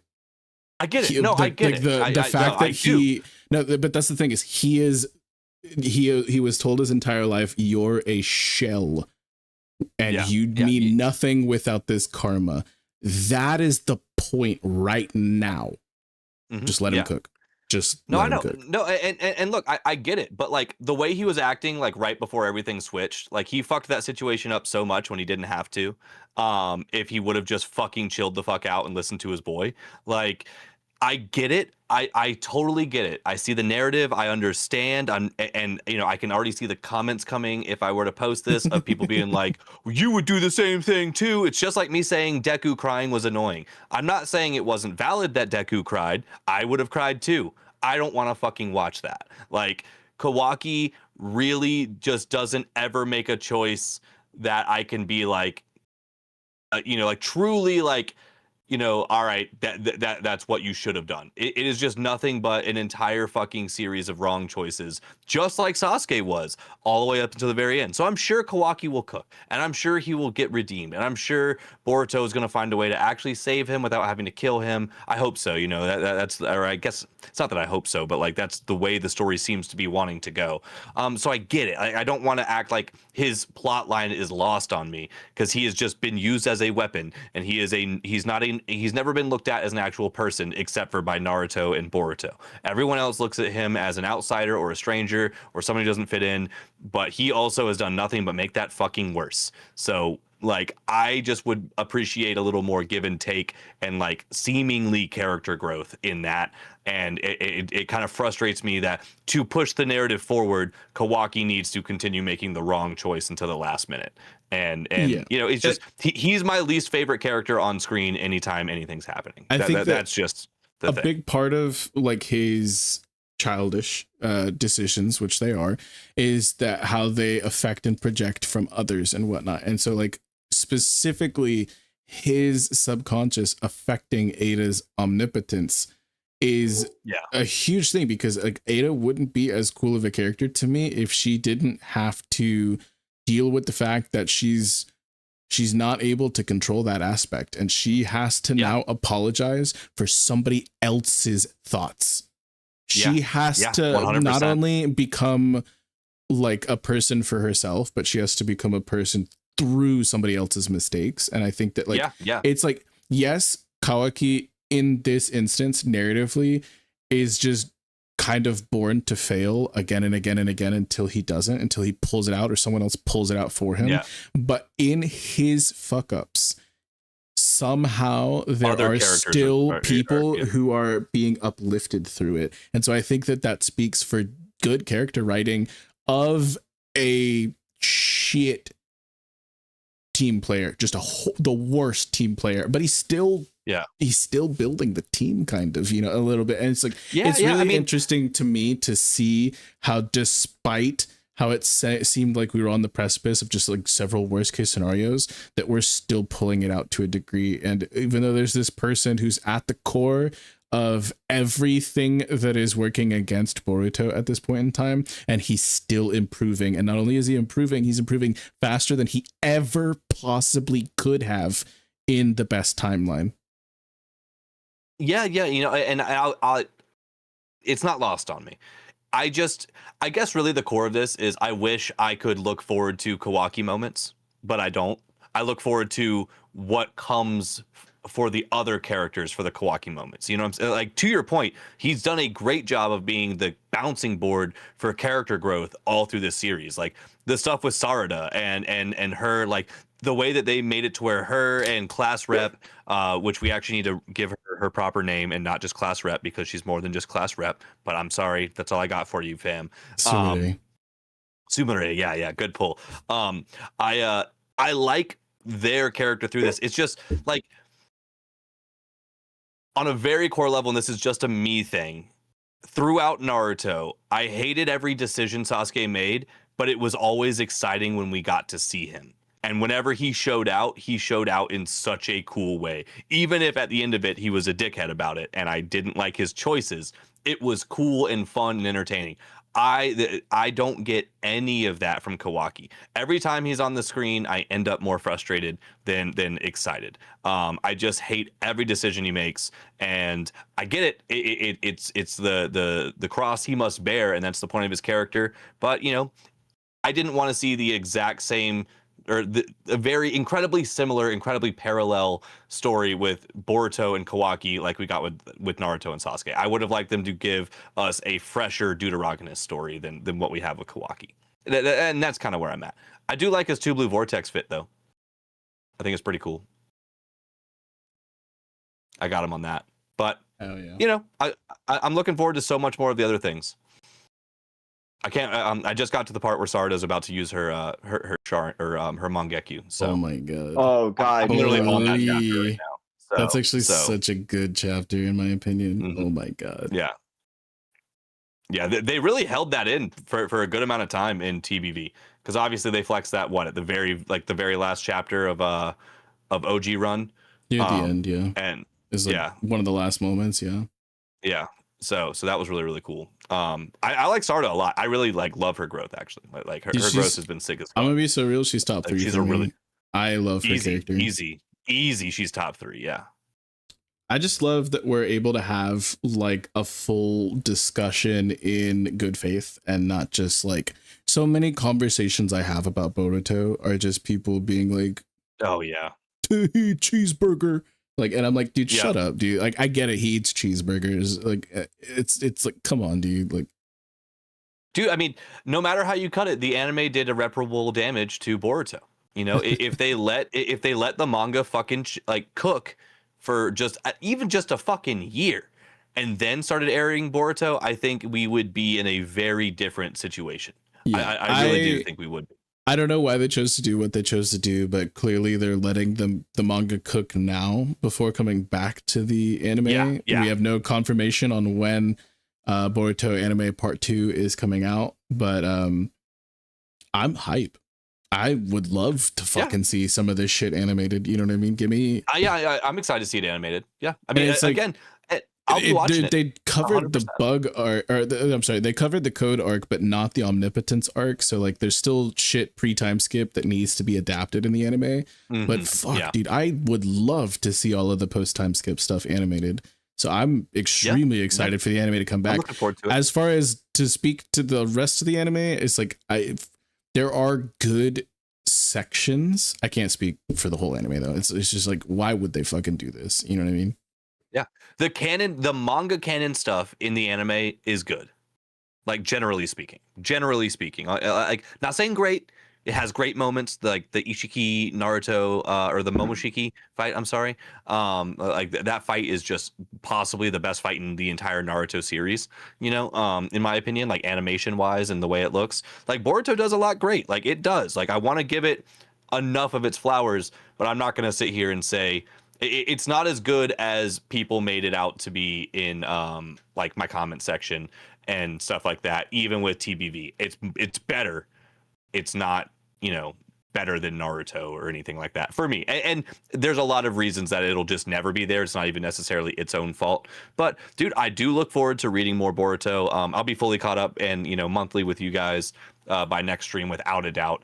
It'll just take me a night to catch like the last like, you know, few chapters. So well, you can take your time because we have like about 3 more weeks, I think, before the next official chapter drops, which I can't wait for 32 to hit. I'm so ridiculously excited to see one specific character flex that I've been wanting to see for so long now. I'm hype. I'm actually actively like very hype for the next chapter, and so like that I'm happy that I have Cody right there with me, and soon you'll be there. And the fact that you have hype for the next chapters whenever you're reading them, I'm looking forward to it, dude.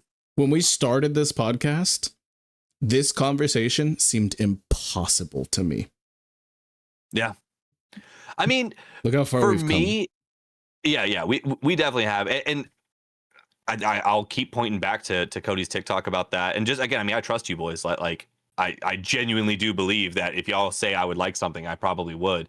Y'all aren't just random comments in my comment section. And I'm a big Naruto lover. I've always wanted to like Boruto, and it was always one of those things that I would just continue to watch the anime. That's kind of what I had resigned to. And I'd kept up with spoilers. Like I kept up with all the TBV spoilers. So like, and I will say impressively, having known many of the main things about Two Blue Vortex, going into it, I still got like the oh shit moments. You know, there were still like plenty of times where I was like, oh damn, that's pretty cool. You know, so like in the chapter I'm sure I will.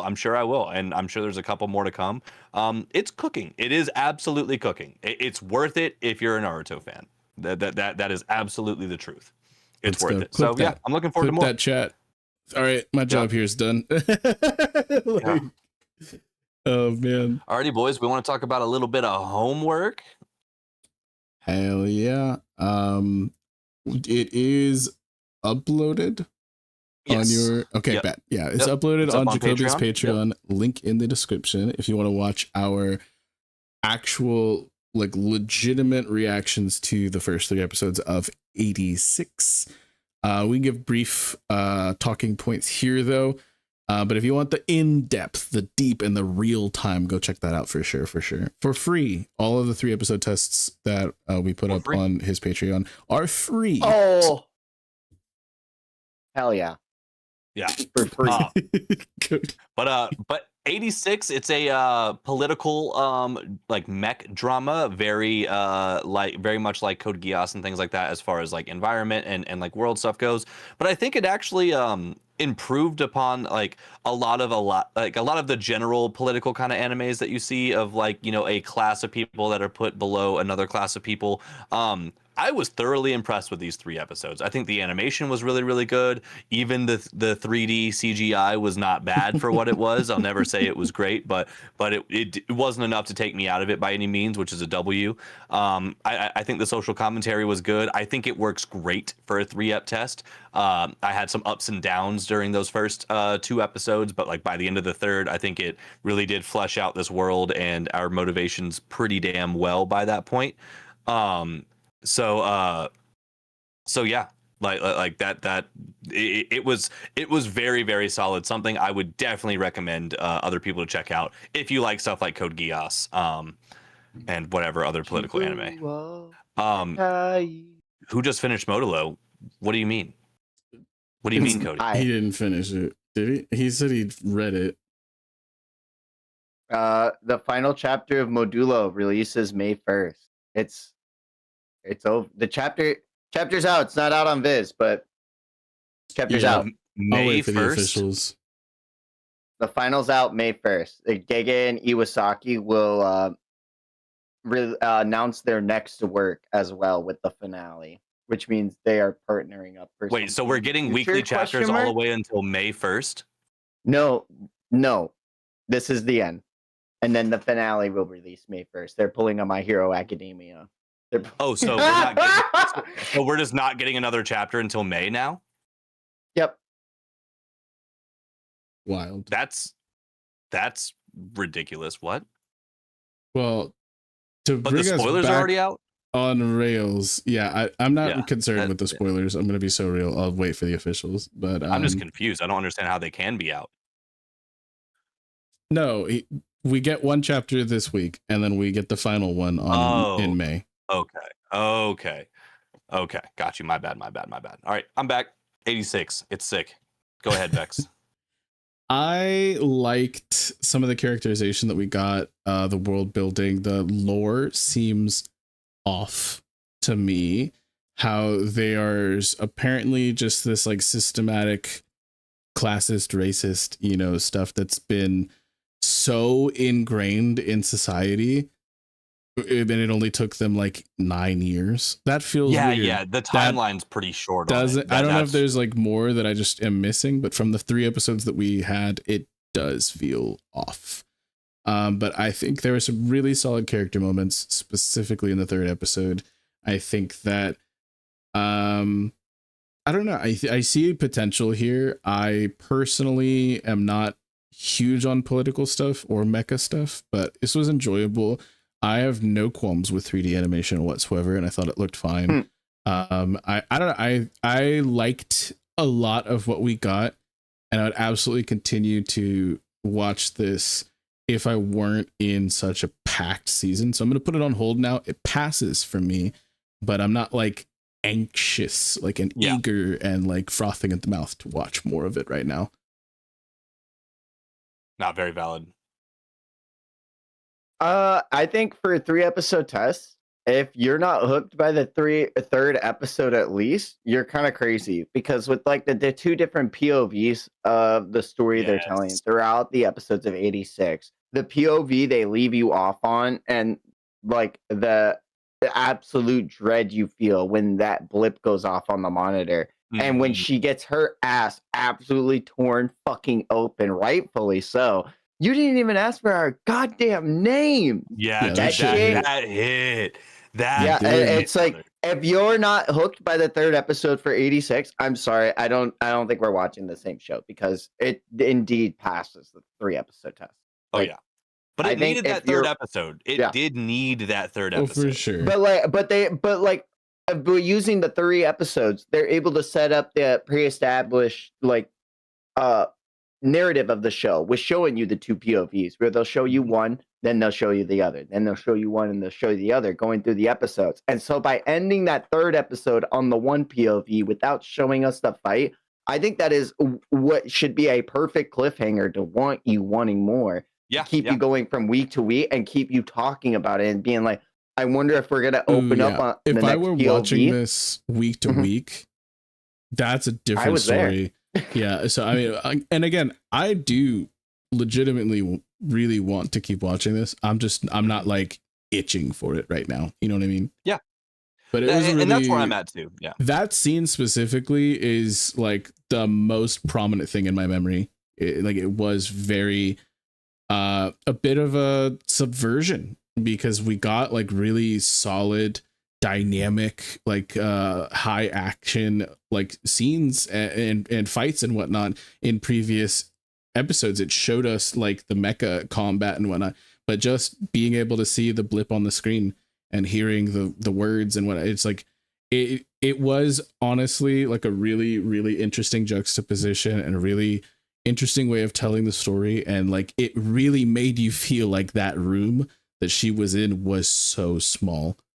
So and like small. it gave you like this like claustrophobia and like the anxiety of not knowing what was actually happening and only getting like these real-time updates through the comms. It hit. It definitely hit. Yeah, it did. The multiple perspectives, I think, is the single best thing that it does. The way they're telling the same story twice per episode, kind of, but it hits as hard as it does without it wasting time or space. I think that's what it's doing the absolute best. I'm certainly intrigued. I'm happy that I picked that one for this, and I'm happy that I did watch the first three because, kind of like Shade's saying, I had heard so much about this, and it's been on my list for so long. So I'm happy that we got to check that shit out.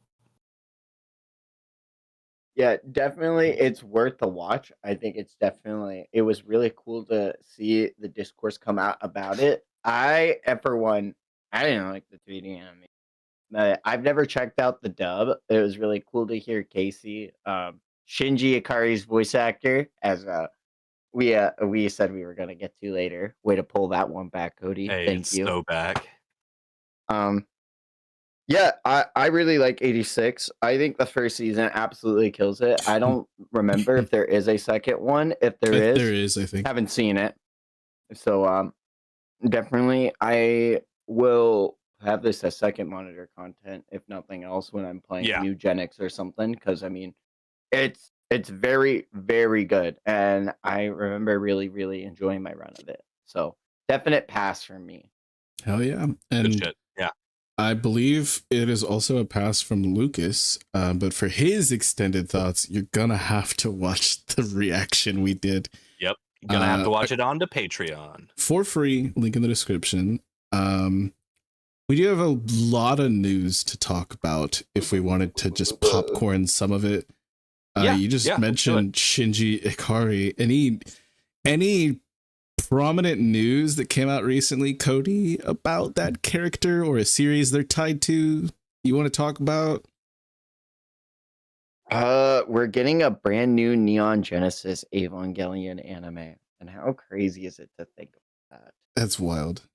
Dude, I am so hyped. I am so hyped. Written and composed by the Nier Yoko Taro. Yeah. The Nier Automata stuff. Or Automata. I don't know how to fucking say that shit. I'm sorry. But Nier Automata. But yeah, dude, I did not expect that at all. What do you think it would be, Cody? Do you think it's just the millionth retelling, or are we finally going to get a different story in the same verse? Okay, the retellings aren't the retellings. The manga, it's all its own set. It's not separate containment things, but it's almost like you ever play. It's like Dark Souls. You ever play Dark Souls? It's the meme. It's the meme. It's like Dark Souls. But Evangelion is a series in which almost everything that you see happen on the screen or read in content is canon in a way that oh my gosh. It's like how Gurren Lagann, like all continuities are canon. There is this thing that happens, the third impact that Shinji starts. And when that happens, all of humanity's consciousness and souls are meant to like leave their bodies and form into this one huge conglomerate with Shinji at the head of it. This is depicted in two different ways in episodes 25 and 26 of the original Evangelion run, and then depicted again in the end of Evangelion movie back in 1996. I don't remember when it came out, but it was a big deal. The fact that this happened twice, we see that when the Neon Genesis Evangelion series is rebooted back in 2013 with the redo movies,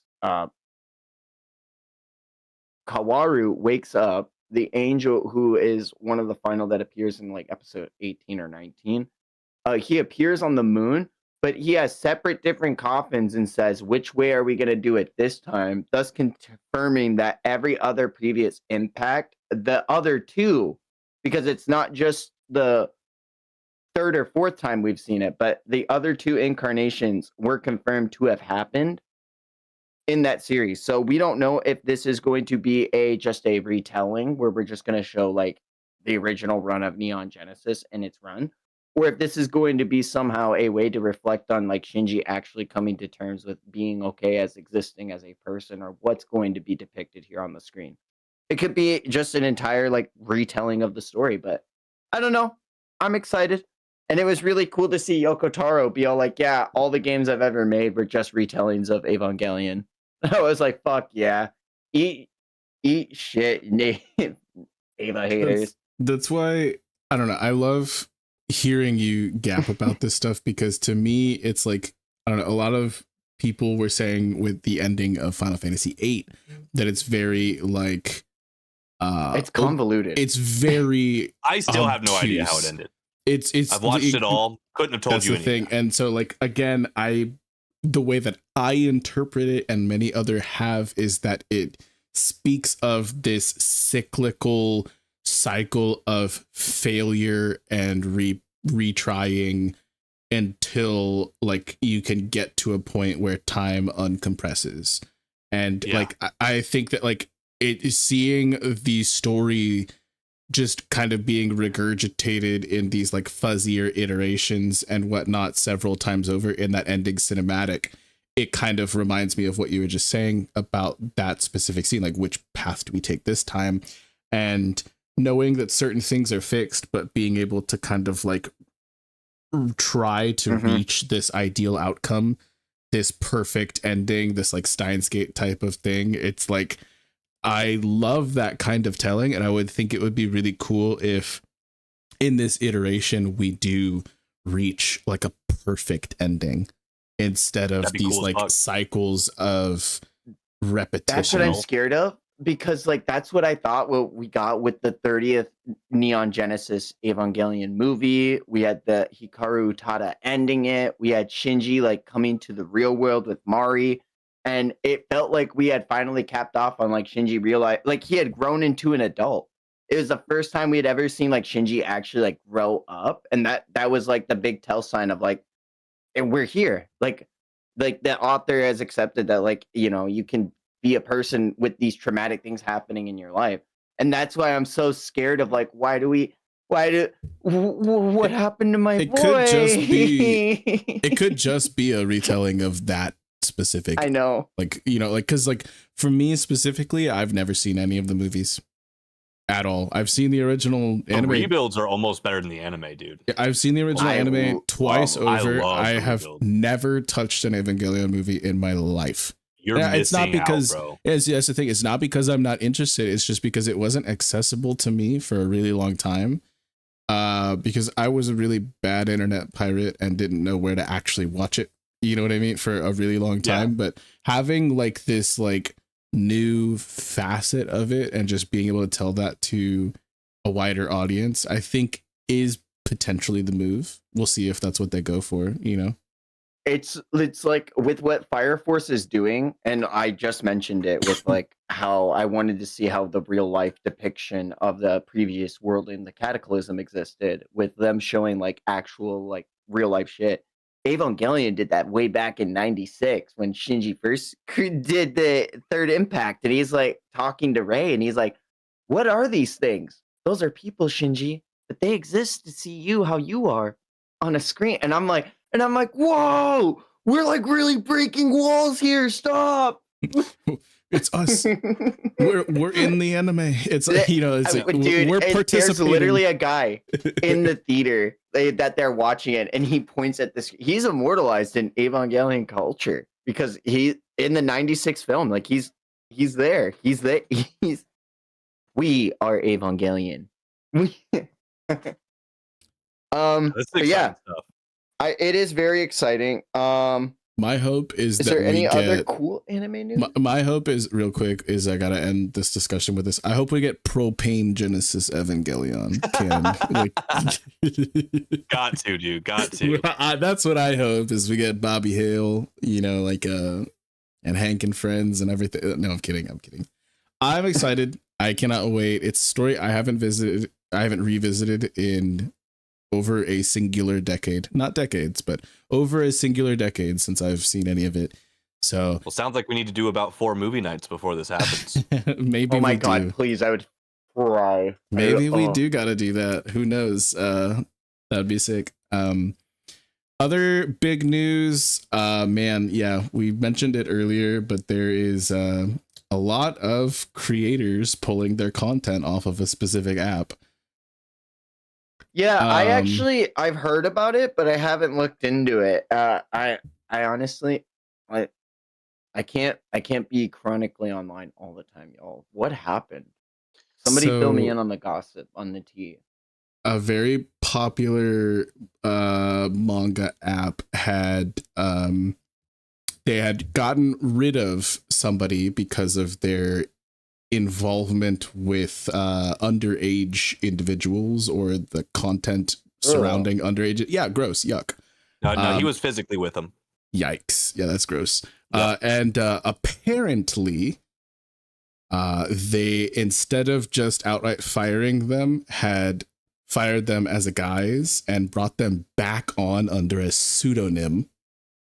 And that pissed a lot of people off. And so a lot of prominent creators have been like, we don't fuck with that, and are pulling their content from said app.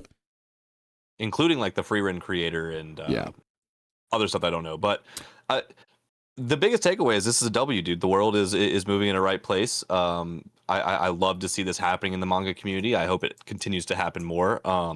And I think this is one of the things that you can point out as a net positive for anime becoming a worldwide phenomenon, where much of the world doesn't rock with minors, and hopefully these stories can start reflecting that a lot more as well. And also these businesses can start rejecting these people who are doing these fucking terrible things. Like, why the hell are we letting these people still work in these industries? When under a pseudonym. Dude, so it's like the Backyardigans scandal. They fired this person, air quotes, but actually like rehired them under a pseudonym, and like that light got brought to that, and it pissed off a lot of people, rightfully so. And I think that this is one instance of this happening, and I'm happy that the people have the agency to pull their intellectual property from this. The ability to do with that. Yeah. Bigger licensing companies, you might not have that agency over your own intellectual property. Shonen Jump, Rurouni Kenshin. This is a step in the right direction, but I'm wanting to see an entire industry-wide overhaul. Yeah, we need a full paradigm shift. But this is entirely. This is a shift in the right direction. Absolutely. Yeah, for sure. 100%. Well, shout out to their families. Yeah, I just like that we have like a prolific manga like Freerun on the front, because like, I hate to say it, I didn't recognize any of the other manga names of like the mangaka who are also pulling their stuff. Good on them, pats on the back. But as far as this to become more of a widespread thing, like you're talking about, Vex, we need mangaka like Inuyasha pulled their stuff off. Rama 1/2 nice. Okay. Urusei Yatsura. Yeah, that's one. Rumi one Iko Takahashi. Okay, well, dude, shout out the Ranma author, Inuyasha, and and Freerun author, and everybody. I mean, big or small. I just want to see these big. I mean, like, it'll always break our heart when we see fucking Oda gassing up, Rurouni Kenshin, dude. We love that fucking story so damn much, but like, we don't want to.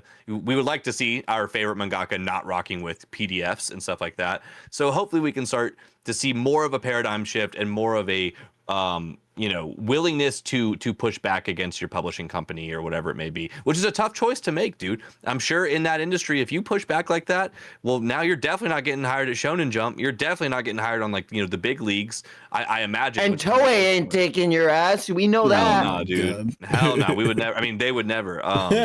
But he said we would. Yeah. So. But no, it's a step in the right direction. I would like to see more, but I think we're getting there. It's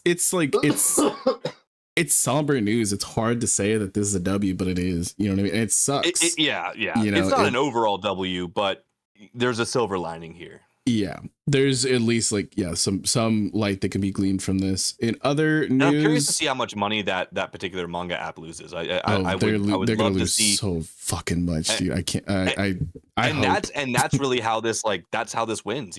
That's how this comes out as a dub, is when the big companies are like, fuck, we can't get away with operating. It's like a mentality that I like seeing across cultures, is act with your wallet. Like, if you know for a fact that you don't support something, then then and I'm not going to get political here, but there's a lot of people in the United States right now that are acting with their wallet, and I support this.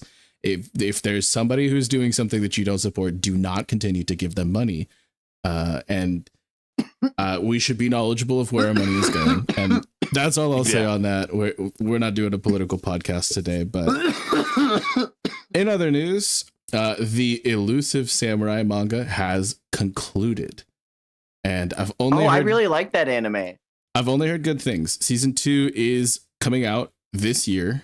I don't think it's fully adapting what we have, so there's going to be more beyond what we get. But the manga has officially concluded, and people were pretty hype about it. If you guys have read it, let us know how you liked it. Don't spoil me though. I'm anime only still, but I really liked season 1. Go ahead and spoil me. I cannot wait for season 2. And it's so far all I've seen is a great reception from it.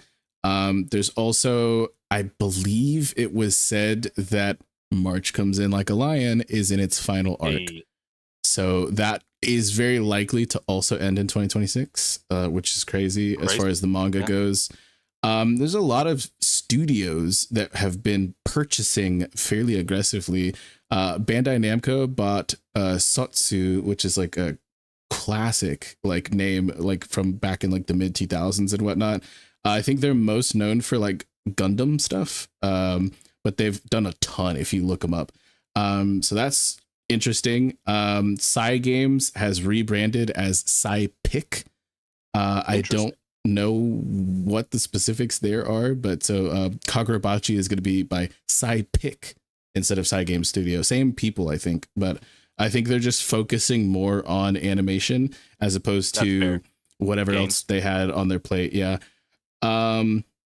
Aniplex has bought Egg Firm, which is very interesting because we have the Mushoku Tensei season 3 coming out this year, and it's like there's a lot of like movement, you know, with like money in the industry right now. So be paying attention to that, I guess.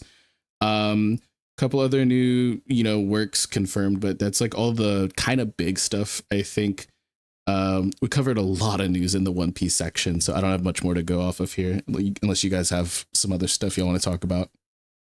No, I think that's about all I got. Let's go. Hell yeah. Thank you. So that brings us to the game.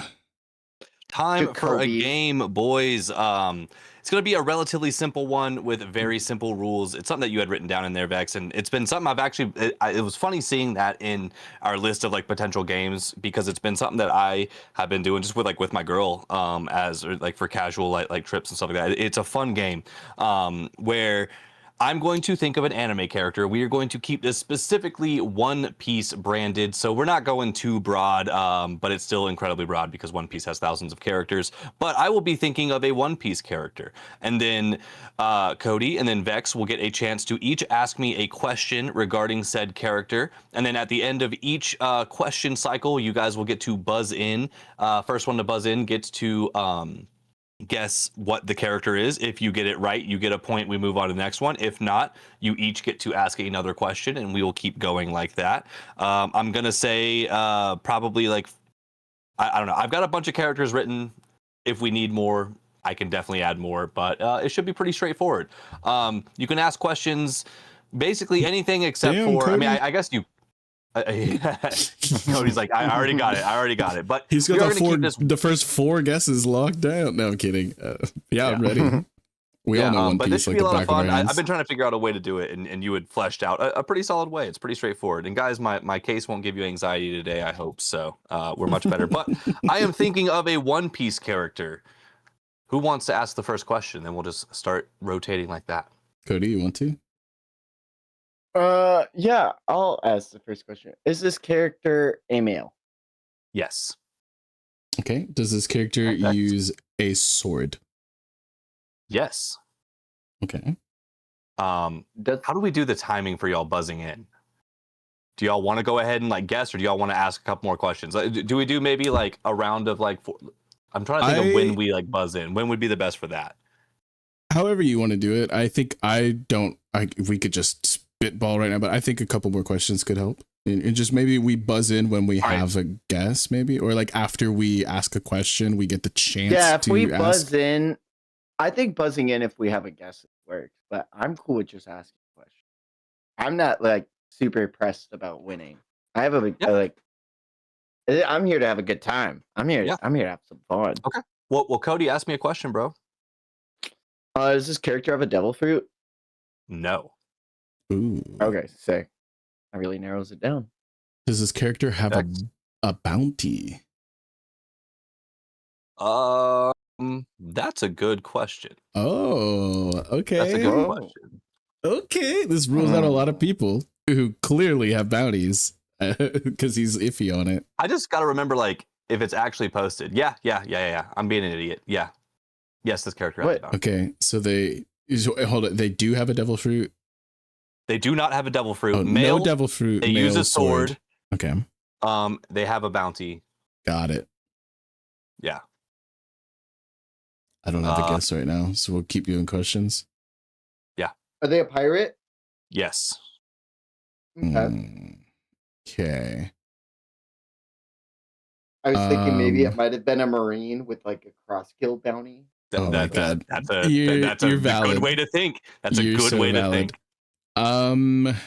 Does this character have confirmed hockey? Yes. And chat, if y'all want to ask questions, I will accept questions from chat too. Is this character a captain? Yes. Ooh. Is this character? Oh shit! Oh, no. Buzzing. He's buzzing. Bex is can't buzz. No. All right. I'm rethinking. If Cody's not buzzing, then Bex, you can ask. Hold on. Okay. Does this character's name start with a letter A through M? Yes. That rules out half of the alphabet. Don't laugh at me. Yeah, but I'm not. I didn't mean to laugh at you, brother. I'm sorry. That's a wild question. I respect it, but like that's a crazy. Yeah. I played a lot of Guess Who on streams. I know the strats. That's a good strat. Okay, first half of the alphabet. Captain. Oh, Cody buzzed in. No devil fruit. Sword user. Male. Is this character Gold Roger? Yes, it is, Cody. No way. Fantastic pull, brother. Fantastic pull. Yeah, I was gonna guess. I was gonna guess Shanks, but then the first letter of the first half of the alphabet ruled it out. See, it helped. It was a good question. It did. No, it was a good. I'm not saying it's a bad question. It was just an unexpected question. That's all. Well done, Cody. Boys, keep up your points. Cody, you got one. We're gonna move on to the next character. All right, boys. I'm thinking of a character. Since Cody got that first, Vex, you asked the first question. Okay, is this character male presenting? Yes. Cool. Is this character an Okama? An Okama? What? oh, from the Kamabaka Kingdom. Is this character an Okama? Are they a drag? It just means cross-dresser. Yeah. Is this character older than 20? Yes. Okay. Rules out a lot of people. Good question. That's a good question. I know how to play the game, man. I'm good at this shit. Trust me. I'm just bad at guessing. I'm good at asking the questions, though. Yeah. The questions are great. So much shit. Does this character have a paramecia devil fruit? No. Okay. Does this character use a sword? Yes. Okay. So they're older than 20, no paramecia, male presenting. He uses a sword.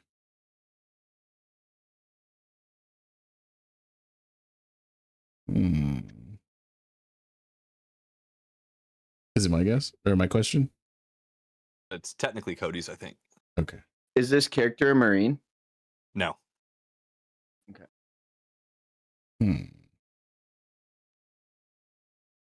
Does this character have is this character from the Grand Line? No. Okay. Does this character fight Luffy? No. Hold on. Not from the Grand Line is huge, right? Like that has to be Rex is doing huge. crazy calculus right now. He's like, boop, boop, boop. I think I got it. Boop, boop, boop, boop, Yeah, boop. yeah. Is this character older than 40? Yes. Oh. Is it a pre-time skip character? Yes. You guys got help from the chat. You a real one, Shady. Good question there, Shady. Oh shit, Cody's buzzing in. Is this Crocus? No. Okay. I don't think he uses Nope. a sword. Scalpels don't count. Man. Well, there's my guess. I'm out. You're not necessarily out. I mean, you I'll let you keep cooking if we do that. Okay. You'll get half a point at this point, since you already guessed or something. I don't know. I have no idea. Pre-time skip character. Is this character a captain? No to Cody. And then Zen asks, is this character a Marine? No, this character is not a Marine. So we have I already male. asked that. Okay, my bad. Well, now you definitely know. Male, swordsman, older than 40, not from the Grand Line. We meet this character pre-time skip. Swordsman, older than 40, pre-time skip. Wouldn't it be funny if you actually did? Cody, what you got? Is this character red-haired Shanks? No. Okay. No. I was just be like, that'd be really. Yeah. The second one is Shanks. You asked if he was a captain, I think, and then he said no, right? I'm just dumb. Yeah, you might have asked that question actually. Yeah. Either way, the answer to that is no. I will okay. I have to try to bank I'm this like, I'm now. trying, but like, man, does this character encounter the Straw Hats? Yes. Hold on, but he doesn't fight Luffy? He does not. Unless Okay, I'm wrong as fuck about that, but let me confirm. Older than 40, doesn't fight Luffy, means the Straw Hats, uses a sword, isn't a pirate. Ooh, I'm gonna guess. No, never mind, they're pre-time skip. Fuck. Dude. Yeah, and they're not a Marine, so it's definitely not any of the CP9 agents. So, yo, Shady in the chat is crazy. I was literally use black paint. Peak. Could this character belong in Hell's Paradise? Would this character belong in Hell's Paradise? I think they'd eat. No, I'm messing with you because the dude looks like Mihawk. Yeah, no. I like how me and no. But they're a swordsman. Fuck.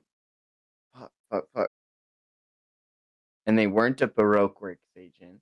Nope. So and they weren't on the Grand Line. They could be in the sky. Well, they're not from the Grand Line, was the question. Oh, okay. Okay, I sent in a dot. Did it not? It doesn't look like it's sent. Do you see it? It didn't. I do not see it, but I don't know what's going on. Yeah, with go ahead. I'm gonna guess. Is it Ethan Baron Nosjiro? He is introduced in the pre-time skip. He is introduced. He is not a Marine. I'm not. He is I'm older not than 40. He is a swordsman. Yeah, dude. Yeah, it's fair. You guys are so close. Y'all have the information you need right now, like without a doubt. Is this character on Sky Island? No. Okay, is this character before Sky Island? No. What the fuck do you mean? Cody's just pot-shotting.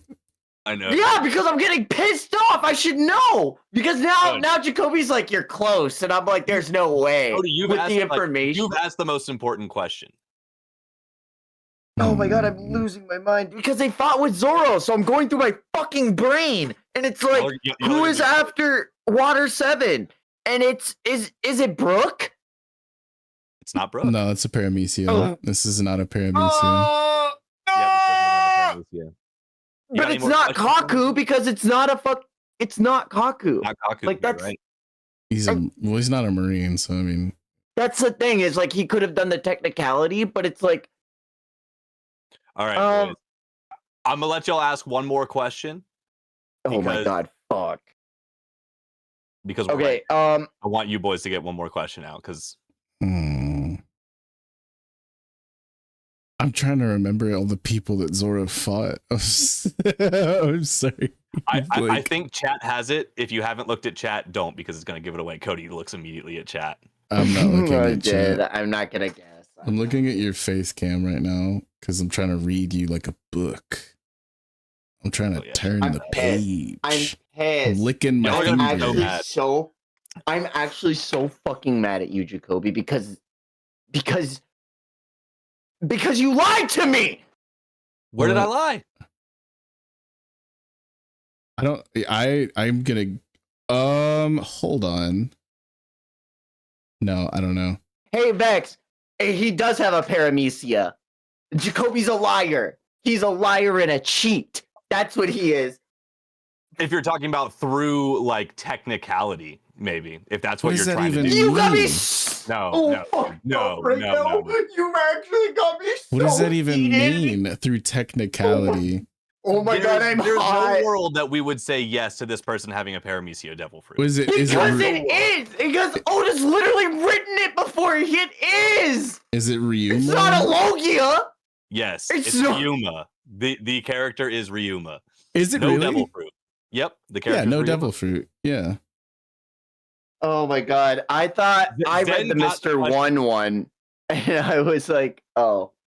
No, I said no to Baroque works. It's funny that Shady. Oh. No, I was talking about Zen's Shady got me tripping. Zen's I thought you were question, like, that is, are they alive in their introduction? Oh, When man. Zen asked that, I was like, Zen knows who we're talking about. no, Well, I was just I thinking- saw The moment I answered Mr. Zen's One. question.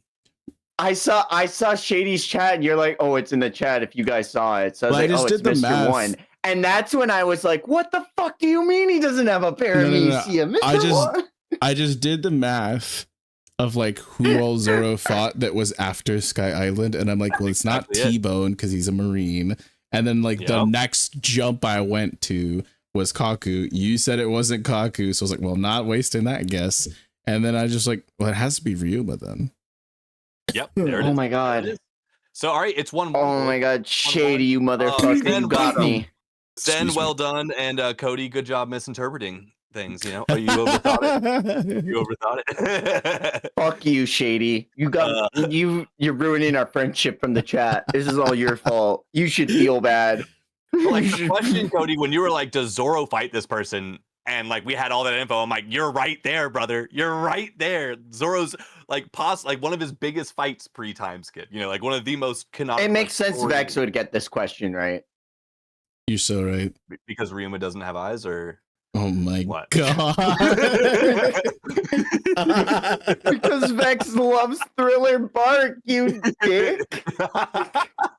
Listen, everybody I made up loves lines Thriller of all Bark, stream. okay? Everybody Um, does. Unless they're wrong. All right. I got another character, boys. Ask me a question. Do they Vex have- Is got it, character a somebody? girl? Oh, okay. No. Ooh. Does this character Chat has have a natural hair tone in the human world of Earth? Let me fucking. So confirm like that. orange or like Yeah, blonde yeah, or like- like brown or black Yes, or I yes, guess yes. white. Yep. Okay. Natural. Yep, Natural-ish a hair realistic color. hair tone. Yep. Let's go. Let's go. That rules out Well done. so many That people. does. That really does. I want to ask you something really crass to get your reaction to have to look this information up. And I'm absolutely going to waste a guess for this. But does this character have more than 1,000 entries on rule34.com? Excuse me. Excuse me? Excuse me. I'm not looking that shit up. It's the name of the game, Jacoby. Jacoby, when we choose to host these games, we accept a level of due diligence to A level of due ourselves diligence. and to Oh the my chat. God. Do I actually need to look this up right now? Bro's gonna get put on the I'll list. do it for the bit, chat. I'll do it for the bit. We're there. You're so foul. You're so foul, Cody. All right, Your next finest question. farted. Oh my gosh. Does Luffy fight this character? Confirm. Holy shit. The look on your face when you were so serious. He said though. R34/ no. That's so crazy. This game is cooked. Luffy does not fight this character. Okay. Okay. And if Luffy does, I'm genuinely not aware of it. Is this character introduced in a post time skip arc? Yes. Okay. Post time skip, natural seeming hair color. Not a girl, right? Correct. All right. Luffy doesn't fight them. I have a guess. Is this Sabo? No. Okay. Question. Does this character wield a sword? Oh God. See. Yeah.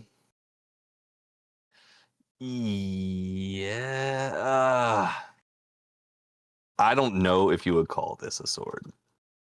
Interesting. Oh, is this character Whitebeard? They it's wield a post-time bladed skip. weapon. I'll give you that. I'll say that, but I'll leave it at that. I'll let you guys keep asking. Bladed Is it the weapon. Murokuro-giri? Is it Is the that Whitebeard's Murokuro-giri? Is the weapon they wield called the Mumokuro-giri?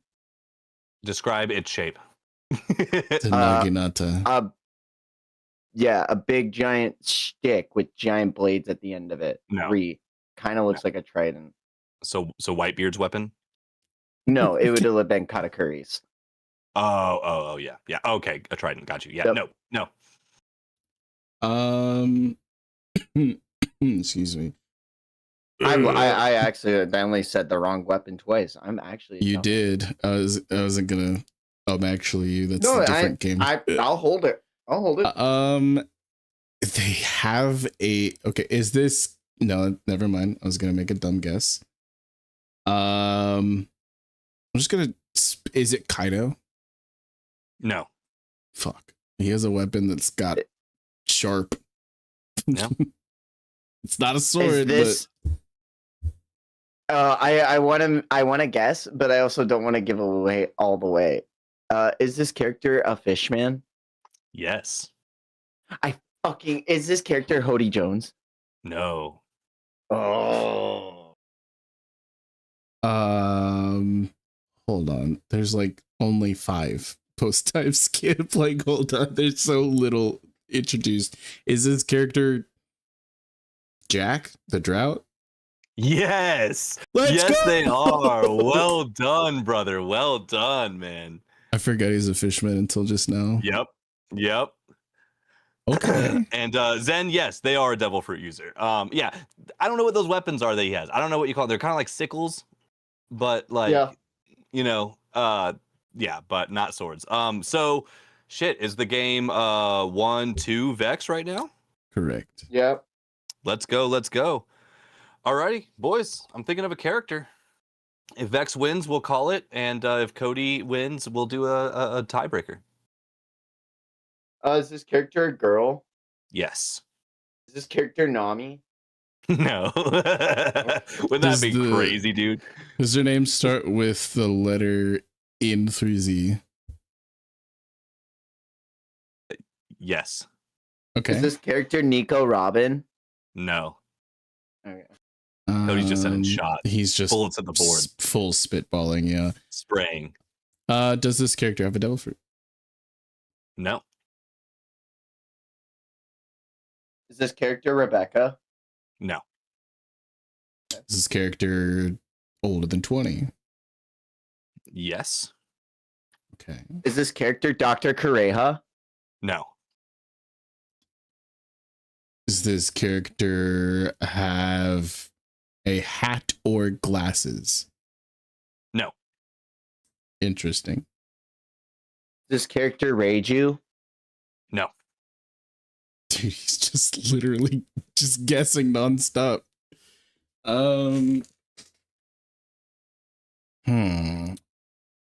No hat, no glasses. No hat, no glasses. We already asked the devil fruit question. I forgot. No devil fruit, right? Yeah, no devil fruit. Does this character have hockey? No.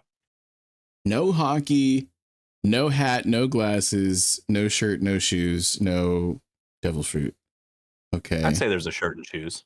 Okay. Well, that's free information. Thank you. You just let's got not jump the played. gun. Is this Makino from the bar on East Village? No, but that's a really good pull there, Cody. I respect that guess heavy. You said they're older than 20. Yeah. No hockey, no devil fruit. Is this? I don't even know if she's older than 20. Is this Kami? No. The mermaid? Is this Ida? No, God, that would have been a good pull. I'm mad that I didn't choose Ida. That's a brilliant pull, bro. Is this? Fuck. Is this Lola?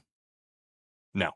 Damn, I had to guess. I had to guess another Thriller Bark character. Respect, yeah.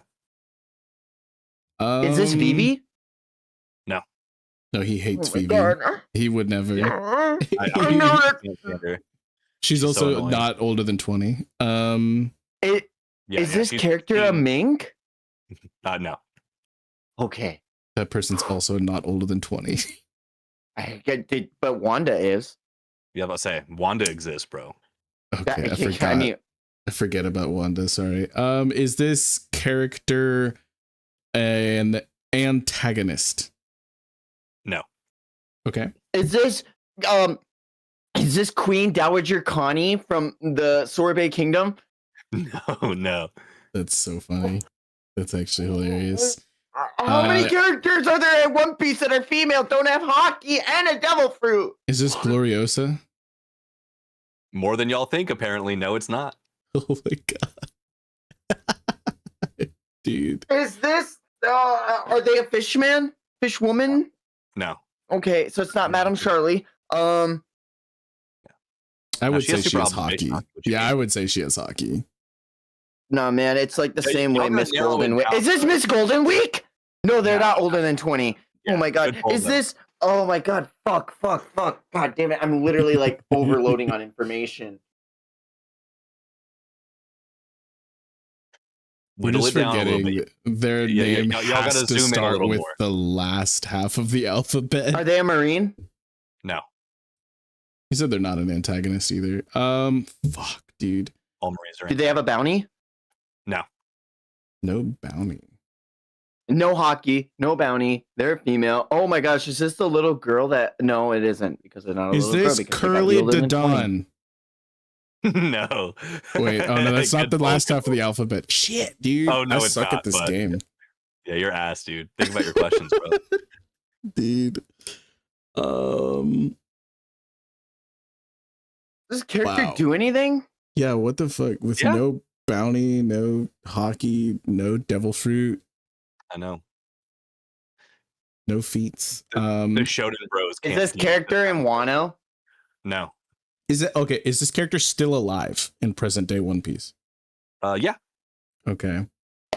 Is this character pre-time skip? Yes. Okay. They meet the Straw Hats. Yes. Okay. All right, we're getting somewhere. I was gonna say Granny Kokoro, but no, she's a mermaid, right? Mm-hmm. She's that merfolk. Is this character Kiwi? One of the square hair girls from the Frankie family. Nah. Good pull. Oh my god. Nah, is this cauliflower before she eats the fruit? No, bro. That'd be crazy, bro. Nah. Is she a Big Mom daughter? No, she's not. Nah, it's pre-time skip. Is this shit, man? Is this no? She's not older than 20. Fuck. Is this Jewelry Bonnie? No. Is this Wapple's wife, the gold dig lady? No. Come on. It's less obscure than that. Is this Portia, Foxy's ride or die? Is this Shocky? No. No. I was Well, feeling it like, might be dog, ain't something. no way you're going to say it. Okay, we're going to have a power scaling discussion. Brother, what kind of bottom of the barrel fucking characters are you picking? Like, Does this character have a notable hobby? That's a good question. I don't fuck think it is. like, I they're don't- like Yeah, if it doesn't help, it's not a good question. No, but I think The that's a good fuck? question to ask for a character like this. Cody's just crashing out. I am. I'm mad. Oh my god. Okay, pre-time skip. I'll say ladies. Cody's been close tonight with a guess. I'm just gonna leave it at that. That might piss you off more, but I think It really will. does. I didn't want to say it out loud, but now that you've called me out on it, I just felt the fucking blood vessel break like the Hoover Dam. You piece I of just shit. went like straight red. Is God, it the piece plate of breaking shit. lady from Thriller Bark? Great pull, but no, it's not, fam. No, it's not. Oh my Shindri. gosh, is this Sindri? No. Nope, that's- not Sindri. Is it Is this Nojiko? Yes, yes, Oh! yes. Oh my Nice, out of god. nowhere, dude. Out of nowhere. Oh my god. Oh. That's oh. crazy. Oh my god. Oh my Oh, god. wait. Super. She's Shoot older for than the moon. 20. She's Land 20 Yeah, I guess- when we first or like she's 20 in like one of the flashbacks. She's 22 by like Arlong Park. Oh, okay. So Yeah, so like generally she's like 20 plus, just barely. got but- it. I did have to look that up, and she's like right on that line. Oh my god. Yeah, dude, crazy. Your first guess was Nami, and I'm like, you're almost there already. The very first guess that you had That's was Nami, which was crazy. crazy work. All right, guys, for the tiebreaker. All right, I've got a character. Is it Gaimon? That would have been amazing. Nah, bro. Game All right, over. chat. One more. right Will we qualify tangerine farming as notable hobby? She's a bartender now. She's not even doing that, so I'm not so sure. I think she just runs a bar. I don't know. I maybe we would. Maybe I fumbled that question for you. Is she Mr. One? Oh my god. No, she's not. Shady. Okay, last character Shut of the up, night. Shady. Cody binked that. Is this so character a male? No. is this character introduced in the post time skip? Yes, post time skip character. Post time skip character. Okay. Is this character a Yonko? No. Is this character on a Yonko crew? Yes. Oh, Good pull. Okay. See, there we go. post time skip Yonko crew member. Is it Panda Man? That would have been such a banger to pull. No, Oh my but oh my God. god, that would have been diabolical. Missed opportunity for sure. Says yes to every question y'all ask. Is this character a male? Um, Yes. Is this character a female? Yes. Is this character a beast pirate? Yes. Oh, Damn. we're barking up the right tree. Barking. Cody, you got to ask a question here. You can't let Vex figure it out for you. Is this King? No. Is it Queen? Okay. Well. No. Fuck. Is it Who's Who? No. Oh. Bro's like, are They've they already asked the racist? question that cut all of those out, by the way. What? What?